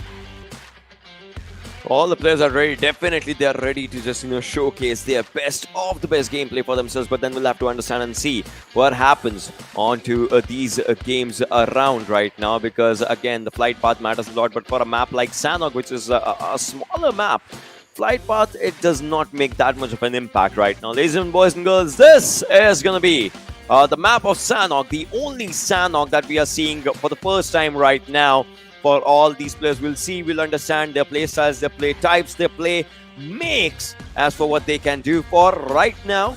As the flight part, definitely just moving on to the top of boot camp's area, going down to the area sidelines to ruins. It definitely looks like a standard flight path. Right now, you can go to the Camp Alpha if you want to. Camp Bravo is in the lead as well. Camp Charlie is there too. Dogs Kampong might just be a bit of a troubling situation, but then again, we'll see what happens. As right now, players are just dropping down. T2K onto the backlines of Mong Nai. Skylight's players just dropping down to the backside of one of the camps, that is Bravo, and Venom Legends is dropping down to the areas of Tatmok, the northern drop. IHC going to the areas of Hathin, but we'll see what Circle is. ElementriX going to the ruins side, and this looks like a decent query circle. We've seen these kind of zones previously as well. Circle definitely just moves to the southern side of query here and there, and then we'll see what happens with this kind of circle and what happens with the players in all these situations, as everyone will be ready just take up the fights for themselves. DRS on the other side, obviously dropping down to the areas of Nakham, Sami, pretty close to the players of Vibes, who are pretty close to the players of Seal as well. Evil Eye right now just trying to spot down a few players in front of them, as Phantom looks like they are in a troubling situation. One player surviving in this situation on low HP. C-Wine, 18 bullets, will definitely take down the player and will definitely finish him out. All right, the door was shut, but first blood coming down on C-Wine, and casting alongside me right now is Necro. Oh man, it's great to be back, Ocean, and especially now that we're in the map of Sanhok. Action's going to be amped up. What do you think of that? Oh, action definitely. It's just coming up for the first time in this map of Sanhok. Everyone just needs to understand the play style of the teammates, of their opponents, in fact, because everyone has seen Sanhok, to be honest, here and there, but they haven't been a part of the Sanhok in this PMPL, to be honest. So I have high hopes from all these players. But what do you think about the Mongolian domination that has happened? I mean, to be honest, that's just out of the world. I mean, look, day one, Seal has always done well. I don't know if you remember, I mean, season 3, back in the day, Seal, they were just popping off in the week one. Weekend one, right? They just absolutely popped off, and then later on, they were just sitting back, eating their popcorns, and just watching every single team play and just duke it out, right? Hopefully, that's not the case, though. I want to see consistency from the Mongolian region. But on the other hand, I also heard you guys talk about, Nepal region struggling. Yeah, if you talk about the money, though, they're definitely struggling because they haven't really secured that many chicken dinners. But if you talk about the points and the consistency, I feel like they're pretty chilling, right? Because they have got a couple more games in the future. Yeah, let's see how it happens overall. But right now in all these situations, might not just be good for a few teams, especially 1952. We have seen them struggling here and there, and well, today's day has not exactly been their day. Their previous elimination was on 9th position with just 2 points for them, and 3 if you just put it overall. But right now, Savage's players, they're also just trying to move forward as well. Savage has had a decent run for themselves. They have outshined in a few fights, not in lots, but then again, it happens here and there for a few teams, but it looks like Savage's players, they are moving towards the areas of 1952. We'll see, though, what happens at the end. But Phantom, these players, they have lost down on one of their players. Let's see what happens in the next one. Exactly. Losing out on one of the players already, especially in the map of Sanhok, that's going to handicap you big time. And looking now, Seavine from 1952. Or actually, there is another one of his teammates was trying to help him out to scout this compound in the front. Somewhere down line, they do sense some presence in the front, so they're not just going to straight up approach the compound. They're just going to try and at least sniff one player out. I like the approach from 1952, being as patient as possible, just keeping your eyes keen, locked in the future or in the front. As you can see, Phantom, the players are exposing their bodies for sure, as he's going to get some eyes locked now. Evil Eye slowly and steadily moving it forward. Presence is now known, but the players of Phantom too, they're quite ready. Peeks out a little bit, but the rest 2 players are ready from the back who are going to provide the cover fire. Slipknot onto the back lines right now. Evil Eye just taking down a few players all for himself, as Entry also just has won 1952 for the first time. Looks like they have a strong momentum for themselves in this map as of now. But then again, we're just 4 minutes in fact 5 minutes in onto the action, so we can't say much. We'll have to wait till the zone closes up, till the fights close up, till the circles close up. After the 5th or 6th circle, we'll see how many teams are surviving and what's the occasion for these players and teams for themselves to just grab a good number of points if they can. Right now, 1952 has the circle for themselves. Right next to them is the area of Query. That's where the center line zone is. So they are around the center lines, but looks like they're spotted on one more player. Yeah. But nothing Savage happening. But Savage on the other side, they are coming up. Oh, this is going to be a huge third party from Savage now, all the way in the back. They also have the high ground to play with. Phantom, they're pretty much sandwiched at this point in time, so it's going to be really tough to make it out alive from this spot. But 1952, they're not going to back out from this one. They sense the final man, and they want to take him down as well, as airdrop 1's going to be on the board. MK14 shows its mark on the map of Sanhok. Venom Esports still barely hanging on the edge. They're on the verge of getting eliminated, but what a nade from Evil Eye. This time it's going to catch the opening, and Phantom Esports, just like that, maybe. Another confirmation on their side. What's going on? They're getting dismantled, Ocean. 1952, they have good numbers for themselves in terms of the eliminations, but it looks like now they are on the verge of getting eliminated slowly and steadily, as one player has been taken out. In fact, one more just biting down, as Eisenberg from the back lines is trying to take down a few fights, and Hershey's moving forward as well. 1952, look at this. They were happy. They were rejoicing. But now Entry might just be on the verge of an exit. This is how tables have turned for 1952. Hey, man, look, at this point in time in my life, I've learned...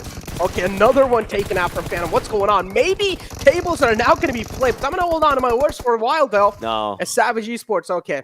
That's it. Savage Esports, they pretty much cleaned the entire... But this guy... Yeah, he's pretty much just spoiled the game for them. He was like in the back like a little snake, just sneaked to kill through, and now he's pretty chilling. But yeah, what I was saying was in life now, I've just learned to focus on the brighter sides, right? Entry is usually the first man to go out, but this time he was last, so I'm happy for him. All right, just looking good and everything. But look at Slipknot now. And that's like he was the last one surviving. He could have been taken down first, but now 1952 still becomes the first team that just goes out. I mean, I don't know what's wrong. What is happening with this team? I'm guessing communication mistakes, 100%. That's like one of the things. But on the other side, Vibes players, they were thinking that it's a good day to go for a swim in Sanhok. But Jhukega Nahi is definitely having some of the plans on his mind, as one is down. And Jiggle! Leo takes him down, will go for the finish as well. Look at this. Some random shots are coming on Jiggle as well. That means there's someone's trying to just get that confirmation, but nope, Leo gets it for him. Seal just spoiling Vibes' dreams. In this game, I mean, Vibes, they're pretty okay-ish on the overall rankings, actually in the 4th place, so they're doing quite good for themselves, but if you talk about one of the games even being slipped out, your position's already going to get capitalized because you have teams like Venom Legends right underneath you who are actually tied with 25 points. So a lot of threat lingering on your head. So at this point, players might just start double guessing themselves. 15 teams alive and 55 players in total. As you can see, Seal, they have been on a dominating streak. Oh! Wow. Now JyanMaara needs to understand what is going to hit them, as this is Savage coming up. Hershey, though, will be taken down by Snipe, as he was out in the open. That was too open for him. And now Snipe is trying to take down a few players. Look at him cooking up a nade, but will this nade go? That's the question. He might just throw this nade onto the backlines. This is a good nade right now. Hustle will be the second one to follow up, as Eisenberg is the last one surviving. A Molotov following up on Savage's Hustler so that no one comes in to revive him. But what is happening as No Fear just gets that confirmation for his teammate. Eisenberg, what is happening? What is this, Sanhok? Every time you feel a team is on a good momentum, this game is just breaking that. Yeah, but you also need to agree on the fact that Savage Esports got a little too aggressive. The way Hershey pushed there, it was like, okay, I would call it a rookie mistake. Yeah. My friend, that's not a little too aggressive. That was too aggressive the way he just moved up. Yeah, I feel like he should have just waited behind the tree, waited for at least another one of the man from JyanMaara, get a little desperate, and then maybe use some smokes and try and cross over. But Hershey, a little too aggressive, had to pay the price for it. Now he almost is on the verge of getting eliminated. But that's a nice retaliation fight from Eisenberg.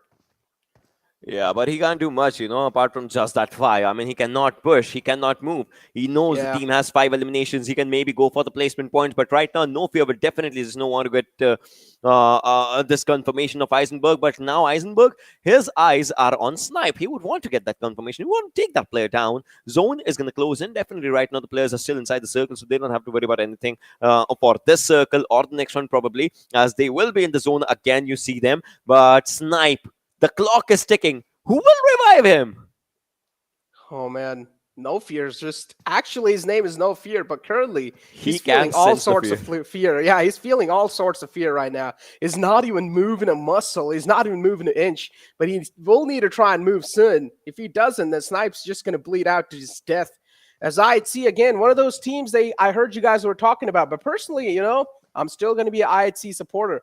I mean, doing pretty okay-ish on the overall rankings as well in 3rd place. And I still feel like moving forward in the future days, we might just see them in the top 2 place. Oh, well, right now the circle definitely has just, had its own share of shift, but not exactly is going to trouble out. But Eisenberg has moved forward. What is it doing? No! Come on! 3rd parties, man! Oh, Eisenberg. You are not the one who knocks now. Oh, no. Stalwart Esports, right? Breaking Bad. No, I have not watched it yet. So come on, but listen, I live under a rock. All right. Come on now, Stalwart, stop. Let me know, guys, if you just get that reference. I mean, it's a good reference. But still, well, top right now, he has taken down one player. That means JyanMaara has also sensed it, that there is someone on the back lines who's definitely trying to look onto their side. And now JyanMaara, I'm pretty sure they wouldn't want to move out from this area. Oh, they never want to. Because they've probably heard the shots coming through, and they know Stalwart Esports, they are in the prime positioning, especially if it's a team like Stalwart, then you can never even try and go for those little odds that maybe, hey, you're going to miss a couple of shots. No, you'd never try to go for those odds. So you might as well respect this team and let them have their own space and just try and make them run out of patience. And that's what I feel like JyanMaara here are trying to do. Look at the amount of pressure these players are facing, man. JyanMaara, they know. Somewhere down line, each and every single point on day one is going to matter. The momentum is going to matter. This momentum, they'll have to just carry it for themselves if we just talk about it. But then we'll see, how that happens. Situations. Oh, I like a little, yeah, that shot, right? Mm-hmm. That looked really good. But now, Joker. All right, they are outside the circle, but not too much. But they have DRS right next to them. So, it's not exactly the way to be. But then we'll see if it can happen or not right now. Malik onto the back line slowly and slowly. Just trying to move for his own momentum as well. 99 meters. But Action will take it down from the other side. What is happening? Now it's Stalwart that's on the receiving end. Oh, no. And they're quite separated out, too. I don't know if you saw Breakup. It is all the way on the left. Not a great news for Stalwart. Big man Action taken care of. Raw, they're actually doing so good. Even in the previous game, they're definitely feeling the nerves kind of turning into iron now at this point. Because Mama God is just trying to bob and weave around the rock. But he's not going to find any confirmation just yet. Action is able to barely sneak past. And now he's pretty much back to safety. The rest should be back up on the fallen man. Airdrop 3 on the board. MG3. But now if you take a look at the center of the map too, Ocean, quite a lot of teams are cluttered up. But what I really like is not every single team is just straight up booking it for the center. MG3 in this airdrop, definitely. Yeah, just like you said, that's a good find, to be honest, that not every team is trying to book themselves around the center. And that's the thing, that's the way that everyone is finding those knocks. Because everyone's moving around the zone, they are finding someone around the zone, and then they are taking fights around the zone. Skylightz, meanwhile, on the backlines of Bhanti, 2K, Lakavi, 7C, Kampong, DE is trying to move from the areas of dogs. They would try to just go at that side, but right now the circle definitely favors Skylightz and IHC. I don't know. Do you think another one will go in Mongolian hands? Because, well, today has legit been their day. And look at this again. They are forming up this kerfuffle against JyanMaara finally. Oh, now they taste the blood right there. JyanMaara. Oh, they're hurt. And Stalwart Esports now, they have the bag of salt in their hands and they just want to rub it on their wounds. But is that going to be a possible scenario? That's what I want to know. But also, one thing we forgot to mention, Ocean, is the heal strats in this map. They're so strong. And now, even if a team has their solo survivors, hopefully you guys have enough amount of mess that you can actually try and heal it out. But we are seeing the solo players, right? They're usually right in the center. For example, JyanMaara. It's a duo. But again, I'm pretty sure they're not going to have a lot of mets to work around with because usually people who try to heal strat, they drop on the outskirts of the map. Let's see, how these things happen, how the situations are going to be just, happening up right now. Astray, he's pretty close to this area now. Just going with those jump and punches. Just, was trying to first look around the areas. But now JyanMaara, these players have moved on to the other side, definitely. Now they are where Savage were. And that's from there, they were trying to hunt down the players. I would want to see what happens. It's Stalwart. It's not JyanMaara, it's not Savage, but now definitely JyanMaara is on the other end, but they'll try to go for the fights. And now Seal is gonna go against a fight from Raw, but it looks like Rig will go for his heal slowly and steadily. Mama God just trying to move forward as well, but right now Stry is also just trying to spot down a few players, and this is where domination comes in for Snipe as he takes down Action, one of the main mans. Yeah, that's not a great news, huh? Stalwart Esports, now they're going to start to fumble. And now it's a 2-on-3 situation. Certainly seems quite doable. JyanMaara, what a way. The proactiveness they've shown in this fight. Instantly backed off. Got a little bit of high ground. Got a little bit of compound wall to play around with. Playing this really well. Now Seal, they're getting charged up on. But Seal, they're not going to back out from this fight. Not one of those teams that likes to back out. Utility are raining down in the compound. But Seal, they're taking their sweet little time to try and realize how Raw are thinking this out. Another man is quite on the right. Kazi is not going to straight up peek out. He's going to respect their personal space. Because now Raw, the go call has been made as they're able to find 2 frags. Wally, his wall falls down. Seal, they're getting dismantled. It's all down to the final key player, and it's going to be Leo. He's trying to poke some damage, but is that going to be enough? He actually does. He dukes it out, and now trying to find the second one as well. But barely surviving a sliver of health, and it's someone from the outskirts, just third partying. Come on, man. No, it's Slipknot. It's Come on. Slipknot. Are you freaking kidding me? It's Phantom, dude. Come on. He's a little rat. What is this Sanhok? The first Sanhok. And it's so filled with surprises.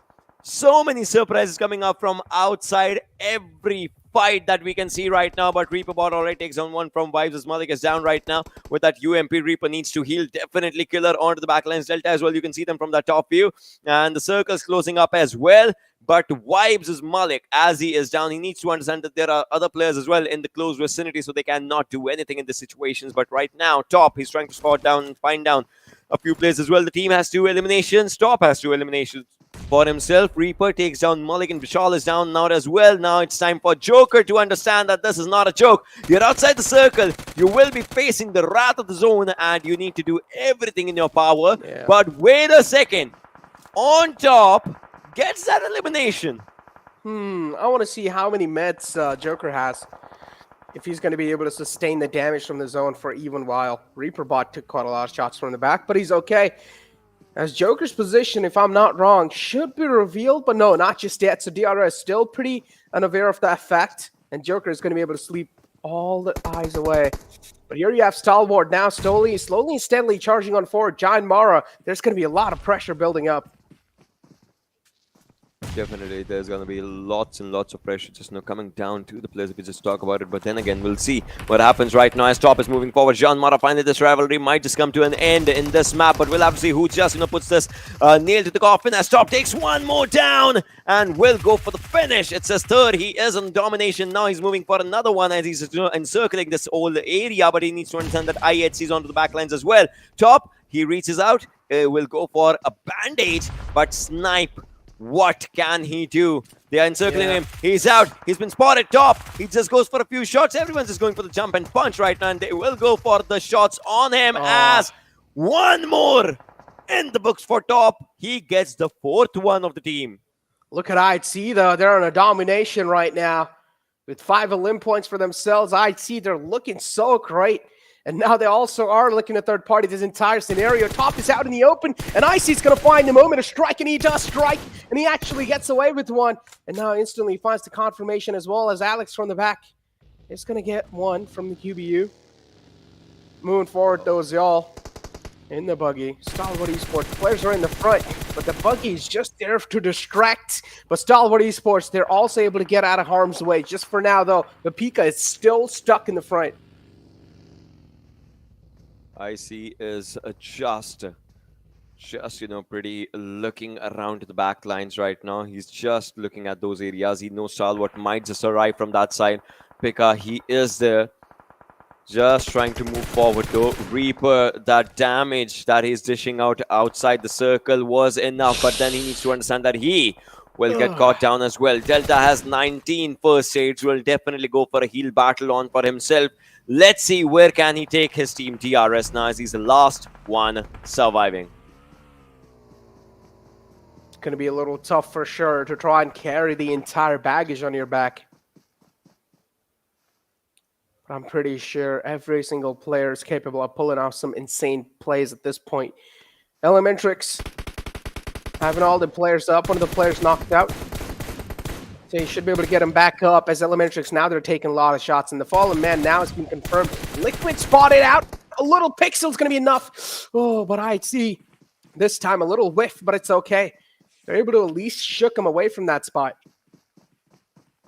It definitely is. We'll see, now what happens in all these situations as IC still trying to pressurize the players onto the back lines. Pekas is trying to move forward. He has spotted on IC though, but he cannot take up a shot because he knows he's in a bit of a pickle situation. IC, nothing hit him. Now moving on to the different weapon, but you need to understand that play zone damage is a lot as well. And now Scry is the last one surviving, his last one standing. He's going for the bandages right now. Then he has 7 first aids, and then he saw more first aids as well right in front of him. Pekka gets taken down now. Seoul is on a rampage right now as IHC is doing pretty good, although their players are just 3 in numbers. ElementriX is Liquid trying to take down one more player. Jukigane with that nade takes down Rig.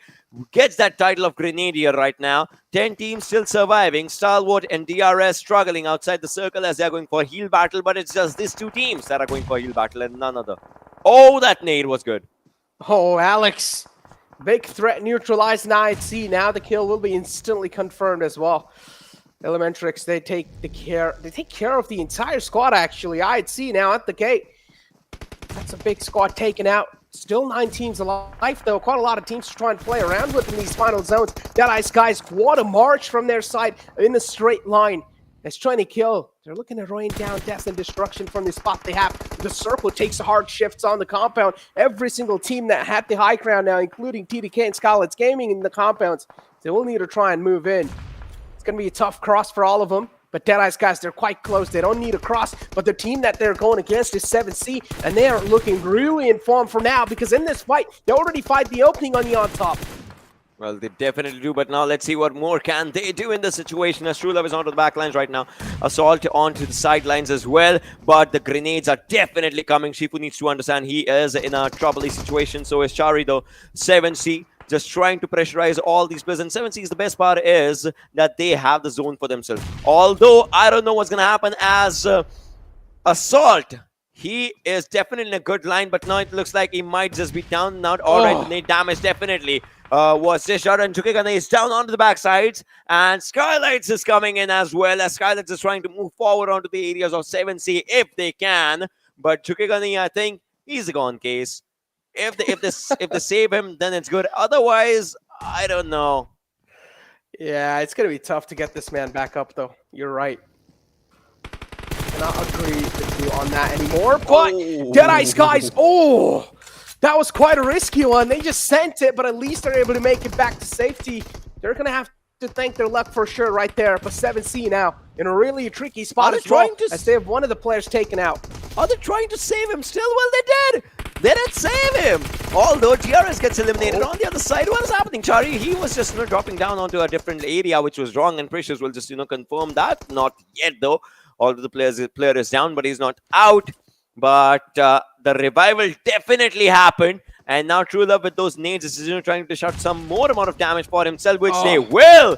And now it's down to the Nepali teams as for what they can do. As you can see, Deadeyes Guys, Skylightz, Wipe, 7C all surviving, and Stalwart, they are surviving, but they're surviving outside the zone. So they are just on a heal battle. Oh man, these two solo survivors are gonna be the kingmakers. They will decide who they want to make sure is going to be taking this chicken dinner right here, because one of the players from Stalwart Esports is still up, and Vibes as well. As you can see, it's Joker was barely able to sneak past in. A lot of shots on his direction, no positions, no. Skylightz Gaming, they charge on forward. 7C now, they're getting ripped apart into pieces, but Skylightz Gaming, they're not going to back out. The intentions are not going to change. Galton has 3 kills, team has 3 kills. In fact, he has all the kills that the team has right now. But on the other side, we see 7C, right? We understand what they are trying to do for themselves as they are onto the backlines. This game might just either be Skylight's or 7C's, because every other team has just one player surviving for themselves. So they'll go for the placement points, in which Vibes, the circle is definitely damaging them. Stalwart, the circle has been damaging them, but they are in top 5 right now. That means they will be at the first position in the overalls, because Seal was down out in the early stages of this game. But right now, Stry is trying. He was, but he will be taken down by the play zone. The first one to bite the dust around the play zone is down now. Joker, he's trying to move inside the circle as well. I believe he'll be taken down as well, as he's just trying to find a few players. But then again, the zone damage is definitely quite a lot, and he will be taken down by the play zone as well. It's down to 3 teams. Oh man, the wall of death just doing so much damage on these players. AJ. What a nade from AJ, the spiciest man in the squad of Skylightz Gaming. And this time now they're just going to move on forward. What a fearless aggression. And every single player now taking care of 2 teams alive. Ladies and gentlemen, as it has came down to Deadeyes Guys, and it's all down to Sheep Whistle from that man. But he is right in the zone too. He has the prime positioning. This is where he'll need to try and be as proactive as possible, because this is his only chance to try and clutch it out. It's a 1-on-3 for now. The odds are pretty low. Oh, well, Skylightz Gaming finally has it for themselves, as they, had the zone. They fought it out, and their overall rank is 3rd now. 6 eliminations, 21 total points coming up from this game, and they jump onto the 3rd position. In the top 3 is Skylightz, and with that, they have $1,000 as well to spend. $1,000 as well to spend for sure. I don't know what they're going to be spending it on, but hey, winner chicken dinner for Skylightz Gaming. Mongolian domination, we saw that throughout the day, but now Skylightz Gaming taking the throne, and also showing that, hey, we also need some sort of money, so we're also going to get ourselves a money, $1,000 booked. But yeah, moving forward though, still talk about consistency. We saw Stalwart Esports make it up till quite late. Yeah, definitely. I mean, we talk about consistency, we talk about the understanding, and well, they did try to have an understanding for themselves, but it was exactly not what they were just, trying to go for it. But then again, finally, there is a team that just, gets us onto the understanding that yesterday is not exactly the Mongolian day, as we're just, looking forward to the first 2 going in the hands of Stalwart. Then Seal comes in to seal the deal, and now this is Skylightz. And well, definitely the team has that potential, has been there with the GC points. They qualified with PMGC points last time, right? So they have that potential, and it looks like they are starting it up slowly and steadily. But now we'll see what happens. But all of these conversations and the final game will be coming up right in front of you after a really, really short break. Don't go anywhere.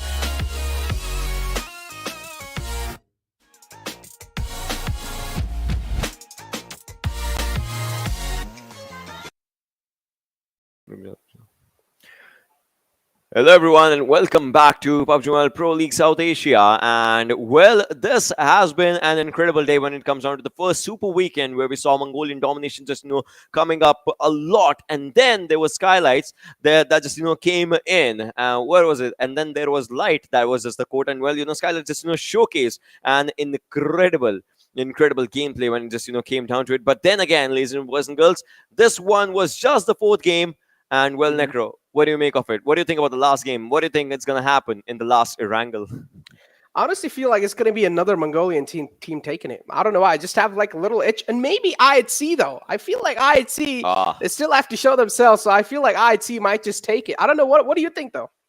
Well, we'll see. We'll see if IHC actually sees it or not. But well, let's have a look at it. Let's watch. Let's see the MVP of this game. As for what we are just here for talking about the stats right now. So let's have a look at the MVP and let's see who that lad is. I'm pretty sure there are going to be a lot in the contestation, and it is true love from Deadeyes Guys with 3 eliminations, 782 damage, and 23 plus minutes of survival time. Necro.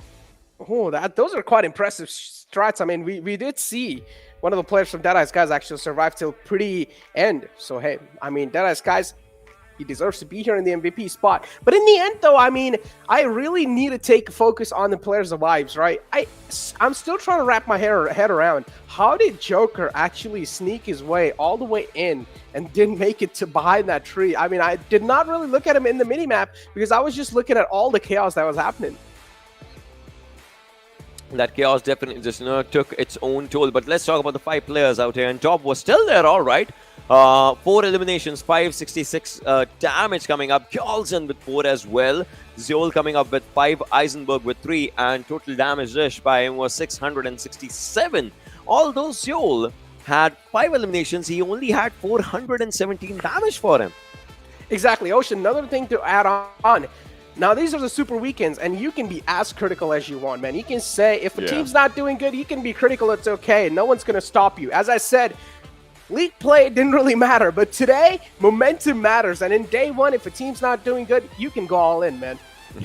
That's true. But let's talk about this one. Look at this. Skylightz Gaming, they won, but their average survival is lower as compared to Deadeyes Guys. That showcases, how they were losing players or how they were trying to take up the fight. And obviously, they lost 1 player earlier. So that definitely shows. Lesser eliminations as compared to Deadeyes Guys, but still, they got 21 points and Deadeyes got 20 points, definitely putting them 1 point above when it comes down to the standing markers. 1020 damage dealt from Skylightz and 1771 damage dealt coming down from Deadeyes Guys. Definitely, first in terms of stats, Deadeyes was at the top, but in terms of where it all matters, Skylightz, well, they got it. I mean, hey, Skylightz, in the end, patience won, right? Skylightz, they showed their patience till the end, and then in the end moments was where they started getting so aggressive against the teams in the front, and that's what I liked. I feel like Deadeyes Guys should have also done that, but the hesitation from Deadeyes Guys, you saw, they were just hiding right behind that compound wall. I feel like a little bit of more proactive play, a little bit of more proactiveness from the side of Deadeyes Guys. Maybe outcome could have been different. I mean, look, there's going to be a lot of ifs and buts to add on, but in the end, they could have tried out something different. Taking a look at the match rankings, of course, Deadeyes Guys in there. This time, they're going to topple things on the 2nd place. The Skylightz Gaming is, of course, going to be on top, but 7C on 3rd. Definitely just coming up pretty good right now. 7C, IHC on 4th, Stalwart as well. That heal battle definitely helped. Vibes coming up on 6th, and this is where again and again, Necro. 1952. I don't know what is happening with this team. Everything just they're trying to go for a good thing, but then it's just not exactly coming up. Yeah, I told you, man. You can go at them at this point. Go ahead and be critical. Make some critical points if you want. If you don't like something they're doing, go ahead and point it out. I mean, of course, 1952, the struggles being seen from their side, and something needs to be changed. We don't exactly know what can be changed because at this point, look, the players, they talk amongst themselves. We don't know what are the key errors that are being made from the team. But what we can see from here, or what we can see from the observers, somewhere down line in 4-on-4 fights, I feel like most of the times they do get outplayed. Yeah, most of the times they do, get outplayed in the situations. I mean, the last game is a perfect example. They took down a few players and then they just, just went out. But let's have a look at the zones as well of this last game, as it was just, moving around the areas of query, just, from here to there. And situations were not that good when it came down for a few teams. But the other teams definitely just, were trying, but let's have a look at it. You'll see how Circle was moving around the sidelines of Query. First Circle was obviously the bigger one, and then it just started moving, and then Skylightz had a good area around the zone for themselves. After the Circle, you'll see how Skylightz, dominated more or less the areas around the zone that were highly populated for them, and after that things definitely just happened. Look at the Circle. Skylightz, the only team that had a comfortable position, although T2K was behind them, but then T2K decided to go for a slightly southern rotation. That's where the Circle was going, and this is where Skylightz had to just snatch the zone from their opponents.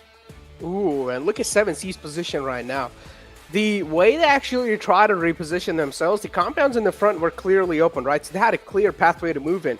Joker right here. Now, this is where I'm really trying to look out for him, because look at in what a mess he is. In front, there's two teams, Deadeyes Guys and Raw, pretty much can hold him off. But Joker, in the wall of death, he knew, okay, somewhere down the line, it's going to be really hard for teams to try and sneak up eyes on him. And I think so he also had enough amount of meds. And Joker also played quite a lot of Stalwart. Definitely did. It definitely did. And Vibes, they were trying to just survive as much as they can if you just talk about it. But then again, slowly and slowly things were just not exactly looking good for a few teams. But still, Skylightz, they managed to get a good game for themselves, and that's all that matters. And well, now it comes down to one last game, Necro. One last game to end the day. Of course, obviously there are going to be other days as well in the Super Weekend, but then who do you think is going to get the last $1,000? You said IHC, right? Yeah, I said IHC. I think so. They really need it. And I mean, they're doing quite well, right? The consistency is there from their side. Yeah. And I feel like as long as the consistency is there, it's okay. But look, money matters. You know that. Yeah, exactly. So if that happens, let's have a look at the open moments while we're talking about it. But then, if that happens, I would say today has been more or less the overall Mongolian domination. If that happens, right? Because obviously right now, Nepali teams, they are starting up their momentum. But then again, we'll have to see if that momentum actually helps them in the last game. Because then again, it's Erangel. If you know how to play it, your opponents know it as well. Because this is the most, what is it? The most normal classic game. Map, the most classic match that always stays there. So, yeah. Yeah, at this point, like every single team, every single player is like just well known with every single nukes and crannies of the map. So, yeah.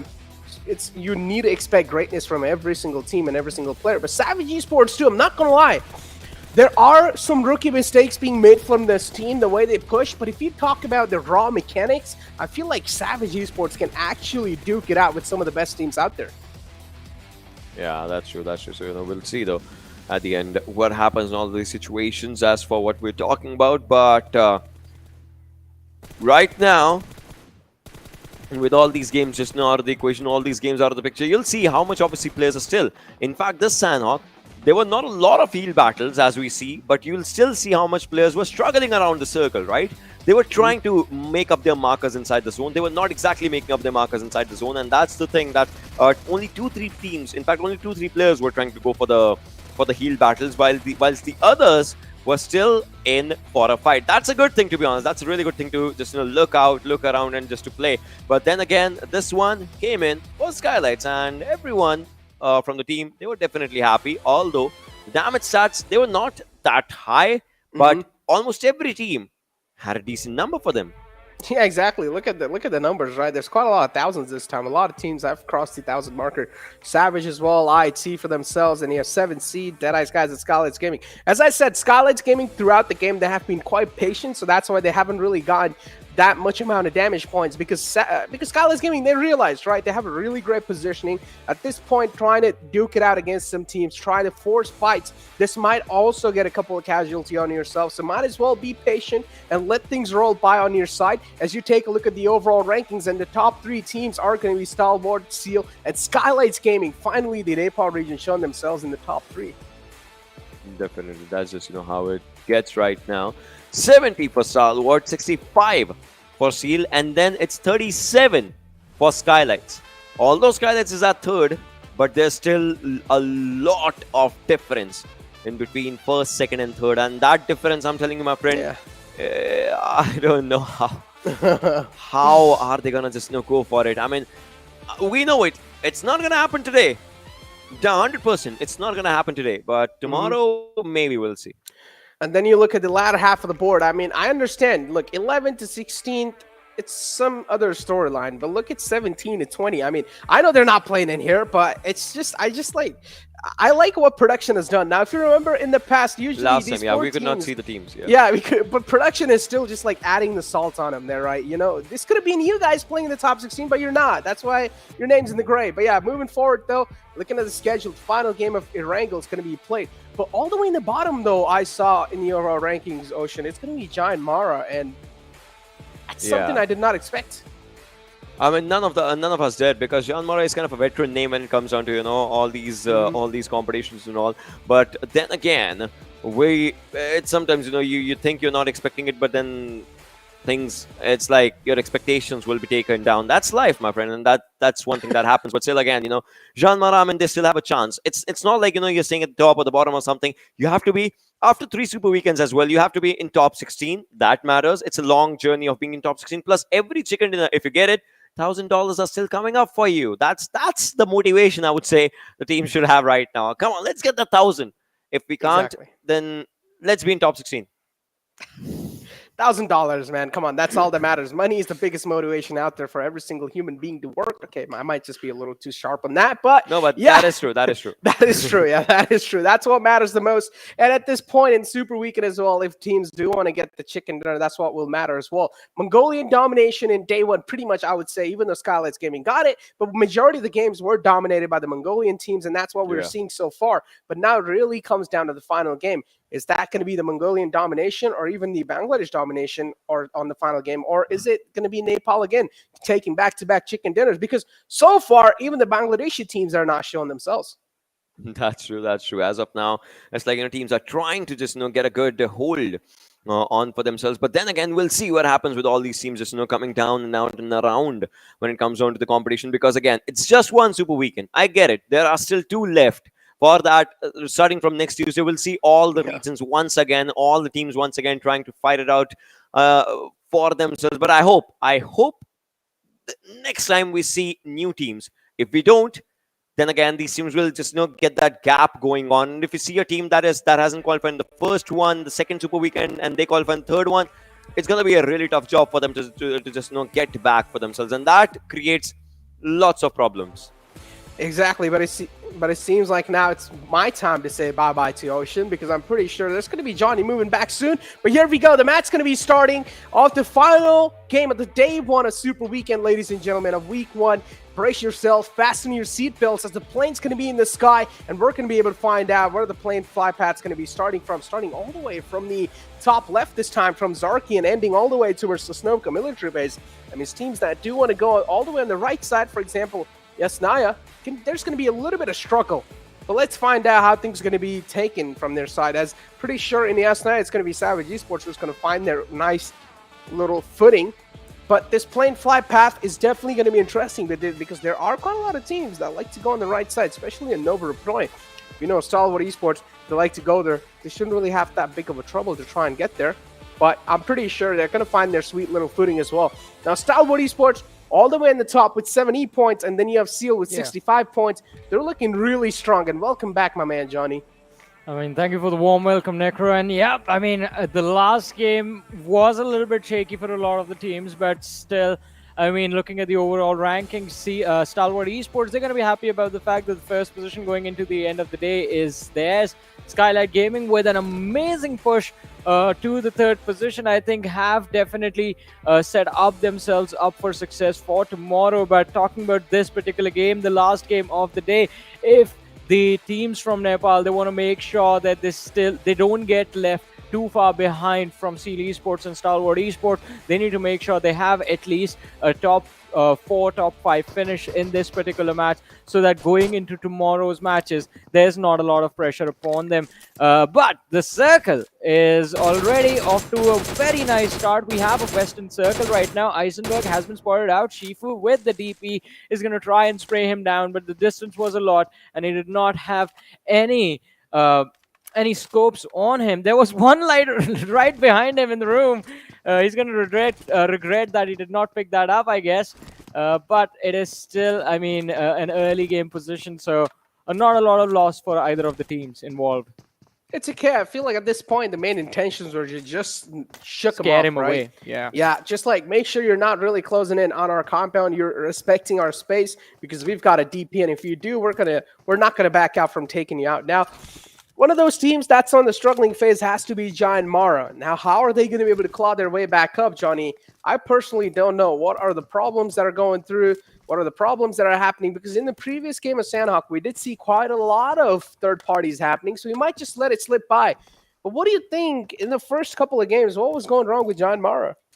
I think just struggling quite a lot with those 4v4 squad fights was the fact that JyanMaara was the reason that JyanMaara weren't really able to perform.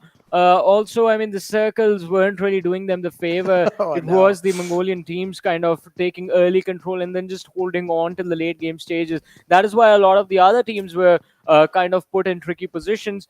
And even in this game, I think there is going to be there can be an advantage for Seal Esports if they try and take an early way into the circle. Since they land to the military island, it's a western circle. They won't face much resistance going towards the sides of Gatka. So I think that is a possibility right there for Seal Esports to secure and to capitalize upon. But will they take it?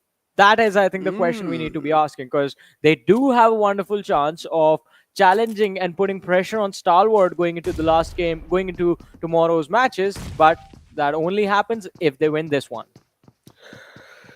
Winning this one, indeed, is going to be tough. But Johnny, you know, this is quite random. This is quite out the blue. This is not even related to the game. If two things are kept in front of you, right? One of them is a cold drink, and one of them is a juice. Which one would you pick? Depends on what is what. Okay, cold drink, whatever, which one you like prefer to drink, right? And then juice, my whichever favorite cold drink versus my favorite juice. Yeah, I would go for juice any day. Okay, why not cold drink? I don't know. I just like juice more, I guess. Yeah, I guess. Yeah, makes sense. I guess cold drink also can harm your body in quite a lot of ways. But yeah. We need to talk quite a lot to do what we do for a living, and yeah, that's cold drink. There's a high risk of ruining my throat, so can't do that. Makes sense, makes sense. But you always gotta stay hydrated, ladies and gentlemen. It's a little reminder for you guys. Make sure to sip their water, sip that coffee, whatever you guys want. Make sure to stay hydrated because these games are getting way too intense for comfort. As TDK, they're already gonna find the first blood in the game. As Legend, it's going to open the fray up. Well, the first blood, the important one coming for the lads of T2K, and I think they're going to be pretty happy about this. They're doing quite decent as far as their performance shift is considered compared to how they were playing during the league plays, and now already quite close to breaking it into the top 5, even with just one good performance, because there's a vacuum of points between the top 2 teams. Hershey's been spotted out, but Sandesh whiffing the spray completely is going to give second life to his opposition. And well, Savage Esports, they return the favor as Sancher is going to find a knock and a finish. Legend has been taken down. Hershey with a little bit of a stunt action right there, just slamming his bike into the wall, will be there to back his teammate up. But talk about backups, and IC has none right now. The rest of the lads from IHC are a little bit further behind. They have finally arrived right behind IC, having taken control of Everest very early on in the game. This is such a wonderful position right now for IHC, and Phantom Esports can in fact coexist with them. They just don't have to force the fight, go on to the extreme end of this Everest, because it's quite a big landscape, and they can avoid them for the next 5 more minutes. I think that has to be the decision that needs to be made from Phantom Esports. Otherwise, forcing a fight this early on, it can backfire against them. Exactly. Both the teams on top of the Big Boy Mountain still trying to figure out how to challenge things, but it's TDK this time taking a dig on enemy hills. Savage Esports, they're being caught off guard, and what a setup from TDK. They're just getting dismantled. They're getting dismantled out their cars, actually. Savage Esports now left with only 2 players to work with. It's a 2-on-3 situation, but trying to kill. They've successfully wrapped them around outside the compound, and it's going to be really tough for Savage Esports to even sneak a frag away. But Hershey takes down the main man quite low. Jane in front is quite hurt, but instantly he's going to fall back and try and heal himself back up as Savage Esports. Hustler is still getting ticked out. At this point in time, it's going to be next to impossible to try and get Hustler back up on his feet. Well, let's see. As you said, I mean, it's going to be next to impossible to pick him back up, to revive him. And I think T2K, they want to press this advantage as well. So they do secure the early elimination right there. And with that, I think they also have managed to create a sort of a positional advantage against Savage Esports, because now the two lads, Sanchir and Hershey, they're going to be pinned down in those compounds. And all the exits have already been marked by the lads of Train to Kill. So if they don't force a head-on gunfight between the two teams, when the time comes for Savage Esports to move out of that position, T2K is going to be all set up to finish them off, or they can use the utility, if they have any, the lads of T2K, to flush out the lads of Savage Esports, get them out in the open, and then finish them off. A lot of playmaking potential right there. But talk about playmaking, and well, Phantom Esports, it looks like they're trying to fight for the control of Ruins right now, but 1952 have already occupied this position, and Phantom Esports, they're going to be stuck in that church for a little bit. It's not going to be easy for them to get out as well, but they don't really need to. That's a good position inside the circle at this point. Oh man, and look at the shots taken from both the sides. 1952, one of those teams on the struggling phase. If you take a look at the team that's in the front, though, it's going to be Phantom, who's sitting on 13. So both these teams are pretty much on the same page at this point. This fight's going to matter quite a lot for them. And, oh, misplaced nade. But it's nowhere close. Actually, it was a flashbang. Okay. T2K, they're being quite tactical with this push, taking their sweet little time. Savage Esports, they've divided their compound equally. What a Molotov. And he might just fall on top of the flames. Is he going to, though? Oh, he's taken quite low. T2K, they capitalize on that fact. But they cannot push on forward because Jane is quite low, too. So the HP traded off perfectly. T2K will need to try and find a clean opening. Well, let's see. I mean, as you said, they're looking for a clean opening, but nothing has been cleaned for them so far. All the utilities being lined up by Jane, but he needs to be careful. Hershey is in the perfect spot to gun him down. But on the other side, as I said, I mean, instead of Jane, it's going to be Sandesh that T2K lose, and the fight has all of a sudden become a 2v2 where Deadeyes Guys from the distance can, in fact, third party, and Sanhok is going to be down. Jane, the last player surviving for his team. Are we going to witness G.I. Jane back in action in this 1v2? He's been surrounded, the utility being lined up by Hershey, tossed out to the corner of the broken wall. He's going to be put out of his position with another 70% HP. Goes for the gunfights. Hershey with the advantage will finish off, and T2K, ladies and gentlemen, is the first team to be eliminated from this match. And I think we're going to have the second quite soon, because Deadeyes Guys are now pushing forward to finish off Savage Esports. Deadeyes Guys, another wave of enemies to try and fight against now. Savage Esports, a lot of pressure is going to keep on applying on these players. But Hershey, got to say, that frag onto Jane, though, the way he pushed out, this man's got balls of steel for sure. But Hershey right here behind this little house is also gaining quite a lot of info as Deadeyes Guys, the entire squad's in the front. They're also not trying to overstep themselves. There's another player of Savage Esports is all the way in the back. Chari, too, on the left. Both these teams taking things quite slow, but Savage Esports, if you talk about the mechanical players or the mechanical prowess, these teams have got quite a lot of those. And Hershey's not a man you want to challenge and fight against like that. So Deadeyes Guys, you might as well try and take things a little slow, but this time the hands were a little too busy reloading the gun. And Chari is going to capitalize on top of it. Actually, with Shifu Sir, and from the top, it's going to be True Love just unleashing that magma on the final player. Oh, two teams that thought they could walk away with, with no casualties, do end up getting eliminated instantly. And Phantom Esports right now still in their own scuffle against 1952. But I think the end of this one we're not going to see for the next 5 minutes at least, because neither of them has any incentive to force this fight unless some other team tries to third party the position. Then maybe we're going to see these two teams forcefully collide to try and secure a few extra points from the third party, or maybe from the team that has been dwindled down. But still, until that happens, until maybe 7C Esports, because they was the closest, maybe until they start to move in towards these ruins area, I think Phantom Esports and 1952, their game plan is all set. They're just going to hold their positions and not do anything. Look at Evil Eye, though. It's funny how he's trying to move around as well. He's Yeah. making sure he's not even giving a single foot cues away or single audio cues away. I mean, it's not gonna matter even if he does, right? There's no way Phantom Esports they have a clean push to finish them off. Sometimes we do see, man, a couple of teams, if they do spot out a player in the front, and if he's all by himself, the send it moment does come through, especially if they have the info. Again, as I said, if they have the info on the player, if he's separated out or not. But so far, 1952, they're not separated out. They do have another Eagle Eye on top of the rocks right here, or on top of the hill right here, who's going to be the overwatch of the team. And it's going to make sure none of the players or none of the teams in the front or in the back are going to push onto them. He's the main key right here. If he goes down, 1952 are going to be paralyzed big time.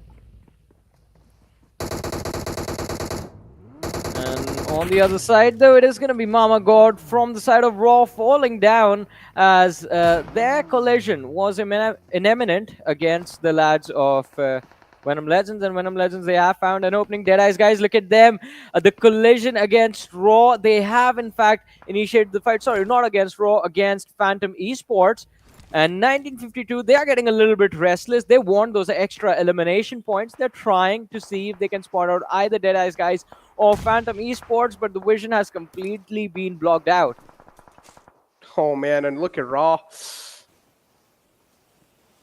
2 players up from their side. So far, we're not really seeing a lot of action, but Seal, a big team, and a big man goes down. It's Baron now taken care of. 7C, they know. At this point, it's okay. We can just let him bleed out to his death, making sure no one's going to try and close the distance. But we also do see another opening against Deadeyes Guys from Phantom Esports. And this one's going to be a big one because they're right next to each other. But it's equal trade-off. That's what it seems like. So both the teams, they're now going to be in the safe spot. Nothing really much to worry about just yet. So again, kind of a sloth moment inside the match. Not a lot of action happening. Teams are still looking to see if they can catch each other in an awkward spot, out of position, mid-rotation, and capitalize upon that. Since the circle has taken a shift again towards Ruins, Pochinki barely inside the circle with Stalwart Esports having taken control of the city now. DRS and JyanMaara quite close to them as well, as you can see on the map, ladies and gentlemen. I think the best position right now, although, lies with the team of Vibes. They won't be bothered for at least the next 5 to 6 minutes again, unless DRS charges forward and wants to take control of the Water City. Unless that happens, I think Vibes can pretty much just stay there, chill, have some pina coladas in the Water City, just enjoy the vibe, wait for all the gunshots, all the sounds of the gunfire to dwindle down, quiet down a little bit, and then step back into the action. Although, look at Skylightz Gaming's pathway towards the circle that's charging forward through Seal Esports and ElementriX, and now I think they're just going to go through 7Cs as well, straight into the circle. There's no stopping them. Dude, they're just like a drill machine, right? They're just going to straight up go in. They don't care about anyone at this point. All they want is rotation inside the circle, and that's their mark. That's the only thing they see. They don't see anyone else in their pathway. We're talking about people being in each other's pathways. Is 1952, who spot out a bold rotation of Phantom Esports. And Phantom Esports, for now, they're going to be in a little pit stop. All the players, they don't really have the best of the cover to work with, but over here we have 90 degree in front of us, and he's trying to just be the Overwatch, trying to find any sorts of opening. Phantom Esports, they're not going to let that happen. They're not going to give it away like that. But Raw, another one of those teams in the front. Oh, that's a little headshot right there. A little sprinkle off that hot chili on top of his head. Well, let's see. I mean, it is going to be quite interesting to see how these rotations are going to work out. Deadeyes Guys having disengaged from one fight, running into another. Unfortunately, IHC was waiting for them on the other side of this bridge. Shifusa having been dropped down to around 50 HP is going to be a casualty to the lads of 1950 Esports. Even they have the scopes to shoot down opposition at this distance, and they are using them quite efficiently, I might add. I think that is the advantage that IHC can capitalize on, but they are too keen on holding their ground, not too keen on taking this fight against Deadeyes Guys and running into the crossfire of 1952 on the other side. We did see Stalwart Esports take a hit from DRS. They seem to have lost one lad, and it's not looking too good as far as recovery is considered for them. Yeah, indeed. Things are not looking that hot. Venom Legends, they're going to push on forward in the greed to get the frag. They're going to get the confirmation as well as Gunner and No Fear now are all the way in the back. A nice cover fire from Gunner. But JyanMaara, again, is one of those teams that's on the struggling phase. And even though another man taken out from that squad, that means only 2 players are now left up and strong. I mean, series of struggle is already there. And now, even in this game, they're already handicapped big time. I don't know how they're going to find their survival, because at this point, this late in the game, it's just the survival of the fittest. And if you're not going to be fit enough, then JyanMaara, you might as well rule yourself out the first day, because the momentum is not in your account just yet. Yeah. As you said, I mean, the momentum is not yet lost, and ElementriX, although I think for them it's going to be time to worry. They're just slightly outside the edge of the circle, and it is Raw. Well, what is left of the squad of Raw holding them from this rotation? Oh! What just happened? All right, so I was focused on the elimination. Wait, his teammate knocked him. That's... Yeah. Oh, what? Okay, That but at is- least there's a return knock.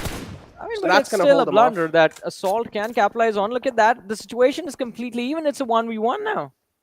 Yeah, and they have to go for this frag. If they don't, then it's pretty much going to be GG, but he still wins with a drop shot. A nice timed one as well. As Seal now, they're going to try and pepper down a couple of shots in the front. Not a lot of connections found just yet, though. But I'm pretty sure as soon as that sweet spot's going to be found, connection as well are going to follow it up as Venom Esports moving up slowly and steadily. ElementriX Sus is also on fire, and he's probably going to fall on top of the flames, and that's what exactly happens. As Venom Esports, they put the final nail in the coffin for ElementriX, and they are also out the equation now, as they have been taken care of on 12 spots. But still, so many fights happening in the front now. Steel trying to capitalize on the players of 7C. Steel, it seems like they're just able to dominate 7C. They're able to rip them apart single-handedly. Precious in the front. Skylightz Gaming as well getting laid down now. Steel, what's going on? They're Well, just showing relentless aggression. but they have forgotten about the team behind them, and Wally, he is getting destroyed by Oh my Ripson, who's going God. to find the opening and the final pick in this fight. Seal Esports, they get eliminated from this match, and ladies and gentlemen, we're finally down to 10 teams, 29 players alive, 20 minutes inside this match, and all hell is about to break loose inside this game. Skylightz Gaming, all 4 players still holding strong. They're trying to find some solid cover for themselves, but it's not going to be easy for them. There's a team right next to them, and it is going to be a tough fight that they will have to win before they start moving forward. 7C Precious quite close to them, and Ripson a little bit further behind. So it's a flank that they have to deal with before they move in. And once they decide to move in, there's the team of wives that you have to take care of, who have been so consistent with their spot. They've just been in one spot this entire game, and they've managed to survive quite nicely and safely. Oh, high risk, high reward rotation from DRS, but doesn't really work out this time. One of the players gets taken out, but the smoke grenades are there in the front, and also a couple of Weekles to try and provide the temporary cover. But this nade is going to be $1 million one. It's locked in quite close. Only dishes out a decent bit of damage. Not really a lot taken away from that, but Venom Legends from the back now. They're taking quite a lot of shots on Skylightz Gaming. 30 bullets of pain just inflicted onto the players of Skylightz Gaming. They'll need to try and fall back, but it's the signature M416 which strike backs and takes care of the final man of Venom Legends. Well, the final man being down.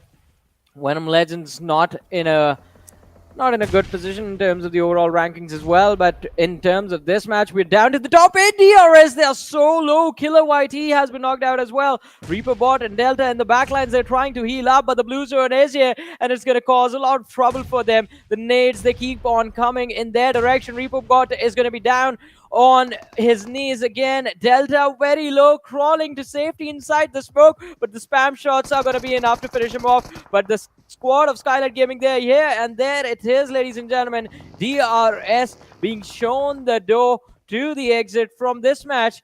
And I want to see what they are going to do, because they are quite close to the squad of Vibes, and that fight is going to break out at any moment. Look at Malik, he's just using the TPP perspective to look through the window where the players of IHC are going to position themselves. And once he finds that out, I think the information is going to be relayed to his teammates, and they're going to wait for the opportunity, the perfect opportunity to strike, get those elimination points, show the exit to IHC, and move further in the match.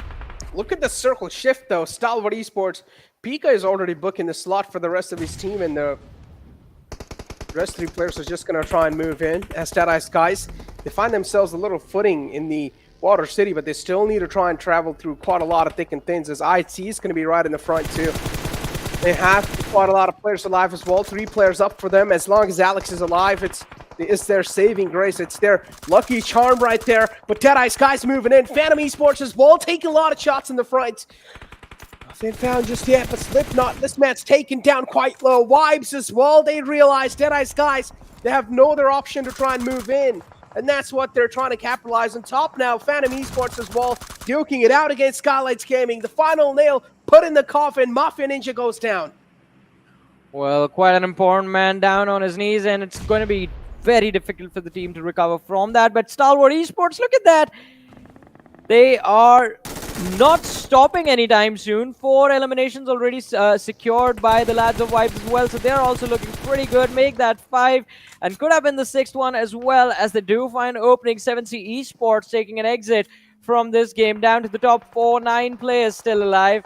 Vibes Joker, he is inside this wooden shack, spots out Scry, but instantly the cover fire from the teammates of Scry forces him to reposition, and well, now he's out in the open, quite exposed. The utility should be enough to dish out extra bit of damage on the lads of Vibes. It looks like Stalwart Esports, they want to end the day the same way they started it, with a chicken dinner, as they have 3 players in a wonderful position. The formation looks solid, 4-man strong inside the game. Scry in the backline. Speaker with a nade is going to make sure Phantom Esports are out of this match. Down to the top 2 teams, 4v3 situation. And Vibes, you've made it this far. Do you have what it takes to close it out? Or will Stalwart Esports get 3 chicken dinners on the very first day of the very first Super Weekend of this PMPL South Asia Spring Season 2022? We're about to find out. Oh man, I went with IHC, but it seems like now one of their Mongolian counterparts might just seal the deal on this map.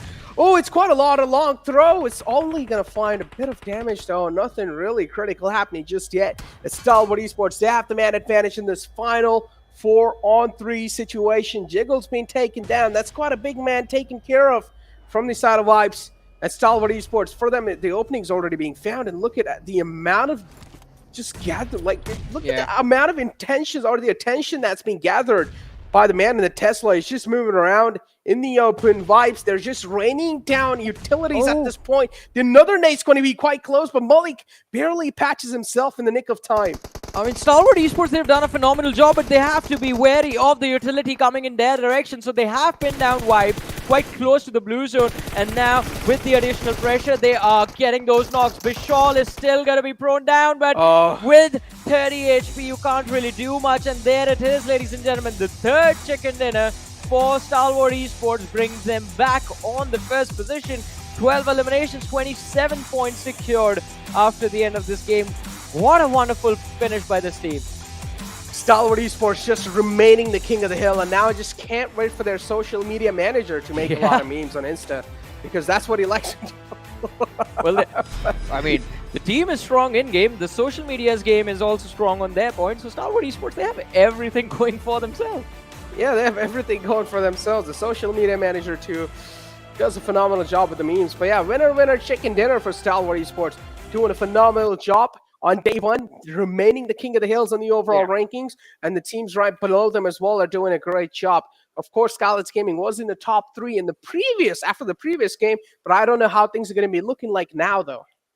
I mean, yeah, I think this is going to make the overall rankings a lot more interesting because the difference was not that much. I mean, from the 3rd till the 10th position, I mean, with one good game, one top 3 finish with a few extra eliminations, I think you can definitely make a massive, massive jump. We saw T2K do that. And again, I mean, it's going to be important to see who the next team is going to be, because even though there was a lot of inconsistency, as you mentioned, Skylightz Gaming, there was a lot of inconsistency from their side. There was inconsistencies from the side of DRS vibes as well. I think tomorrow can be a good day for the teams to recover if the difference between the points is not that much, but we'll find out what the difference is after this very short break, ladies and gentlemen.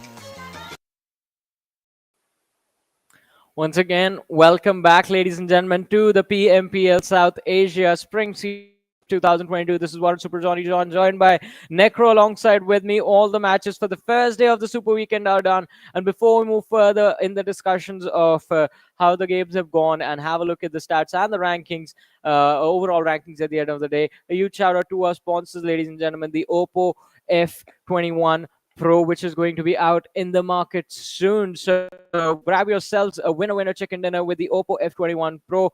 I absolutely love the looks of the phone. I mean, just can't wait to have it in my hand soon. But for now, let's have a look at the MVP of the game, ladies and gentlemen, and find out which individual outstood everyone in the lobby in terms of individual brilliance. And, well, what are their stats going to look like? What do you think, Necro, is it going to be? Ooh, there you go. Might just find out. It's going to be action. There you go. Actually guessed it. It was just a little delayed. The voice was a little delayed for you. But yeah, 5 elim points for action, 3 knocks, and damage of 1,061 all by himself. This man has been proven up to the mark when Stalwart Esports is having a successful day. And action is always there, pretty much having a huge hand behind the entire squad of Stalwart Esports. I mean, yeah, completely agree with that. I mean, Action has, since the start, I mean, even before this lineup was called, Stalwart Esports has been quite a key player for his team and has always been the cornerstone on whom the main sort of firepower of his team relies upon. But I think this time coming into this season, Top has also stepped up his game, although in this match it was Action in particular with the 5 elimination and the 1,000+ damage who was able to make sure that Stalwart Esports were the ones walking away with the chicken dinner. Deadeyes Guys, true love, sir, with 4 eliminations and 678 damage. I definitely thought Deadeyes Guys would have much more of a major impact in this match. I thought they were going to be, in fact, at least making it to the top 2 with the way they were moving. But then again, the cluster towards the Water City positions was quite tricky to deal with. And Deadeyes Guys, they were trying to close in from the northern side, weren't really able to do much to crack open their way inside the final few positions. Exactly, and True Love too, as you saw, he was right there underneath the MVP, and now you have Stalwart Esports and Vibes stats comparison from the previous game. As you can see, Stalwart Esports almost having 2,000 damage dealt, but then Vibes having 1,000, almost 700 we can count as. but not really close, I would say, but not close enough. As 12 elim points for Stalwart Esports, that's going to seal the deal, and only 6, that's like half of the points difference right there. Yeah, I mean, it is definitely going to give a massive advantage to Stalwart Esports in the overall leaderboard. But I think Vibes, they had a decent run in this match. They did a pretty phenomenal job making it into the top 2. With the 6 extra eliminations, I think this is also going to help out Vibes' position in the overall rankings. And now I want to see where they are going to end up at the overall leaderboard, basically. Match summary in front of us right now. Action, highest damage, highest eliminations as well. We do see top in terms of the longest distance elimination, right behind Joel, in fact. And even though I think you don't get props for that, it's just an extra advantage, I think, just showcasing what the players are actually capable of inside of the lobby and what intensity they have to deal with. Because you can't expose yourself for a single minute. You think you are isolated. All right, I'm just going to try and peek this window right here. Instantly a shot to the head.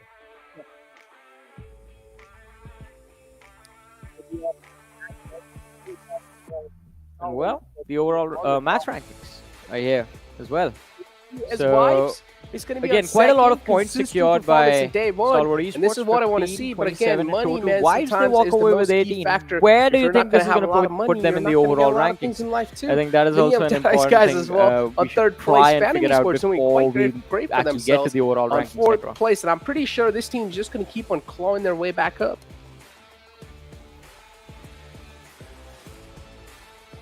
Right. It seems we have lost Necro with us, but no worries. I'm still here. And all right, Necro is here. I hear you. Wait, I was with you guys since a long time. I don't know what just happened. Maybe a little bit of technical difficulties, but oh, it's okay. I think so. We have sorted it out, and we're finally back. There you go. Yes. It's also seeing nice smile on Varun's face right there. But yeah, overall, that was the first day of Super Weekend, week 1, Johnny. And what are your overall thoughts on that?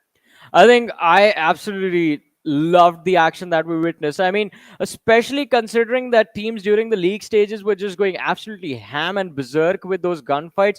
Today was a little bit more controlled and more focus was given towards the positioning inside those zones, inside those circles. I mean, we do have the zone analysis for this game, this particular map as well. And as we do talk about Stalwart Esports, them getting the chicken dinner, that is the team that I want to focus on. Today, this is, I think, the most important thing that we have to notice. If you go back and watch the zone analysis for every single map, you will notice Stalwart Esports taking things extremely slow, which is unlike themselves. They don't like to play at this speed. They are a lot more quicker usually and a lot more keen on just being a participant in those gunfights.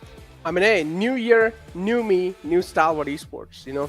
Yeah. Everything's going to be new. It's new. You always got to keep on updating your strats. And always got to keep on updating his stats too. So that's what Stalwart Esports are trying to do. Taking things a little slow this time. But I'm pretty sure, look, it's just the week 1. Even though it's Super Weekend, it's just the week 1. I feel like Stalwart Esports, the consistency they have shown on the week 1, they all have a lot of things to prove, even in the upcoming weeks for sure. At this point, they probably must have just solidified themselves in the top 16, right? At least for the week 1. I mean, not top 16, in the top 3. Because I'm pretty sure even if they have like a shaky performance tomorrow, how shaky can it be?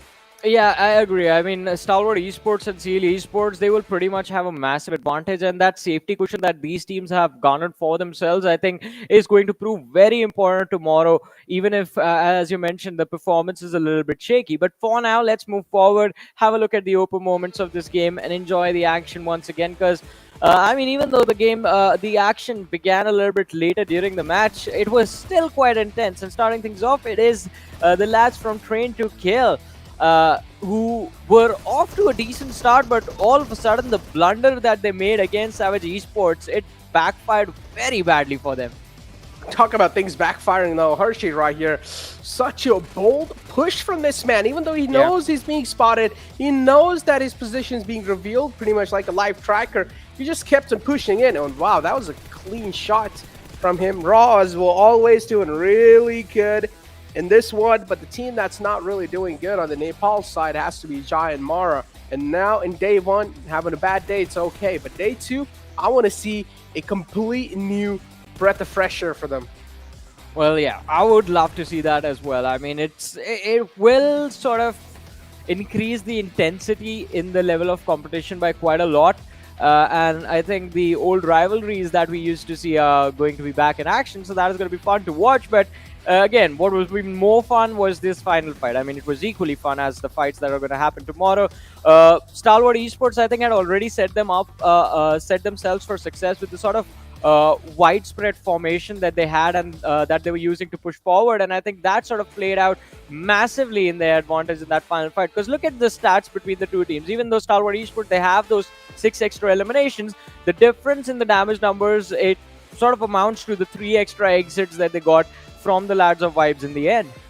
Exactly. As you said, 12 elim points for them. Stalwart Esports just absolutely topping the charts this time. TDK, though, not really having the best of the games in this one, but yeah, pretty sure they can try and capitalize tomorrow as well. Raw 2, this game, final game, was not really that great. 1952, the woes continue. Same thing is going on with ElementriX as well and JyanMaara. Teams in the latter half, they will need to try and figure out a way to try and step up, or at least they will need to try and whip out some notebooks and try and counter some teams that are blocking their ways. I mean, there are always going to be teams standing in front of you. I think the main thing that these lads need to realize is how do you work around that. And talking about working around stuff, look at that. Stalwart Esports, they have a nice safety cushion over there. Somewhere around 29-point advantage. Damn. 97 points in 5 matches. Esports not too far behind, 29 points behind, 68 points for them. And then we have Vibes. With this decent performance, they have managed to push Deadeyes Guys and Skylightz Gaming a little bit further below them. 53 points for Vibes. Deadeyes Guys bring themselves up to the 49th position. And Skylightz Gaming, although they dropped down 43 points to the 5th. But still, there's not a lot of difference, Necro. Teams can still switch spots tomorrow in the very first match.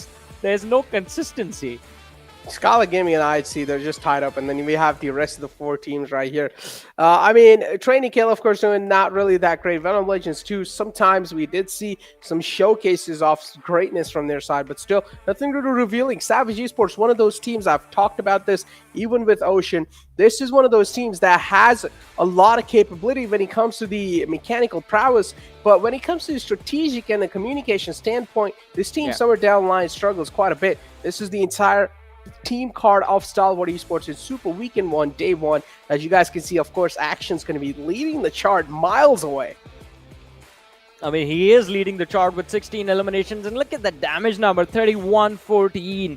Already a monstrous performance in day number 1 from Action, but his teammates, they're not too further behind. I mean, he always faces a close competition within the squad itself, and this time Top is the man chasing with 15 eliminations to his name. And look at Stalwart's performances throughout the day. I mean, Sanhok didn't really go their way, but they were very consistent on Miramar and Erangels. I mean, the second Miramar also a good chicken dinner finish from Stalwart Esports. Erangels is a whole different story. 3 Erangels today, and they have 29 eliminations combined on those 3 maps. That's kind of nuts. Look at the amount of damage inflicted too. 57, 58. Yeah, and then top 2 we saw he had like 15 kills from himself, only 1 kill point away to try and catch up with Action. But tomorrow's day, man. Day 2, the day of comebacks. I'm expecting the latter half of the board, the teams from 11 to 16 to try and make a comeback tomorrow, because I want to see that happen. I want to see a tough fight. I want to see the entire leaderboard getting close. I don't just want to see that top 1 and 2 teams getting a huge lead, a huge safety cushion. I want to see every single thing on the line. I want to see every single spot as close as possible. I want to see these teams fight it out till they're sweating bullets. Yeah, I think that is going to be very fun to watch, and I think it is going to happen. We just need the teams a little bit of time, a breather to adjust, and I think the break that they're going to have before we close the show and before the matches begin tomorrow, ladies and gentlemen, it should be enough for the lads to figure out, all right, what went wrong today. Elimination leaders right now. Action leading the charge with 29 eliminations to his name. Demo on the second from Seal Esports with 29 as well. So situation over here in the elimination leaders is still pretty close. Oh man, Demo, look at him. He looks like my brother. Oh man, so are you going to be rooting for him from now on? Yep, I'm going with Demo. Alrighty, so you're He's going my with Demo. brother. Long lost brother. I'm going with Gyalzen, the only man in the top 5 that's representing South Asia in there. In the top 7, in fact. Ooh. I mean, all of them are from South Asia, but the region of Nepal is being represented by Gyalzin, and it's True Love, the second man in the list. Everyone else is from the Mongolian Titans, as I like to call them, the Mongolian trinity of Esports, Stalwart, and IHC. Exactly, man. Just look at those jerseys. They look so cool. I wish I had one of those. You're always asking for jerseys. I didn't ask. I just said I wish I had. I never asked. I just said I wish I had. I mean, if you guys do want to give it to me, though, then feel free. You know, I mean, Necro, it's been so long. You still haven't gotten a jersey. Do you think they want to give it to you? Come on, man. You don't gotta be so like blatantly true. But yeah, let's take a look at the day summary and let's enclose how the day looked like. And there you go, the day summary in front of you. Stalwart Esports, 3 freaking chicken dinners for themselves. What a way, man. Yeah, and let's not forget, with those 3 chicken dinners, they also get $3,000. Pretty successful day, I would say. Pretty good day. That's what matters for me the most. $3,000. I don't care about the points. I don't care about the positioning. $3,000 is what matters, Stalwart Esports. Get that money, dude. Come on. Get that money. Maybe slide it in my pockets, too.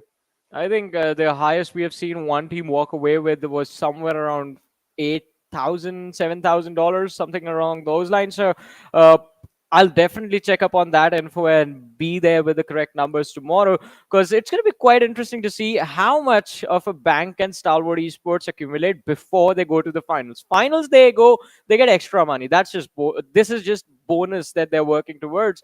And again, it can amount to quite a lot, because I mean, 3 in a day, if they do this for the next 2 days as well, that's $9,000 on a weekend. $9,000 freaking dollars on a weekend, Johnny, and that's quite a lot too. I do hear the music change too in my ears, so that means maybe it's time for us to try and end the day today, huh? I'm just hearing money noises, man. Oh, are you? Talk about money though. Still haven't gotten mine. I mean, you're never gonna get it. Yeah. Why, man? No jersey for Necro, no money for Necro. It's I'm just keeping everything for myself. All right, then I'm taking these glasses then. If you're gonna do that to me. I keep forgetting them. But it's all right. We're going to discuss about the glasses and the jerseys, ladies and gentlemen. While we do that, we're also going to close the show for today, because all the matches are done. 5 matches are done. Stalwart Esports a massive advantage for themselves. But can they hold on to that tomorrow when we return, win the action at the same time, at the same place? You guys, thank you so much for tuning in today. Until tomorrow, take care. Bye-bye.